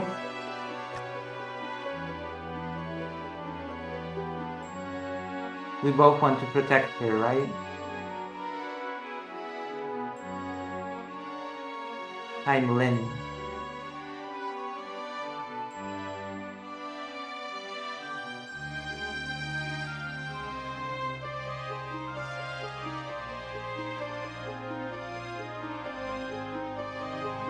Let's go, Ranger.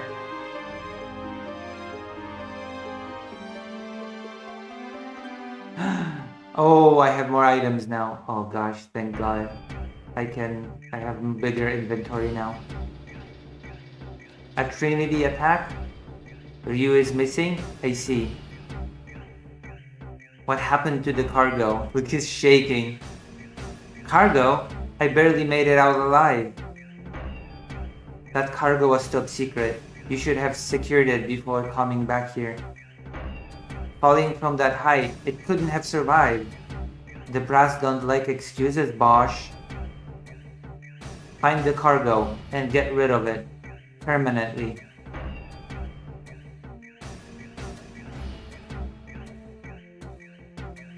No matter what it looks like. Understood? Get rid of it. The girl is the cargo. I don't think it's a spoiler. The girl is the cargo, okay? Nina is the cargo.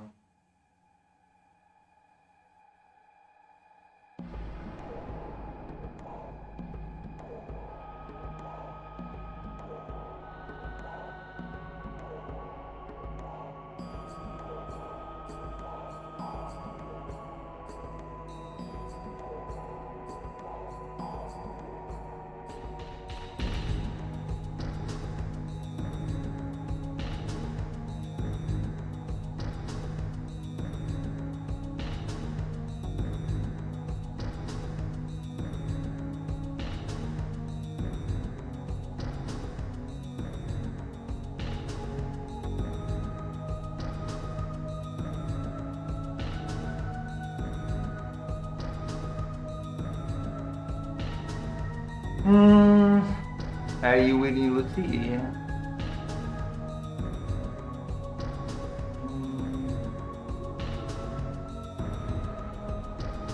I'm gonna be honest, I thought the girl was the cargo from the moment they said it. Yeah, I know, the game's not very subtle. Especially with the whole line, no matter what it looks like, you know? It's not very subtle with this kind of stuff, but you know, it's whatever. It's a nice game. Battle mode, language commands. Combine commands to strengthen attacks or change attack effects. Try new combinations, whatever links. Commands, move mode, charge shot. And also this game made me this game has a very teary-eye ending. Oh god, I didn't see that enemy.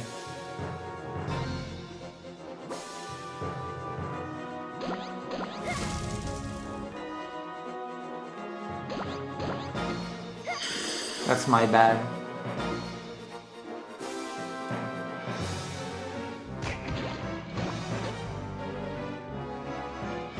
How many turns does this enemy have? 3 turns in a row, really? I messed up big by allowing this enemy to start first. I did not expect it to have like 3 turns in a row. Something stupid like that.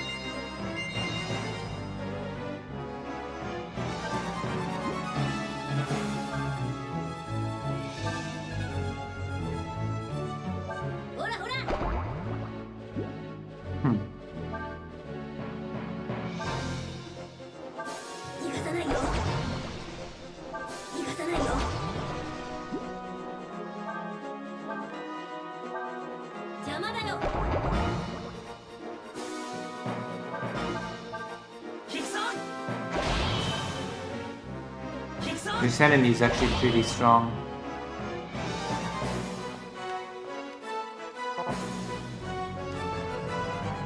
Would be best if I could hit it with Nina. With her spells.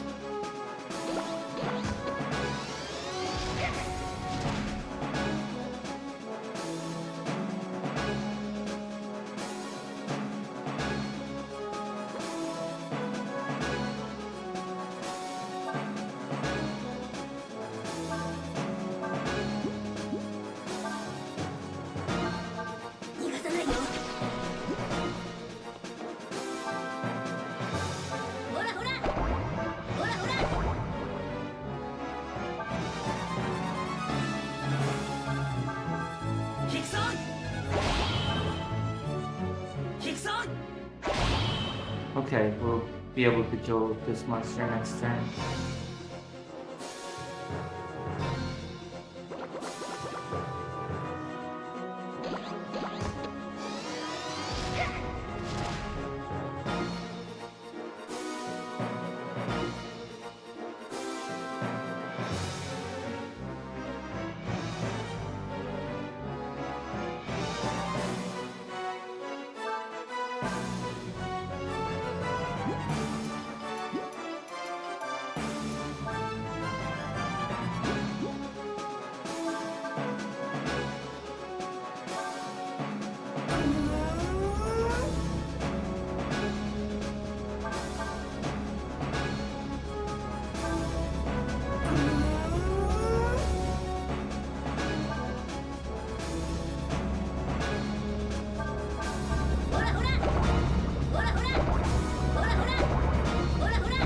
Oh.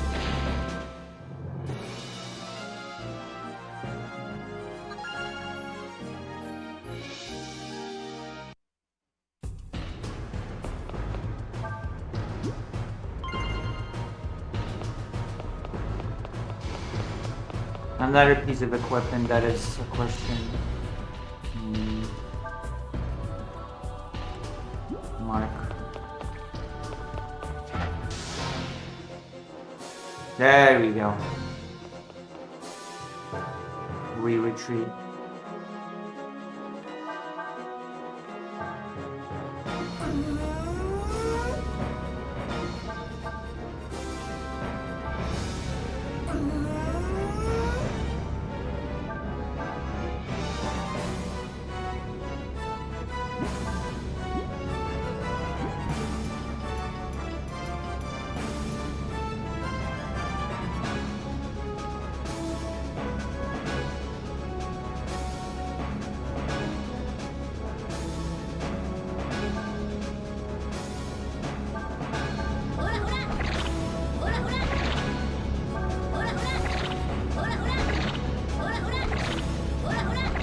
Ah.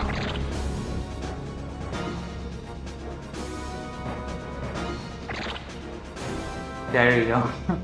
That was easy.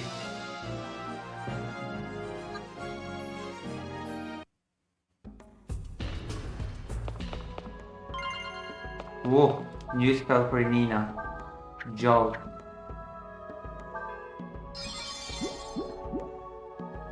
That is actually, I think, a skill that is direct attack for Nina.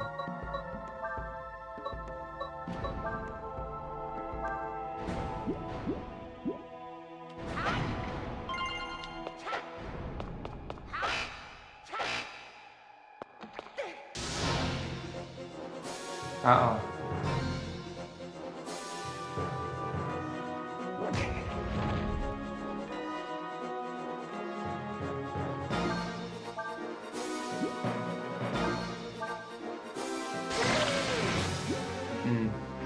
Her direct attacks are not very great.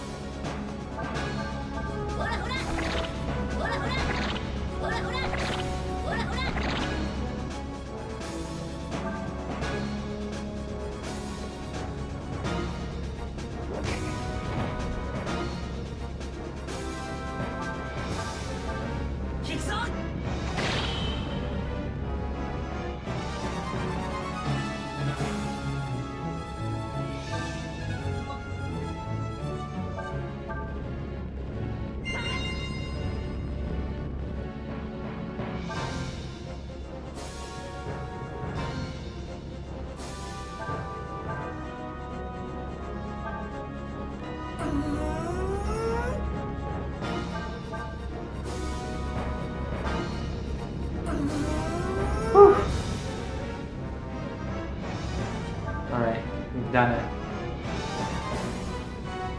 We were in trouble for a second there.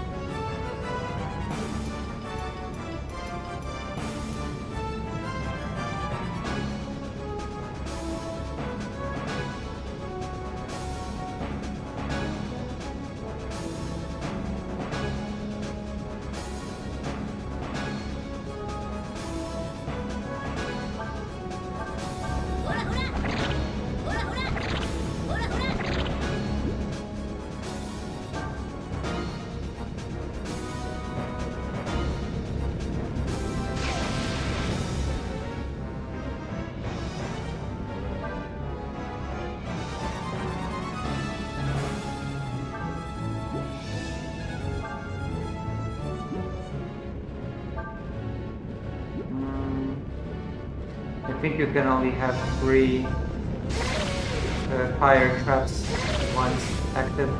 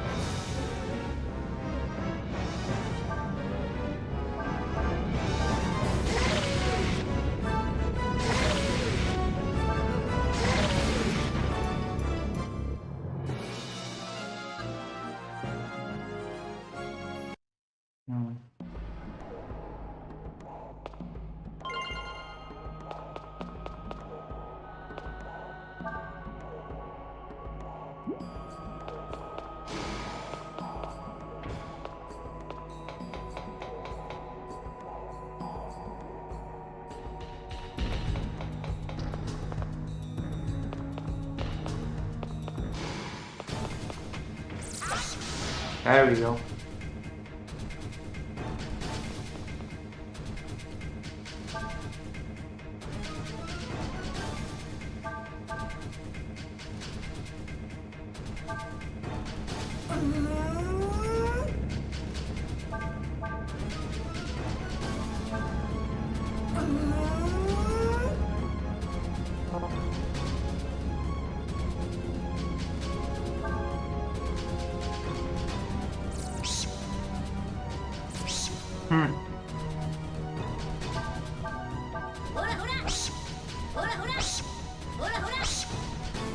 Perfect.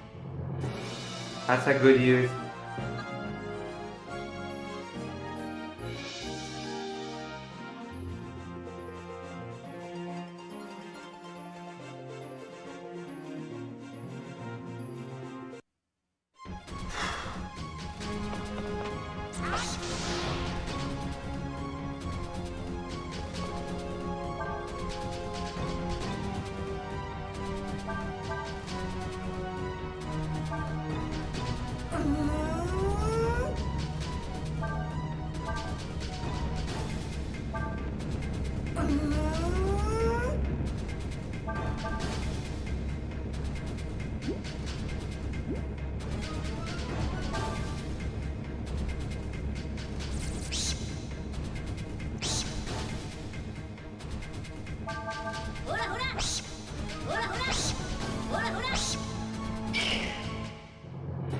See? I'm pretty good at this game, aren't I? Oh. More enemies.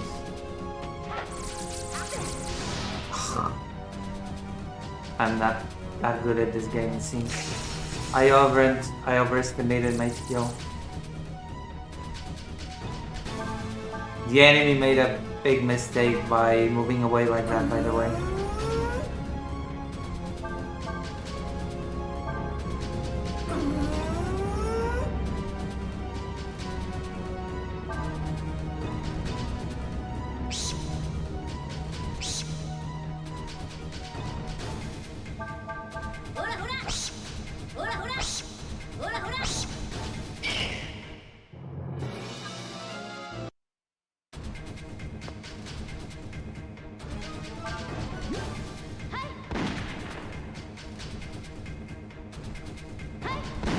I guess not.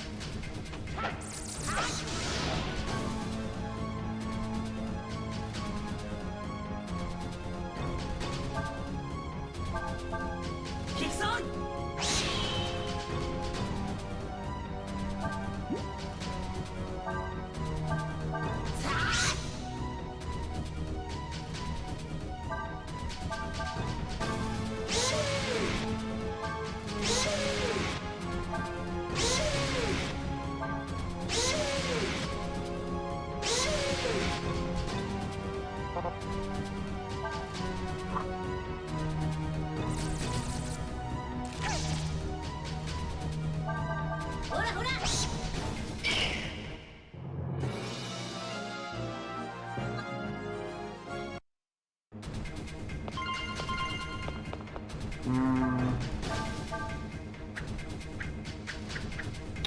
I'm basically out of healing items, so I'm in trouble again. After sitting with it for a while, it's a pretty cool game. I think I like the characters Sword, Gun, and Magic. It's a good combo. Yeah, those are the main three protagonists. You don't get any more characters. That's your party till the end of the game. You don't get any more party members. The party is complete.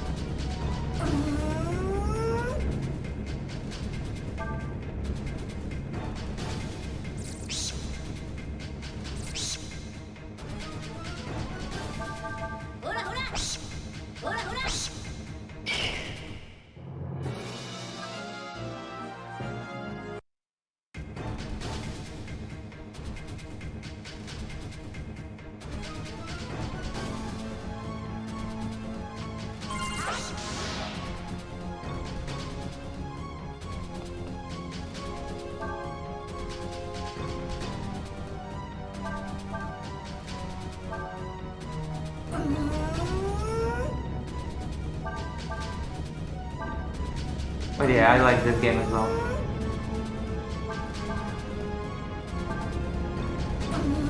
There we go. The enemy is cooked.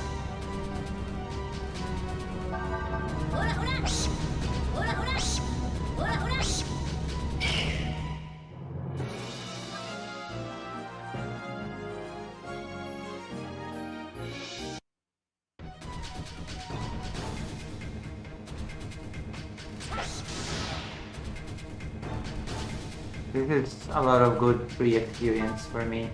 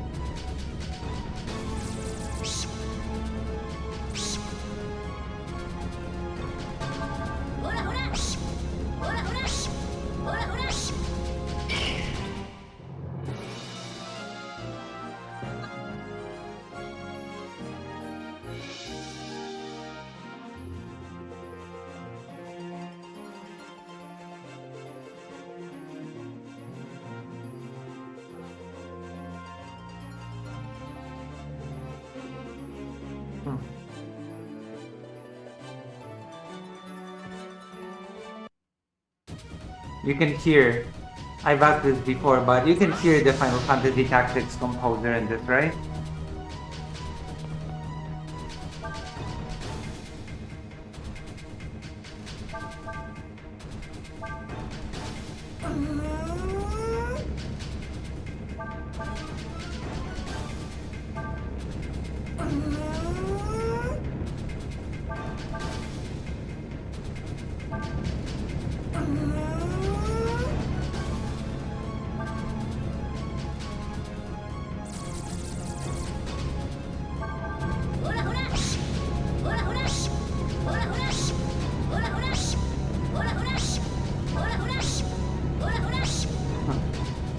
You're cooked.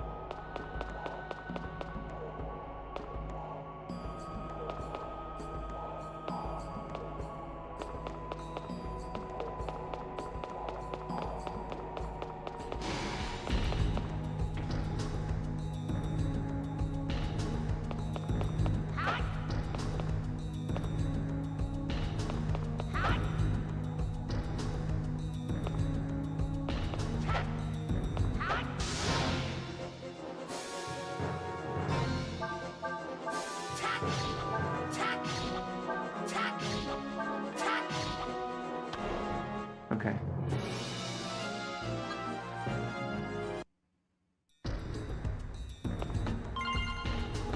Dynamite. That's useful.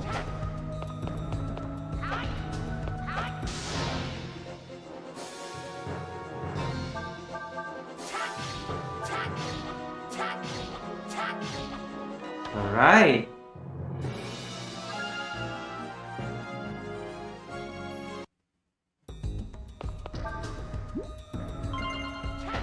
What's this?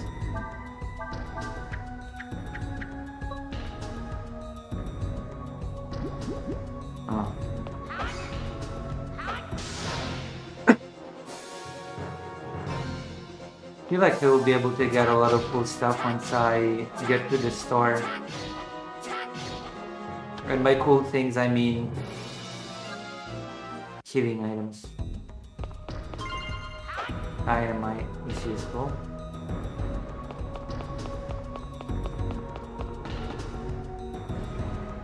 Oh, by the way, this is also why this game has to be played multiple times. This is exactly why. Because of your social status score. You can actually improve it. The more you beat the game, I think, the more you improve your social status thing. You can become better. And then you unlock places like this. This is one of the things that incentivizes you to beat the game several times.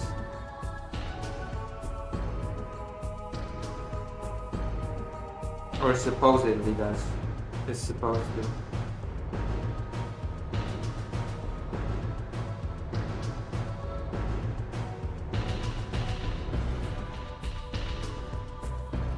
Yeah. Well, Final Fantasy Tactics music is very specific.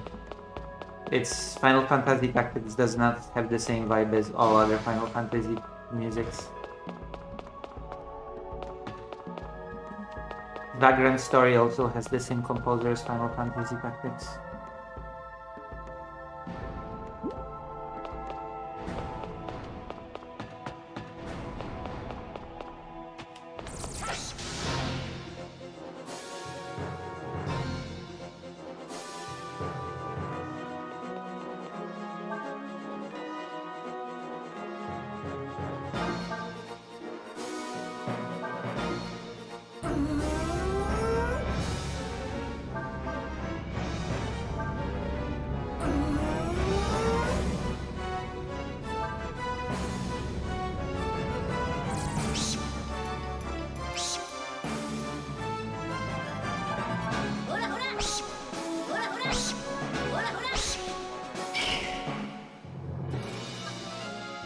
Alright.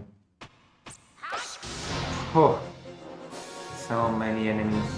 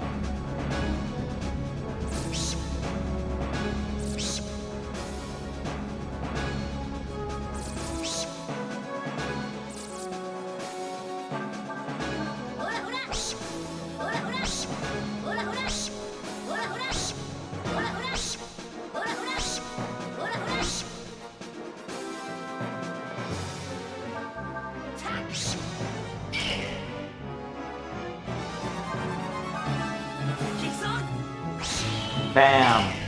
No damage taken. Which is what you could strive for in all the battles in this game. Kickson!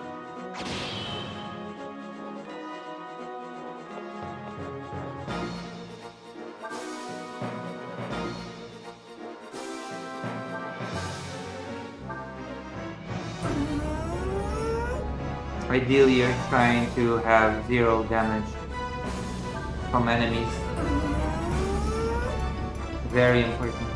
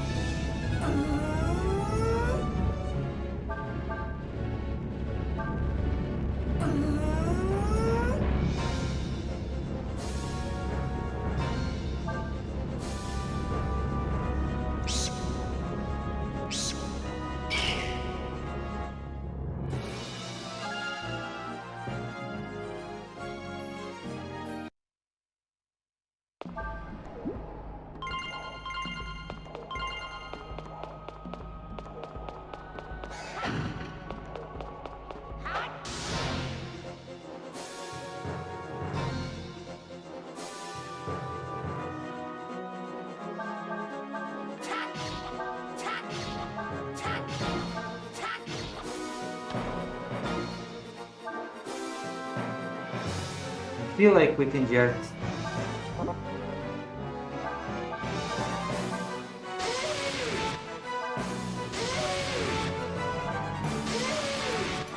Yeah, I'm finished with the gun.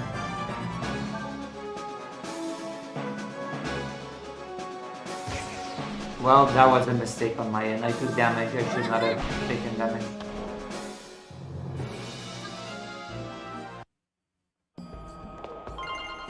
So that definitely was a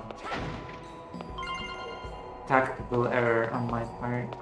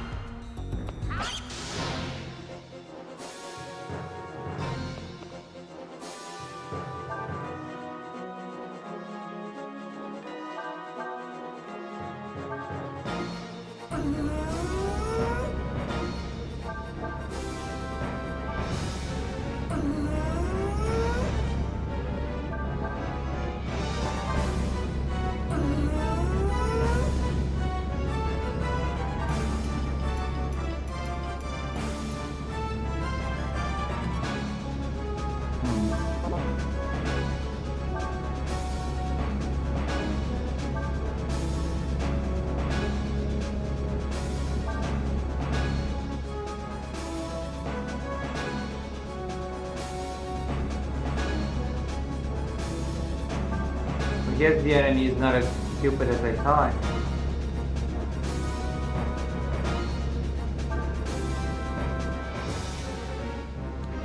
Or are they?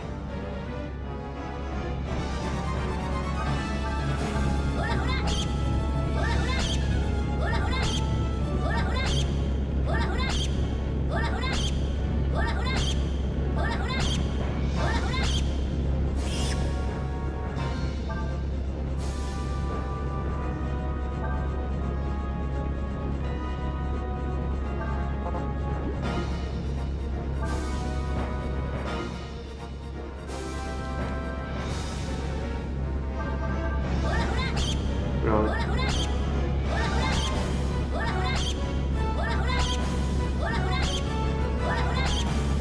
Just taking damage to that meter? No. Taking damage just makes you closer to death. There's no benefit to taking damage in this game. Oh. Does the meter? No. The taking damage does not fill the meter. It just makes you closer to dying. But taking damage in itself does not fill the meter. The dragon meter, no. Plus, the meter is not even active yet, so that doesn't matter for now.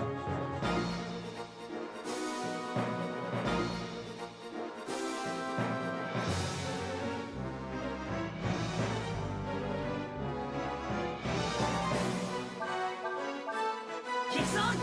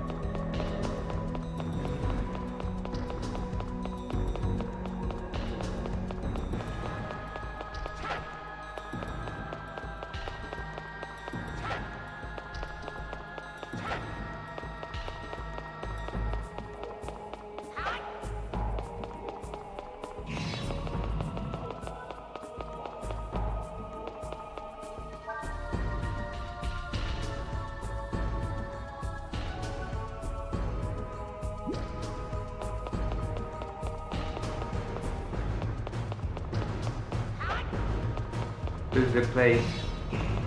Then I need a better D-Rush so far.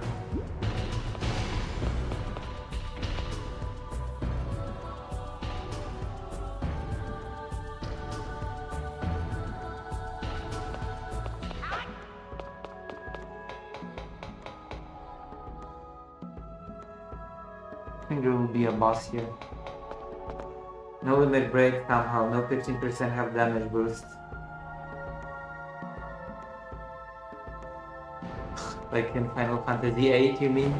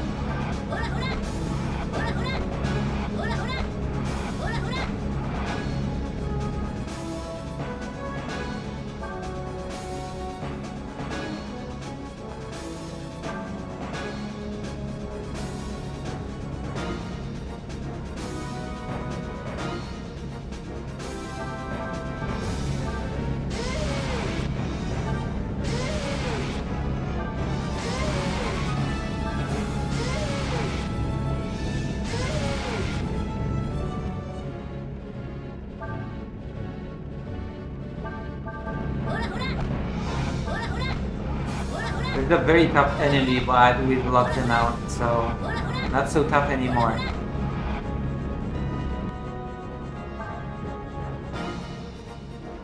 Ryu is a little bit worthless right now.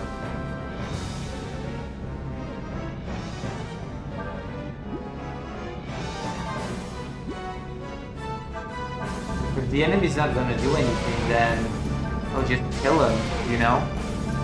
I'm not gonna take mercy. I'm just gonna kill him.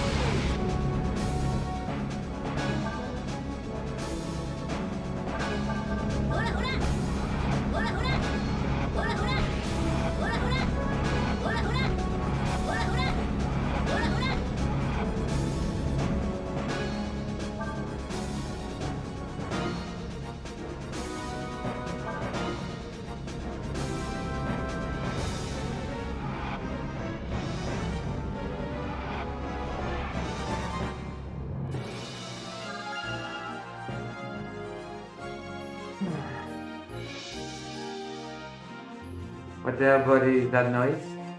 It's the noise of the game.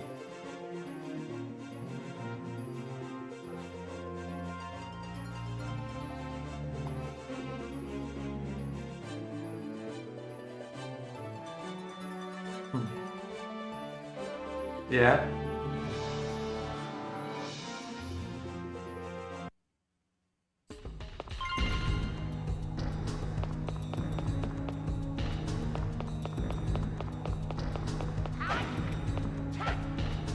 Oh my gosh. Already carrying too much.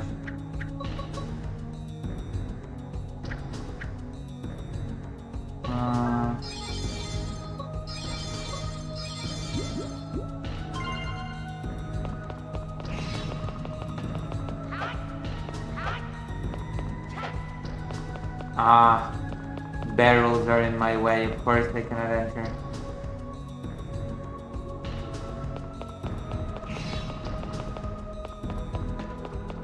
My social score is too low.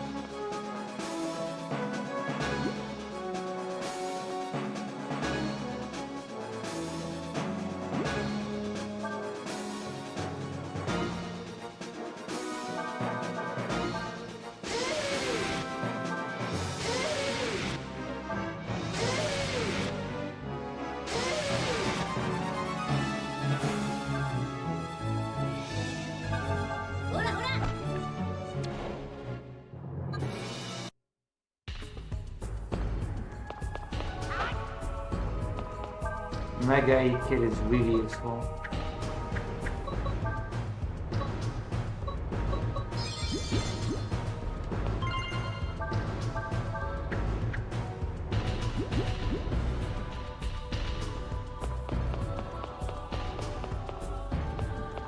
Hold on.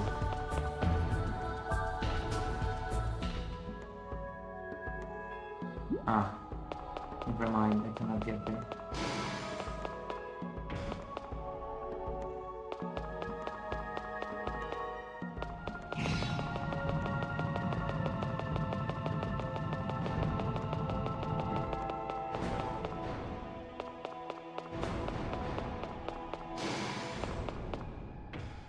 Wait.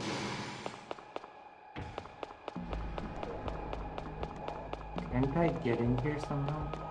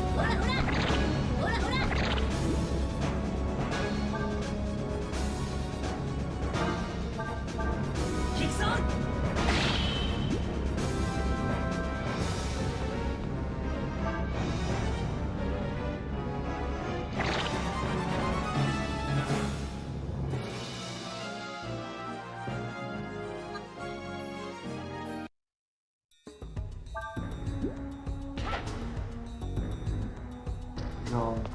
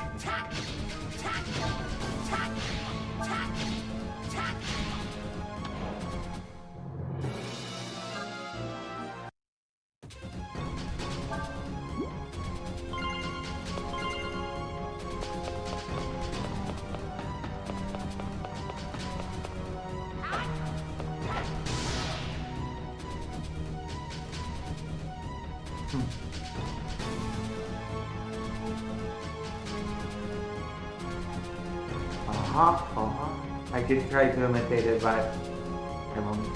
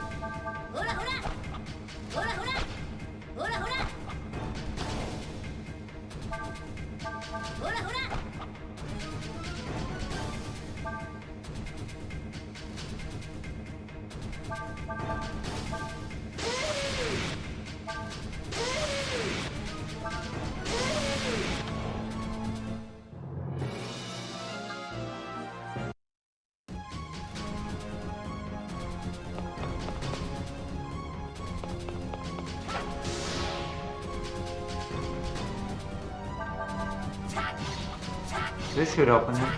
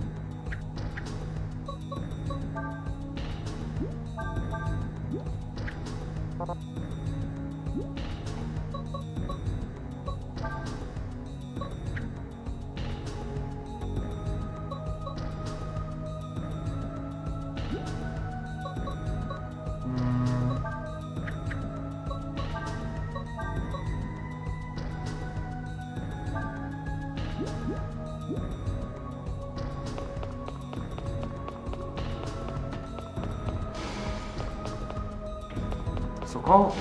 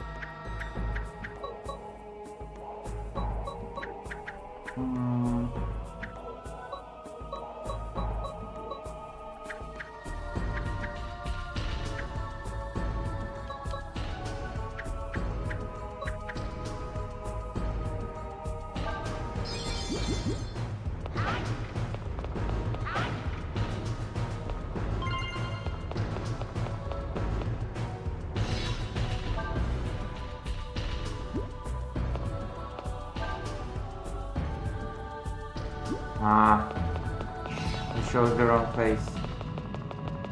Let's see.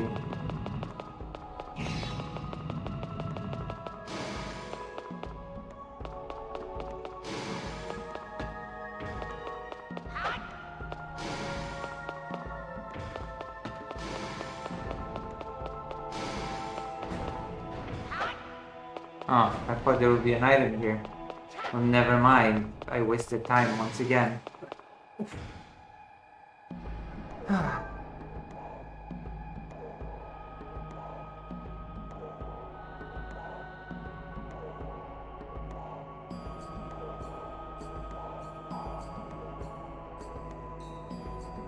Hello, Dr. John.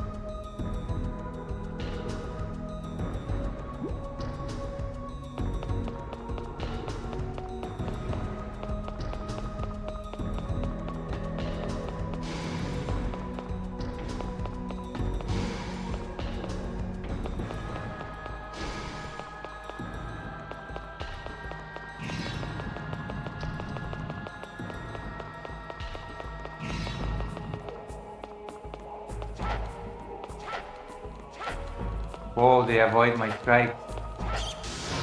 Very good.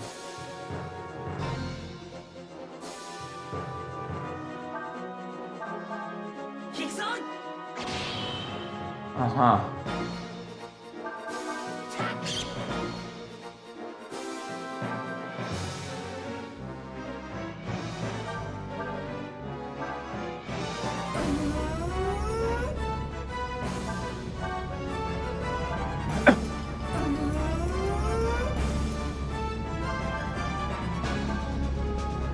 There you go.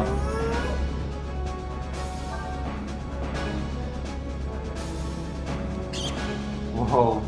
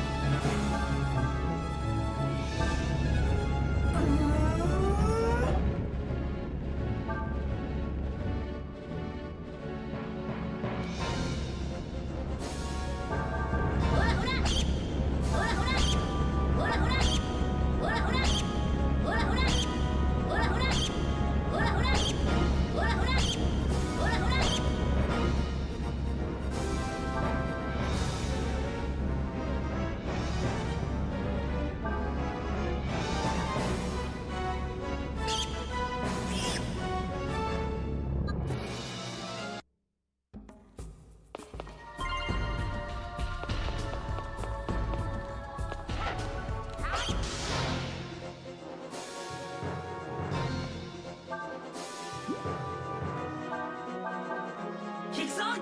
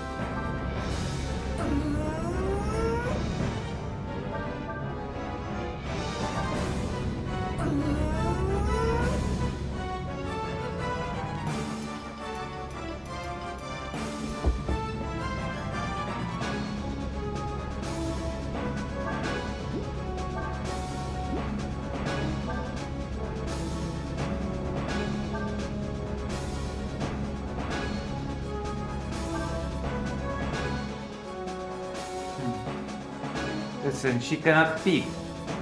She cannot speak. This reflects her not being able to say anything.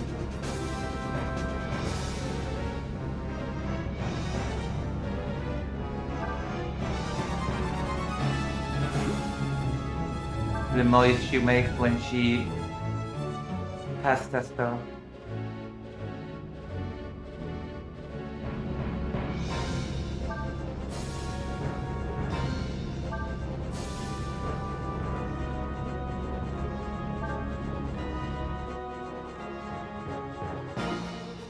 What are they gonna...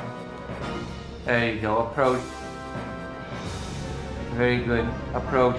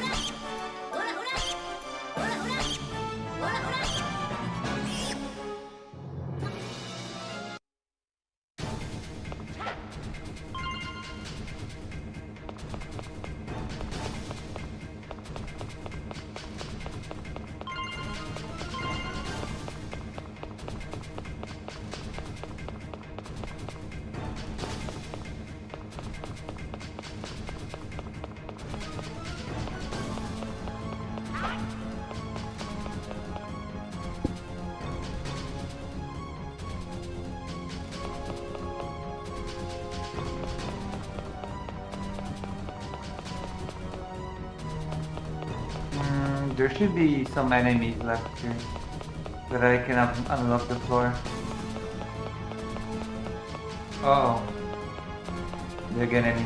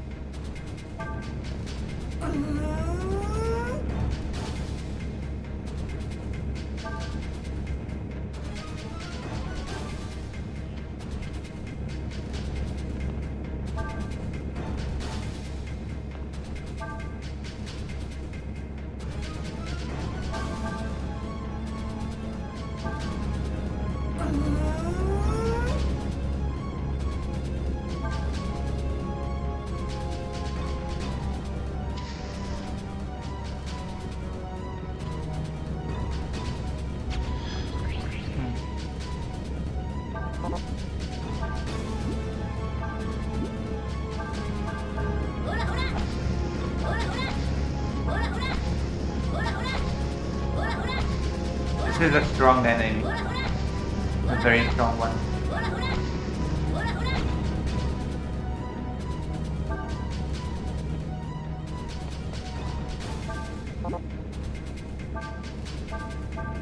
Kicks on! Kicks on! There we go. Managed to do it.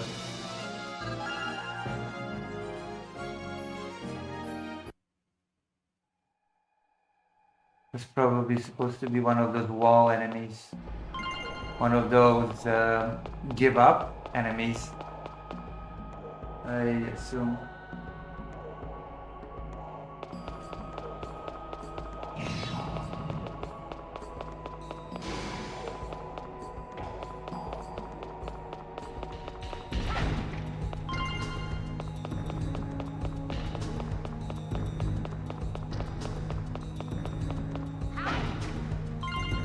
Save token. Oh. You cannot fight defenseless enemies for experience.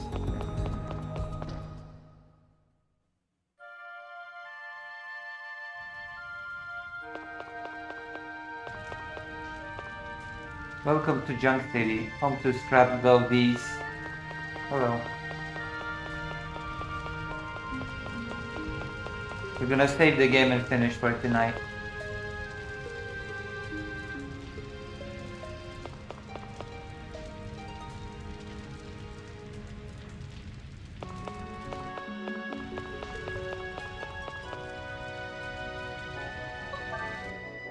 Okay. Thank you all for being here. This has been a wonderful time. But now I have to end stream and I'll see you tomorrow. Tomorrow we're gonna do the politicking. I'll see you. See you. Bye bye. Good night. I'm gonna raid you into somebody as always. Who do I raid you into? Somebody that's actually streaming.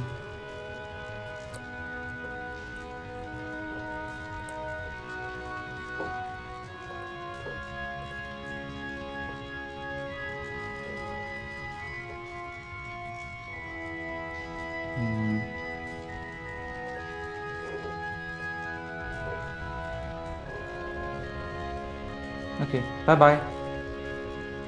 I'm raiding you into the line.